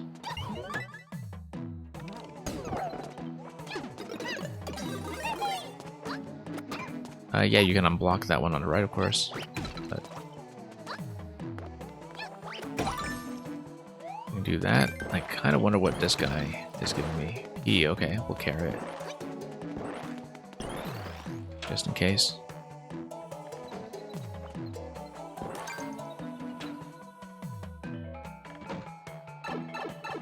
Okay, quite a lengthy transition over here. Okay, we've got a couple of power-up options, in fact.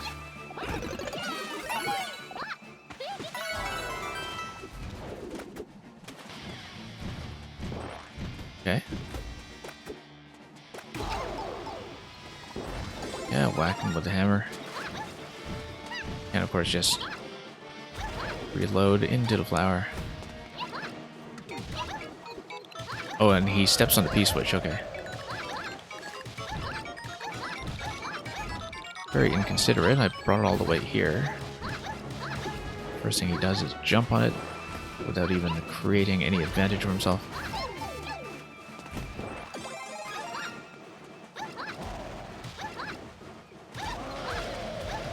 Oops.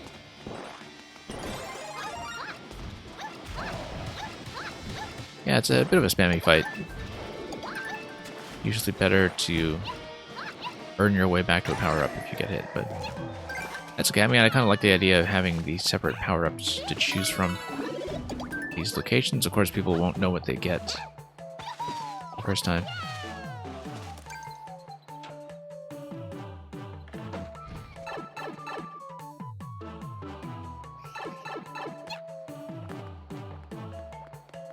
And yeah, a P-switch would allow you to get up there, or you could just spin up there.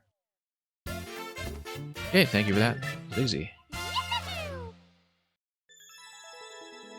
Hope that was a useful test. World record, in fact.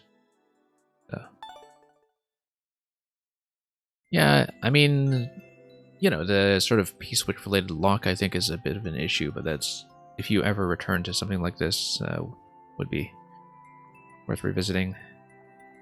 The spacing of the Bowser fight is okay, it's just that being able to camp a fire flower indefinitely is a bit of a Bowser fight cliche in some ways.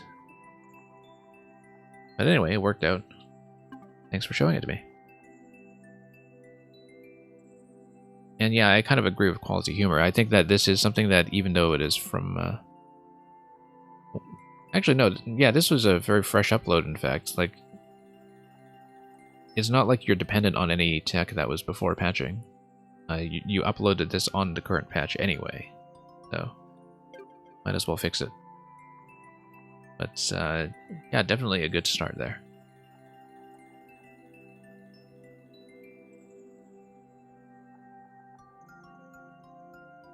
Yeah, already cleared it. Junebug, I think, might have been gone for a while, but we'll do a quick check here. And Electrodude, yeah, thanks for dropping by and for helping out on mod duty. Really appreciate it.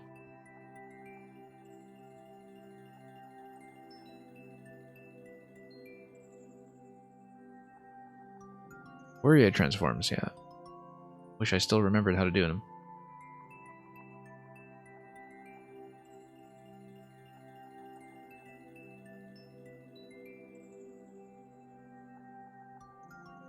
Yeah, the thing about mathematics is that everybody eventually hits their personal wall. That you can be extremely good at it for most of your life, or think of yourself as somebody who's extremely good at it. And then sooner or later you hit the thing that you just completely don't understand. And for some people it comes much later than others.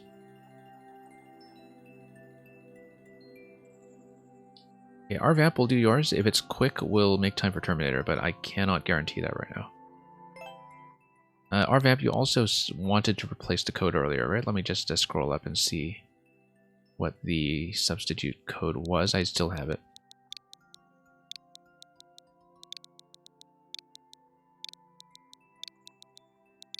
And this is just a revision from earlier. It shouldn't take too long to flow through. Yeah, let's try to do it. Let's try not to break too many things. Yeah, thanks for fixing this up and trying it a second time. Yeah, replace the chomps I see with something that's a little less RNG dependent, but which still requires some finesse. Yeah, I don't know if I can break it as thoroughly as I usually would, just given that we're near the end of the stream, but good to do something about that. Okay, you can get up here.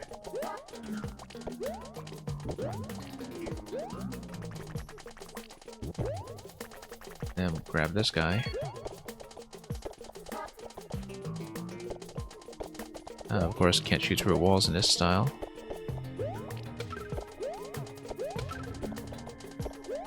Yeah, again, can be a little bit tricky to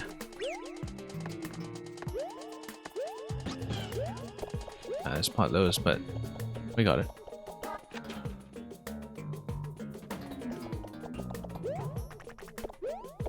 Yeah, I quite like what you've done with the underground theme here, in fact.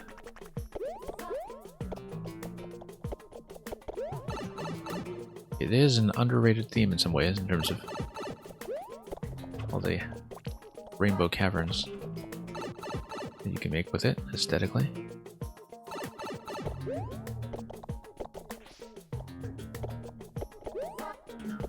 And yeah, either door will be fine. We'll come back here and hopefully not miss when I shoot the Goomba.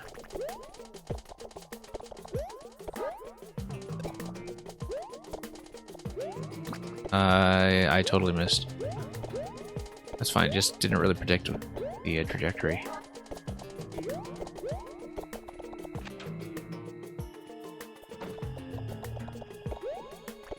But it will take a moment to get back to source here. That's partly just lack of experience from not very often doing the hammer spit. It's not something you commonly see in a level.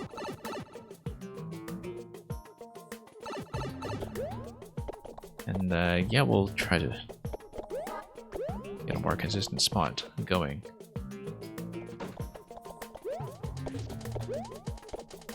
Oops. Underground is probably your favorite new soup style. Yeah, I can see that being a candidate.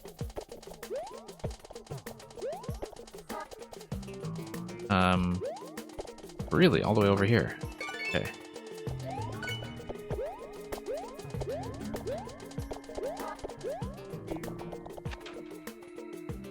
Alright, key door, here we come.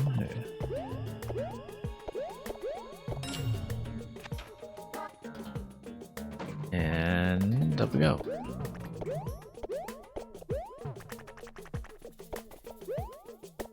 Might as well see what's going on with the checkpoint. Interestingly enough, I think you can in fact grab a second Yoshi here.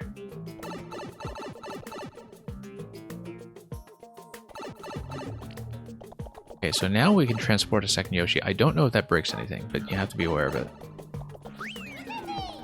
It might not break anything.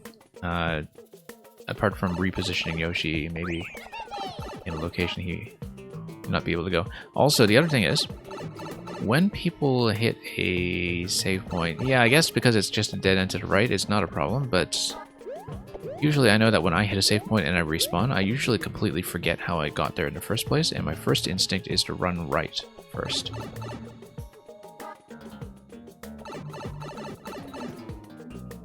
So just be aware of that, because this will, except for a timeout in this zone, this will be the respawn point, because even if people grab the second checkpoint, they'll come back out, right? And so I guarantee you the tendency is that people will run right, even if they know exactly what's there.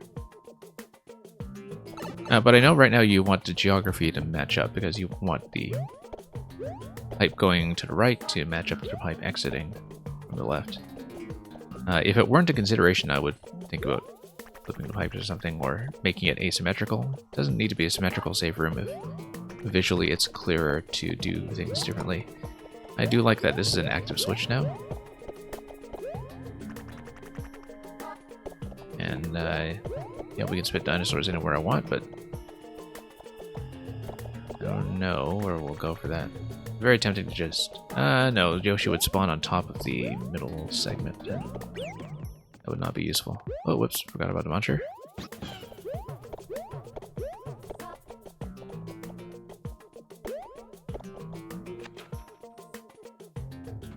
Yeah, I mean, so far you had a pretty consistent system, though, of yellow pipes always indicating that something can be entered.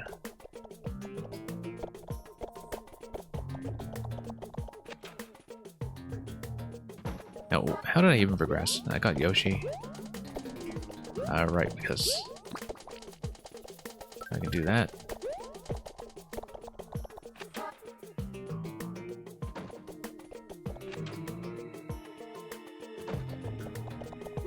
Back up we go. Whoops. Yeah, like I said, I can't check too thoroughly on this version right now for things like potential breaks or blocks if you abandon Yoshi, but this is definitely a start.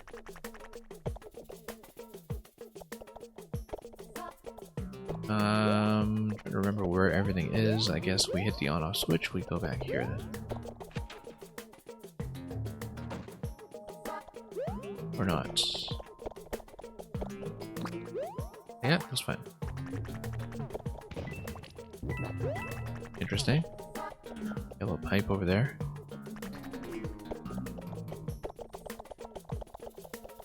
Probably going through here.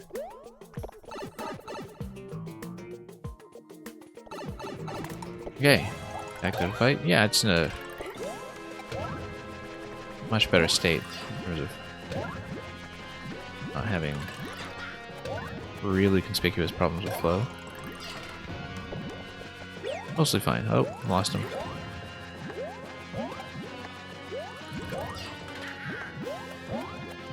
Nope. Thought I'd land on him, and everything just got positioned out of the way. I'm on 2 coins right now. Seems like a while before we'll get all the way to 6. Also, while I like the fact that the on-off switch is active, the fact that you placed it outside the save room and the fact that you don't have some kind of obvious thing for the on-off to activate that is in this area might lead players to skip it unknowingly. Like, people aren't necessarily going to hit it if they don't know what it's doing.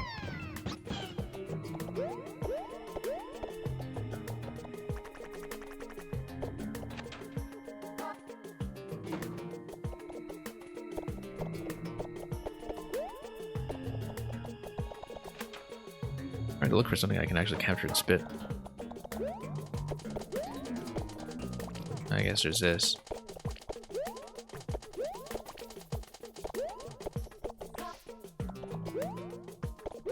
I don't even remember what I was looking for when it comes to picking up an enemy or a projectile.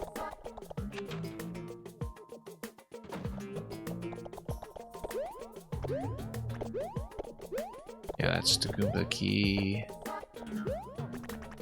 This goes through.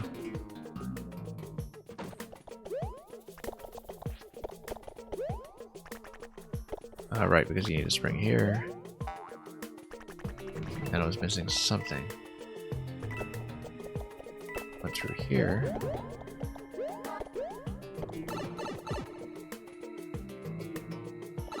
Ah, yeah. Here's the fight.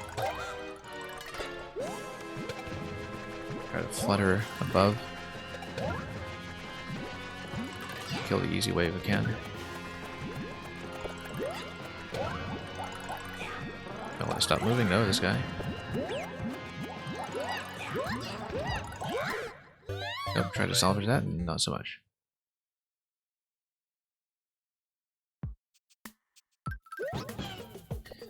Yeah, at the very start... Yeah, you have to be aware that for a level of this... the complexity that's with a required key door exit, people are going to forget stuff.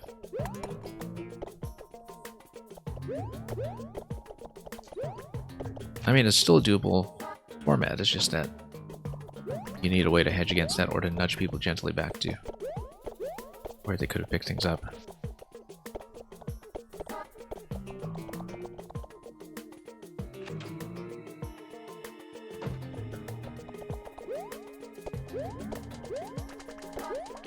And yeah, Lemmy's a lot of fun.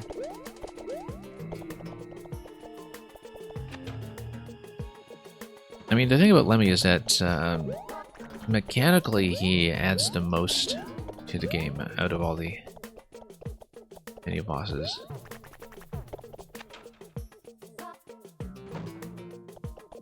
And yeah, Terminator, that's definitely a comparison that's come to mind. Let's see what we can do here.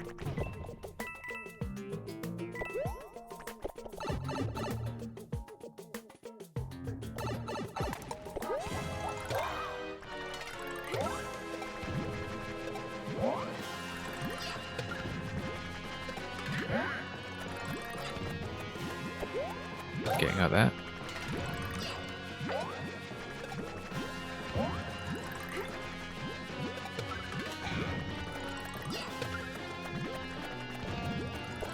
Whoa. It's quite chaotic if we miss.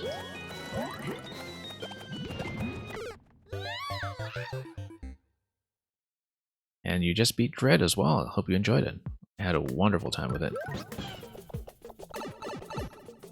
I've been away from it since clearing it. I cleared it 100% in my first run. I've been away from it since, but I do want to go back at some point to hard modes and at least casually run some of the faster times. Yeah, I thought it was, in many ways, far beyond my expectations. Still a little bit bewildered that something called Metroid Dread did eventually release, and not only that, but it turned out to be great. It turned out to be, I think, a better game than it would have than if they had originally successfully delivered like a DS game back in 2006 or whatever. Because in the interim, people have had lots of time to kind of consider what makes Metroid work, right? And what people like about it. Yeah, I always tend to at least aim for 100% on my first run through a Metroid game. I don't always get it, but I usually try.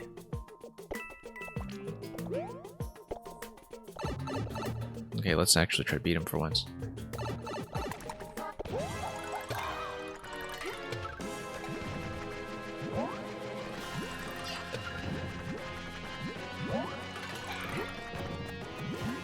Okay.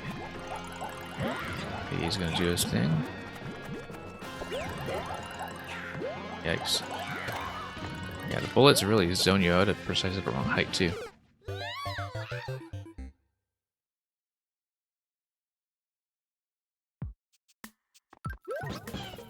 And yeah, it's been impressive to see how well people take to it if it is their first Metroid game. I mean, it's obviously a huge treat for people who are long-time veterans. But the fact that it actually is a very accessible game and a very enjoyable game for people new to the series is definitely commendable.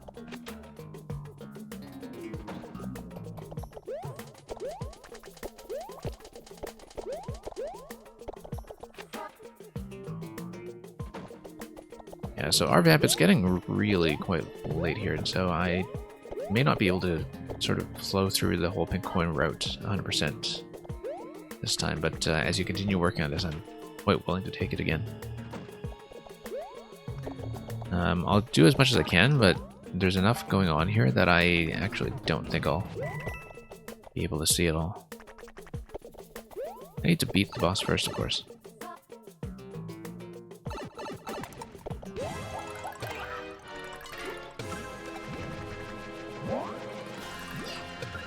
Sort of interesting that you think Metroid is very difficult to get into, or intimidating to get into.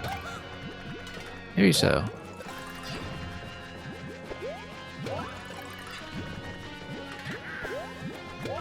It's not like the systems are really extremely complex or anything, right? In terms of needing a lot of book knowledge to play it.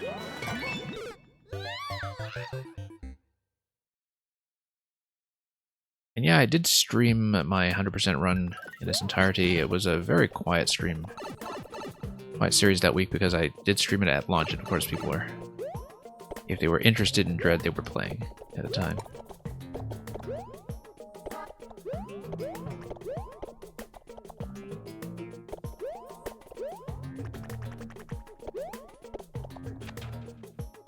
But yeah, there's a lot of this level we haven't seen yet.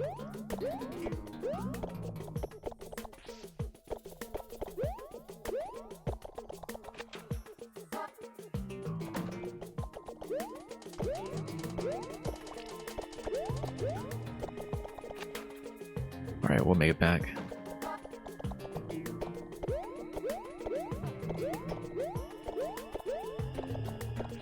And forward.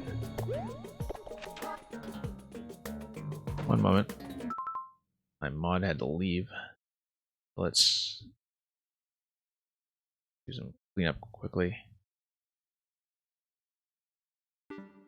Pots have been out in force. And yeah, let's get back here. Maybe your opinion is influenced by playing your first Metroid before you learned English. Oh, in terms of being young, not in terms of learning it as a second language. I understand. Yeah, I actually went back to NES Metroid briefly a few weeks ago.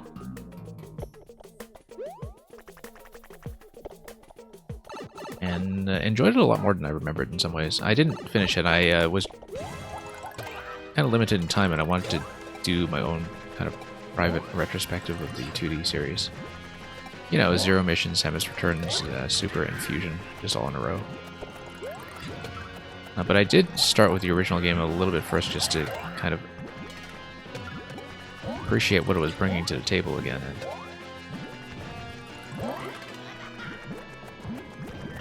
Okay.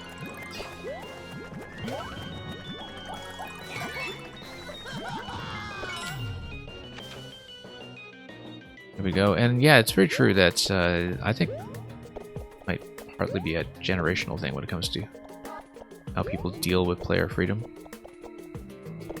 I know that that's the thing I really love about games in that format, is that I don't like being told what to do. I don't really want there to be a single strict solution. Okay, so you get to swap. Then what does the P-switch do? I don't know. This looks like a fake pipe there. So yeah, interestingly enough, you can grab the P-switch, but it's actually possible to just grab Red Yoshi and have two Yoshis in a given room with you instead of the P. We can step on the P, why not? Oh, that gets rid of that. Interesting.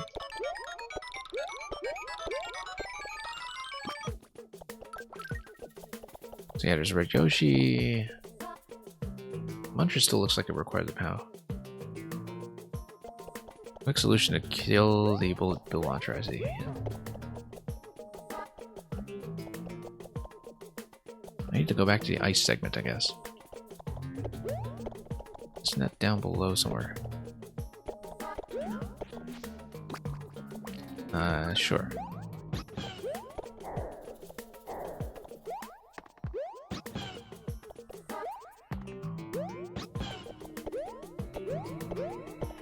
Well, let's see what we can do.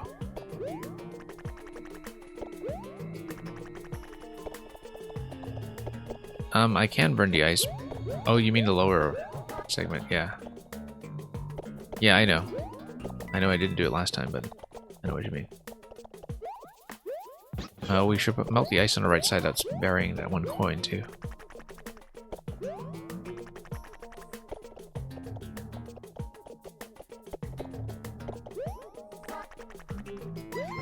Actually, quality of humor, I think the degree to which the Wii U catered to a specialist audience is severely underrated.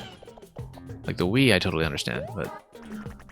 I need to get out of here.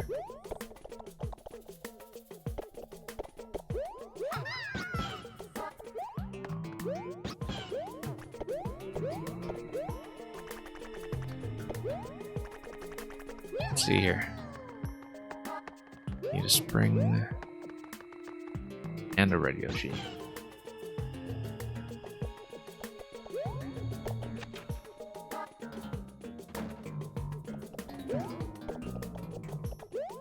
Okay. Was there something we could break with red Yoshi? Why do I need a spring? Oh, I think I just got mixed up with something. Yeah, no, I shouldn't need it. I don't think I would agree that Galaxy and 3D World are more casual than 64 or Odyssey. Odyssey is, in fact... like, Odyssey is a great game, but it peters out in the endgame a bit, I think. Like, in that they really dialed back the post-game challenge content in some ways. Like, Odyssey is a game that sort of excels in the middle. Cannibal Turtle, we gotta acknowledge the raid here. Cannibal Turtle, thank you so much for bringing in Crew of 24. I've actually run this stream way too long, and I'm not going to be on for too much longer, but I do appreciate the audience anyway. RX7, man, good to see you around. And yeah, it's very true that the Cappy moveset is amazing. I find that the 64 moveset, I mean, you know, obviously it's the first try at a lot of stuff, and you have to give it credit for that, but it's, in some ways... There we go. The 64 moveset has some stuff that's kind of in there for the sake of having more moves, right? And I don't think it's... You know, there's a reason why a lot of the stuff, like, you know, having Mario punch Goombas and such was something that gradually fell out of the series.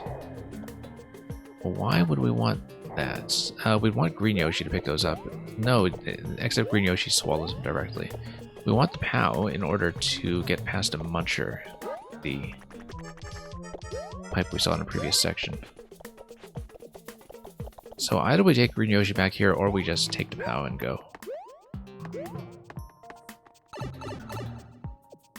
Yeah, it's not clear to me where the bombs are going, like... I don't know why there is a bomb drop there, basically. And it's difficult to say. And yeah, buy Red Yoshi... Well, I mean, yeah, because if you're going there as Red, you're going to have issues. And I think from losing Yoshi, I am locked again, aren't I? From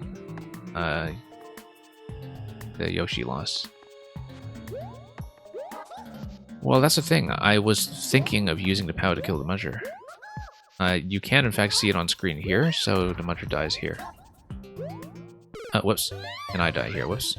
That was unintended. We'll try to flow through to the Red Yoshi one more time, but I think... Yeah, we've uncovered something you probably want to fix. That's okay. I'll try to get through to Muncher Gate once. But this will probably be my last life on this.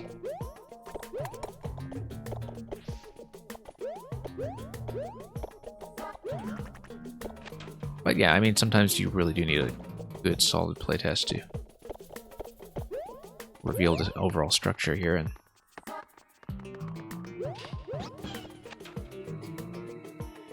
yeah, definitely remembering to plan for the player losing Yoshi is something that you still need to keep in mind.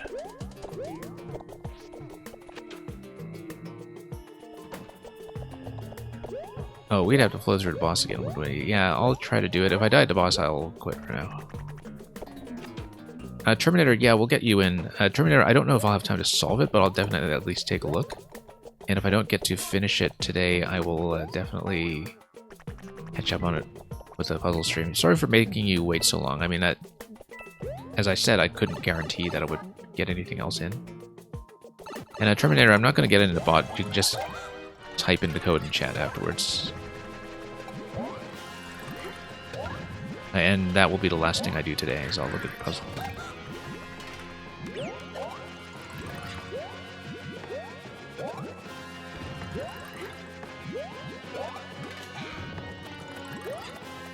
Okay. Here we go. Zankov, the thing about Metroid that you don't see in Mario levels that try to be like Metroid is that in Metroid you keep all of your power progression. Like, you keep all of the items that you get along the way. And so yeah, it's non-linear, you explore, but the thing is you never have to go back to pick up an item that you've already picked up once. And that's the thing that Metroid style or Metroid inspired Mario levels can't actually copy. And it makes a huge difference, so.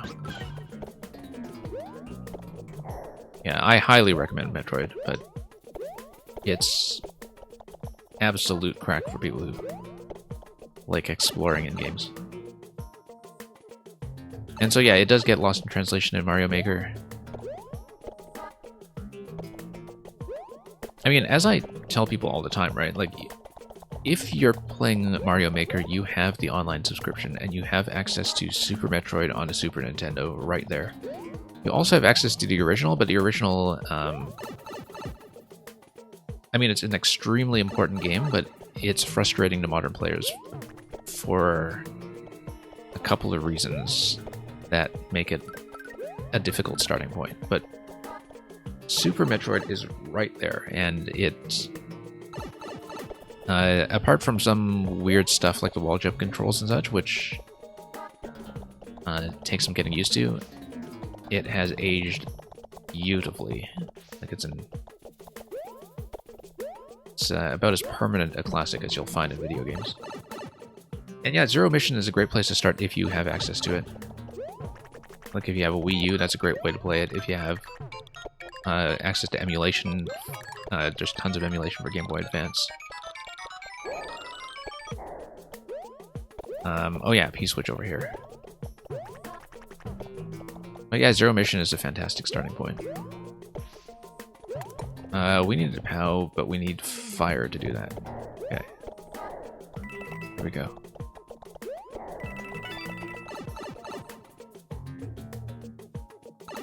Yeah, Spirit Wolf, by the way, I don't know if I said hello earlier, but welcome. Okay, let's do this thing where we get off Red Yoshi and take the POW. I feel like the implication was to take the POW with Green Yoshi, but we'll do the thing here where I kill the Muncher in this weirdly convenient position. And then I try not to die. Oh, it gives you bombs, okay. And then use a bomb as a scroll break. Somewhere, I'm sure. No, for the other coin. Oh.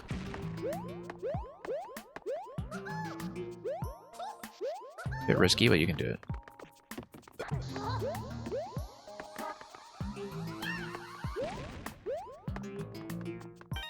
Okay, so which coin am I missing? I don't even know. We have the Yoshi locking issue at this point, right? If I'm not mistaken. Anyway, thank you for that, Arvamp. It will requires some more revision, as you know, but hopefully we revealed enough information for you to work with for the time being.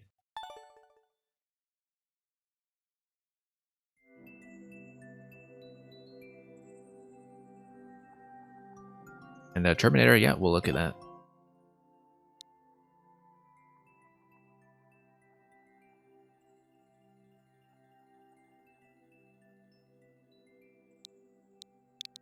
And this will be the last one I do today. So hopefully we can finish it. I've stayed in here quite a bit longer than I thought. Curse you, Boom Boom. This level not intended for delicate minds.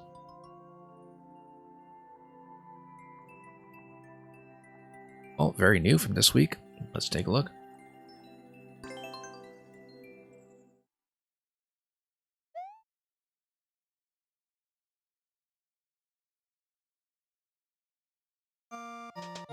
Okay.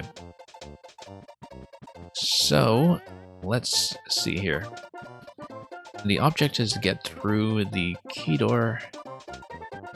I don't know who holds the key, but I assume it's Boom Boom.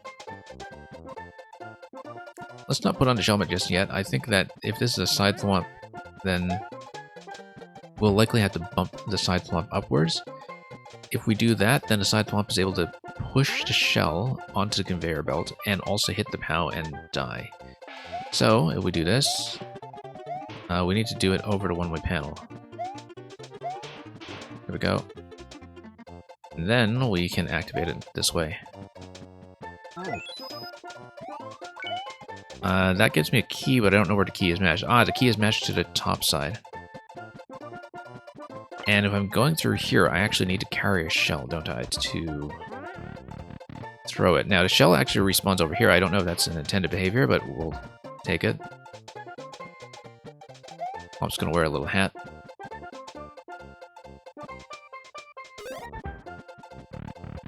I think we just throw this up.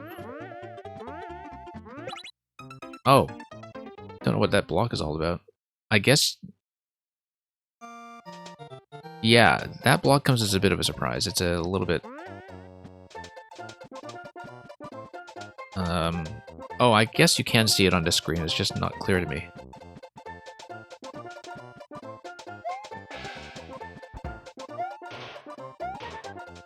Let's get it on top of the one-way. If I can.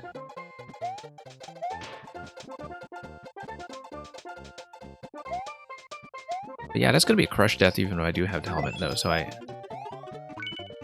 don't quite know what you're doing here. I guess I have to up throw quickly and I have to get in before the block drops on me.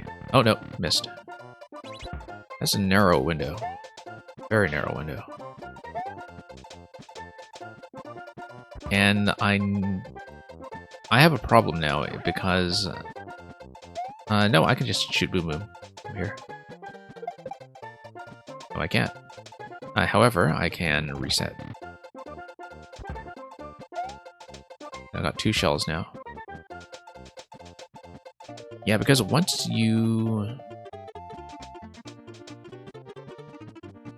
are through here... well, no, I mean, the P-switch is now on the other side. What do you need the P-switch for? Yeah, the thing about a one-screen puzzle is that you don't want too much hidden information. The P-switch is for the P-door. The P-door gets on top of this... moves you over to the goal. So we want to activate the P-switch, and we want to do so by moving Boom Boom, probably, over to the right side. So we don't want to kill Boom Boom with the power or anything. We want to send them over. And in order to do that... yeah, you are supposed to hit the P because it's the only way that you can actually get on top of the goal. I'm pretty sure, anyway. Whoops. Now you can recover as many shells as you want. And killing Boom Boom is not going to be a good idea then. Because the key is already accounted for. There's no way to turn the switch state back to on. So you actually do want Boom Boom to move all the way to the right side and bounce around and hit the P. So basically I need to figure out how to move Boom Boom. Throwing the shell under Boom Boom, yeah, I was thinking that too, that it's not going to be Boom Boom jumping that hits it, it's just going to be sailing it under him. Probably. I may want to hit him with one shell first and then hit him with a second shell.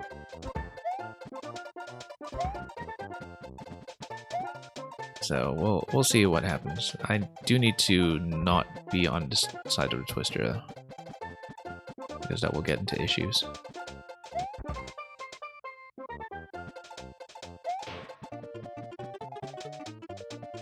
Okay, let's drop this. Nope.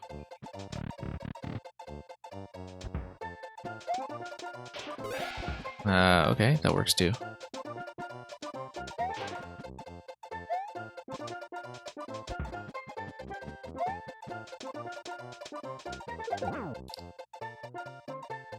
Yeah. That's not gonna be way. I mean, you can kill Boom Boom by using the POW though. That's one thing that's important. And yeah, I'm a big one-screen puzzle fan as well, for sure. We play lots of those on stream. I started doing dedicated puzzle-only days this year, and they've been often some of my favorite streams to run. I lost a shell, unfortunately. And Thwomp didn't hit, regardless.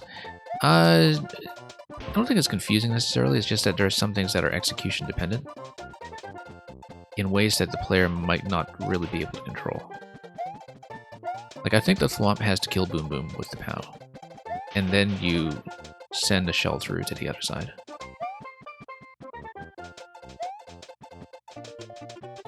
There we go. Now you do it. And it's totally not going to hit. Ever. Yeah, I mean... yeah, it's just not in the right position. I was hoping that I could get Boom Boom to just jump on the right side and activate it, but... maybe that's not the case.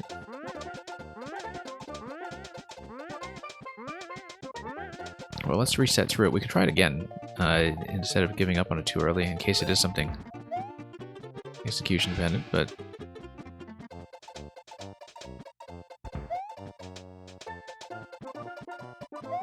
we'll see.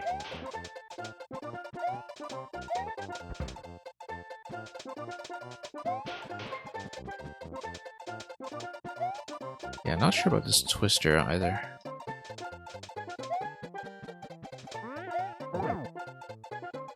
Yeah, because if you try it, as you can see, it just doesn't get in position.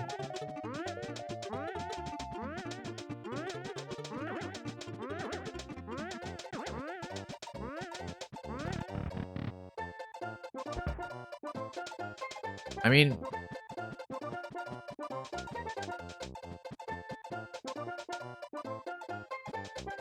if the P-switch is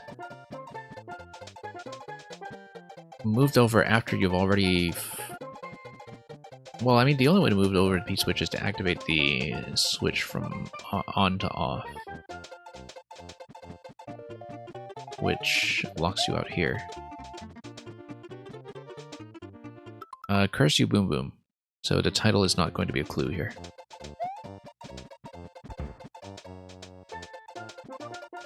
It may be that the Thwomp needs to push something.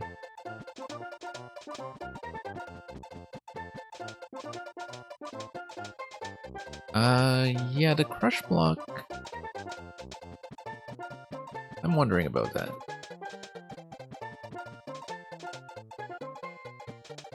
Because I wonder if it's just creating something time sensitive to, you know, fire right away if you want to hit the on-off switch on the left. Like, that seems to be kind of precisely time to do that. But yeah, because the issue with the crush block is that if you try to re-enter, then you would be standing on the right side of Boom Boom, and Boom Boom would go back and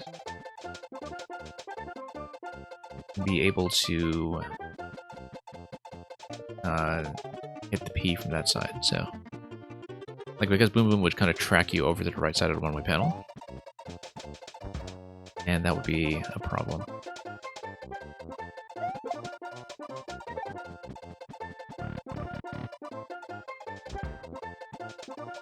Or if there's anything else I can do here.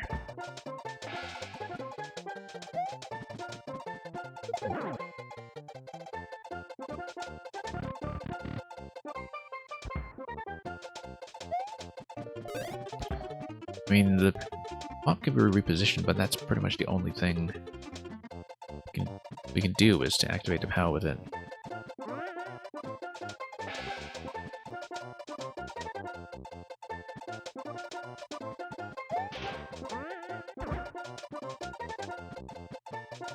And let's see here.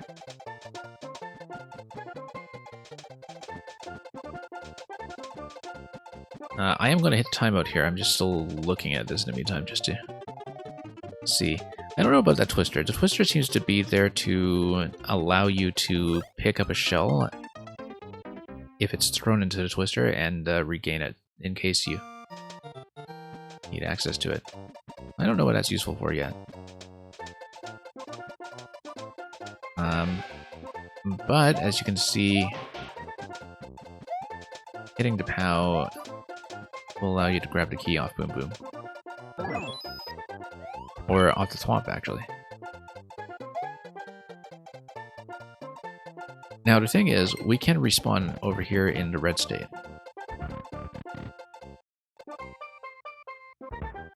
If we respawn over here in the red state... Yeah, notice how the P switch is totally buried.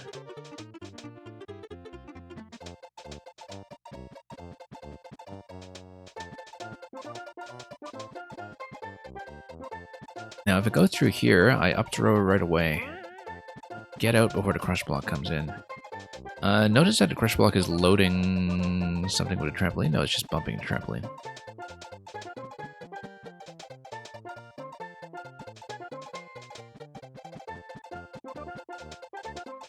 Yeah, there might be something else going on here.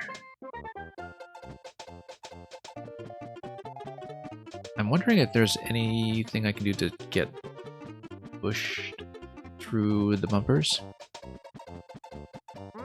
But I wouldn't be able to get back out. So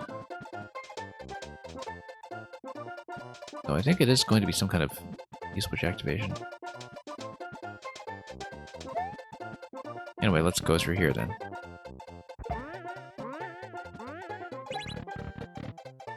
Yeah, I think it's just time to enforce that you have to throw right away. I don't think it's actually a puzzle thing so much.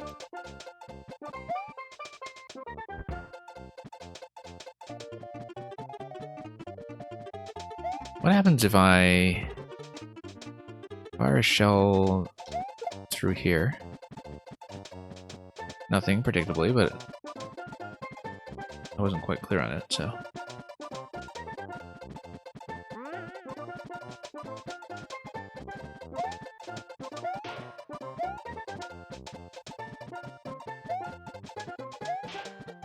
Whoops. Yeah, it felt like sending the shell past Boom Boom was the right idea, it's just that the execution was consistently wrong. I don't know if it can be any better in terms of how the shell is being thrown in, perhaps. Like, I've got an idea, actually. I've been throwing the shell so far. What if I just kick it? What if I kick it like this? No, that doesn't change anything. What if I do a throw with a twister?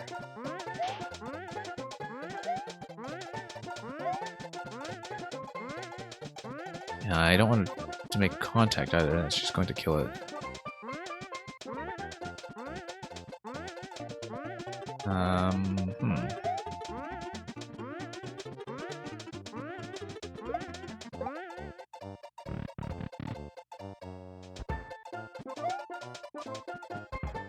I did try throwing the shell over already. The conveyor belt extends all the way, it does nothing, so... That's something I've already considered and tried.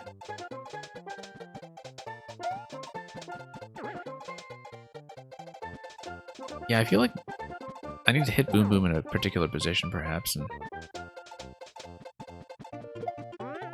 oh, not quite.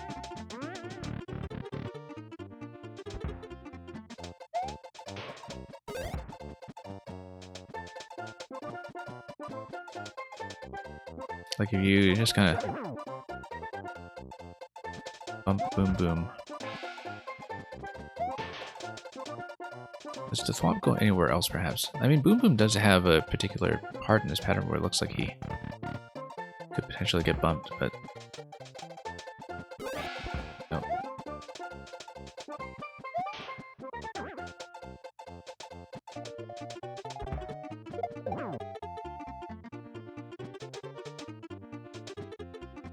Yeah, look at Boom Boom doing that jump back, like that.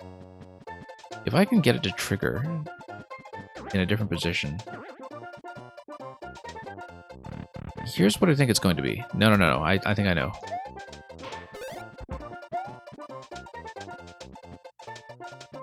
I'm going to hit Boom Boom with a shell twice.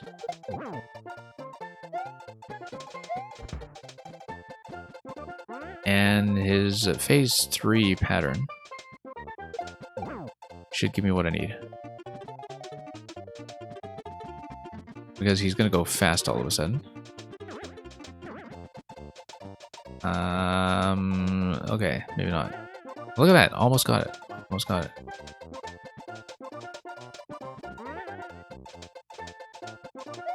Except not quite. Almost looked like we would get it, actually. I was hoping that Boom Boom's added speed and this pattern would do something here.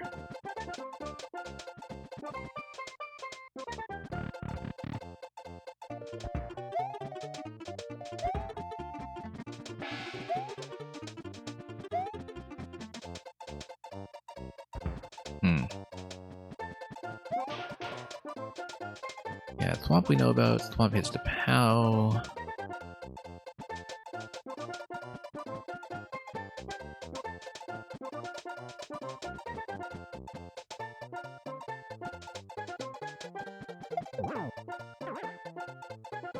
Yeah, Boom Boom just jumps around a lot.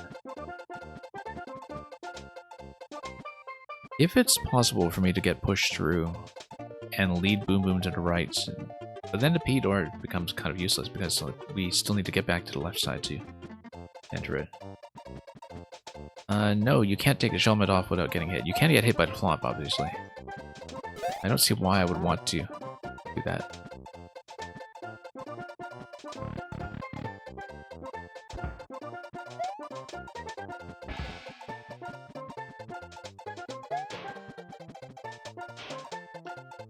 Yeah, the role of the Twister is something I don't totally understand either. I mean, I guess it resets to Buzzy Head so they don't just sail off screen.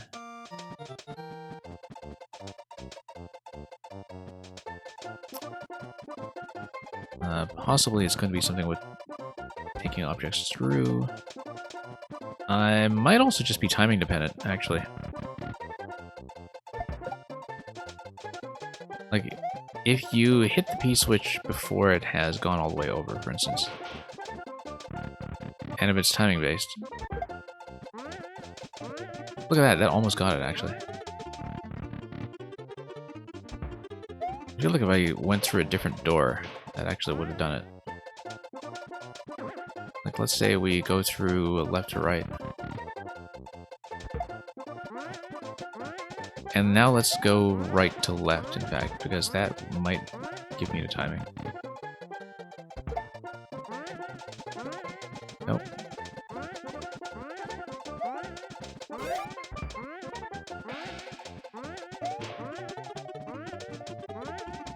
Okay.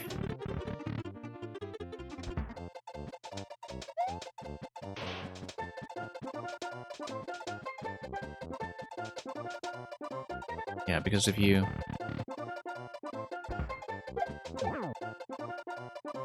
throw right away, it actually does go under Boom Boom, but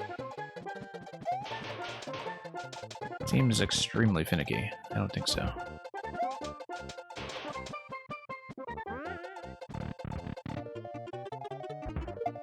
No. You have to fire immediately. 13 seconds. No.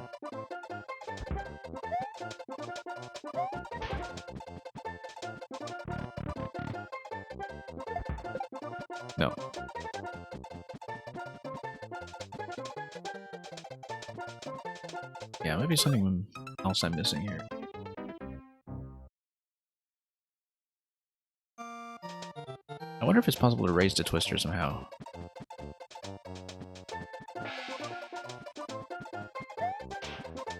And have it move across. Because the twister can actually make it all the way to the right and under Boom Boom, that would be a way to do it. Because let's say the twister is going to the right. It continues, it will pick up Boom Boom and move Boom Boom over to where the P-switch lies. So the question is, the twister, when it spawns in directly in that location. Okay, it doesn't drop there or anything.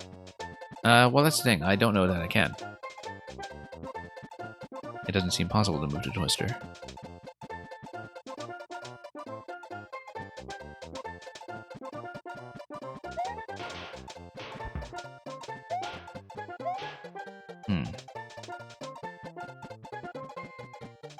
Well, I would need to get the key anyway, too.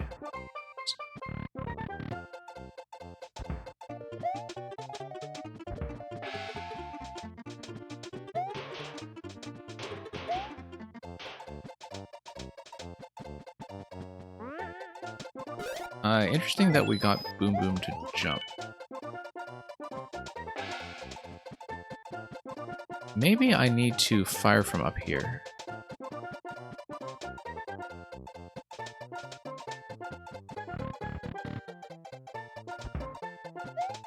We need to unlock the door first, of course.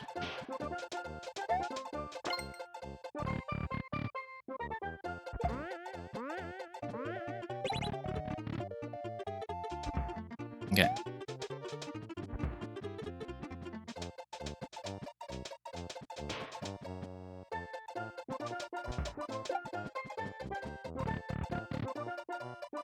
Yeah, it seems like the most promising lead so far was just doing timed attack on P-switch.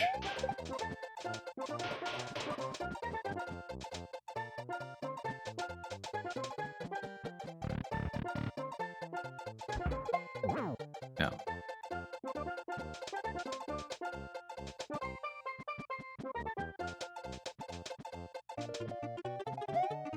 Yeah, I don't know if I see it. I think it's going to be something with controlling Boom Boom's behavior, and in a way that I don't necessarily understand.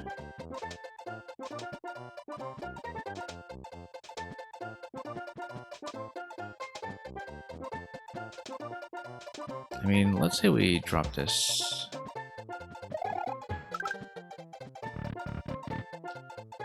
Trying to find something to stand on.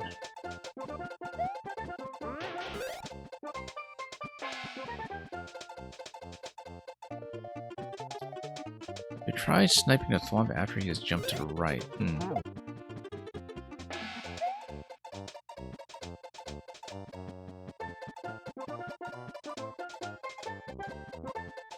Sniping the Thwomp. I want to see how that's done.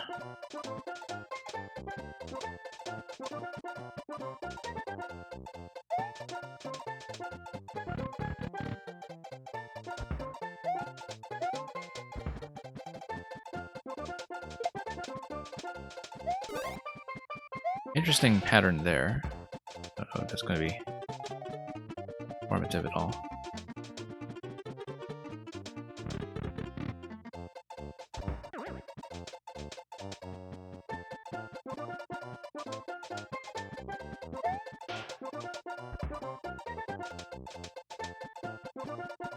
I mean, just find some way to coax Boom Boom over.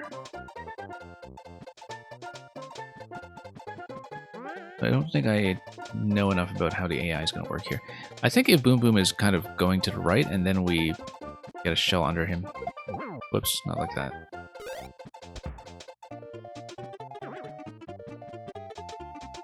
when he's doing that bounce.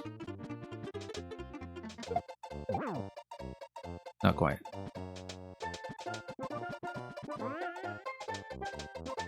Yeah, clearly hitting that, but bouncing back every time.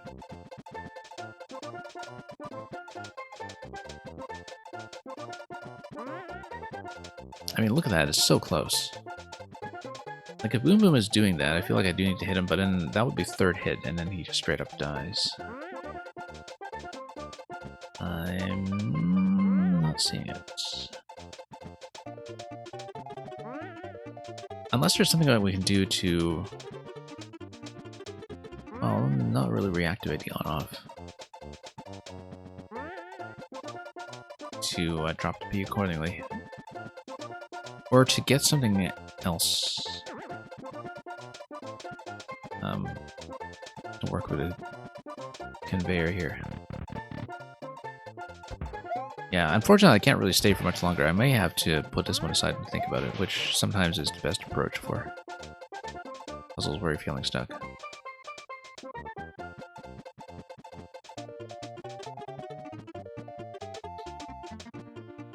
Yeah, that is interesting, that brush block. I feel like there is something going on with the top screen that we haven't really seen. I want to take a look at the more info screen, actually. Let's take a look. Because while this is sort of locked to one screen, I don't know. Yeah, so the only thing is the massive trek. That's the only thing protruding. The solution I already tried worked for you.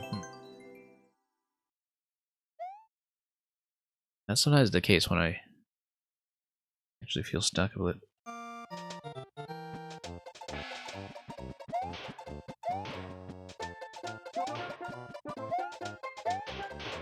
Okay.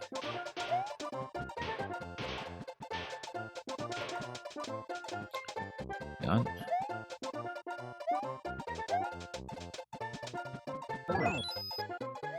We got the key. Get up here, we'll toggle the switch. Whoops. Oh, I accidentally went back too soon.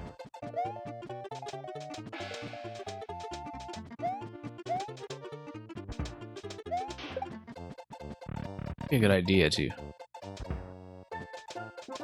Nope, this is getting back into its original position. Except I need to do this. Yeah, because as you can see, Boom Boom comes out, P-switch also comes out. I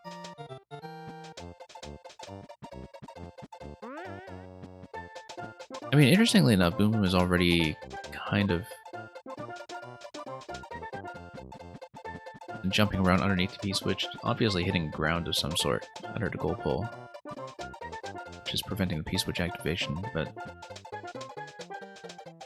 like if I can get Boom Boom to hit the P, I'm in good shape.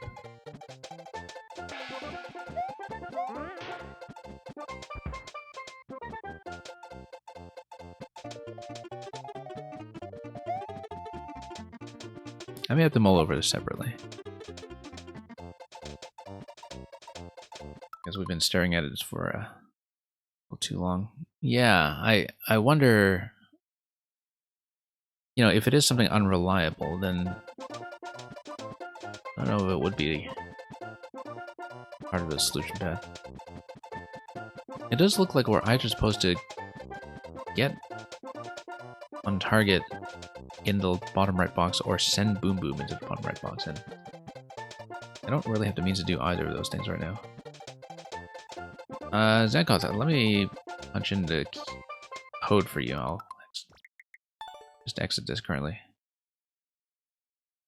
And yeah, this was just a bonus level at the very end, because Terminator had been sitting around waiting for ages.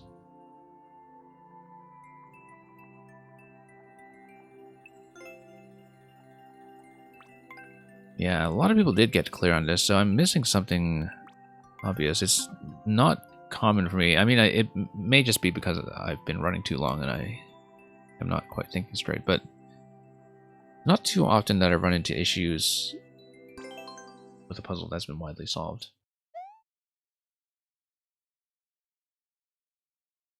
It really does feel like sending the shell over to P-switch is correct, doesn't it? Should be, just given timing.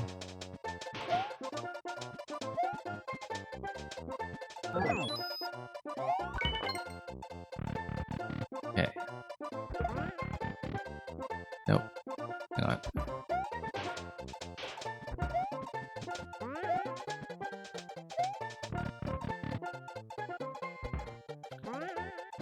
And whoops, no.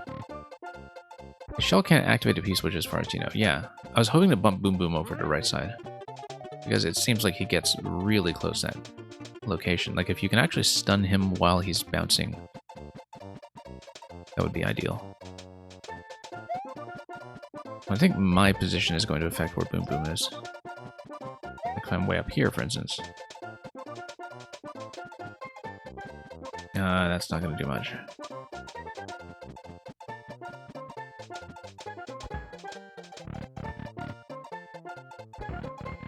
Oh, I see what's going on. The up throw is being treated as an up door entry. Whoops. Yeah, I have to think about this. I'm kind of much too fried to look at it properly today, but thank you for that anyway, Terminator. We will go back to this for sure.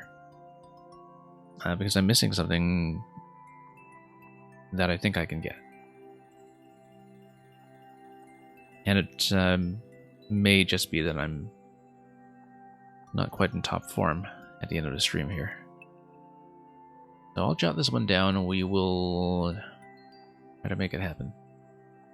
It's got a lot of clears on it at this point. It can't possibly be that tricky. Notice that there's a massive clear check time though.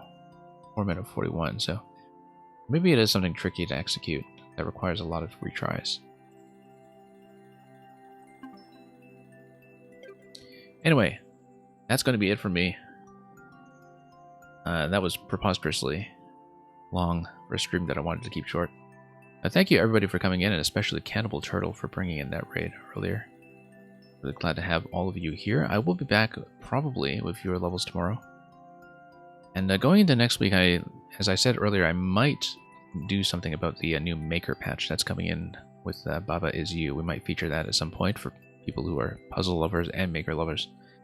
But other than that, we're just going to continue doing more Mario Maker, as always.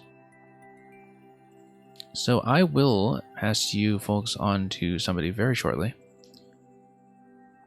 Likely more Mario Maker. And we'll determine who that is very soon, so thanks for watching. And until next time, have a great weekend, have a great time with Mario Maker and everything else you're doing, as usual. And as always, fare thee well.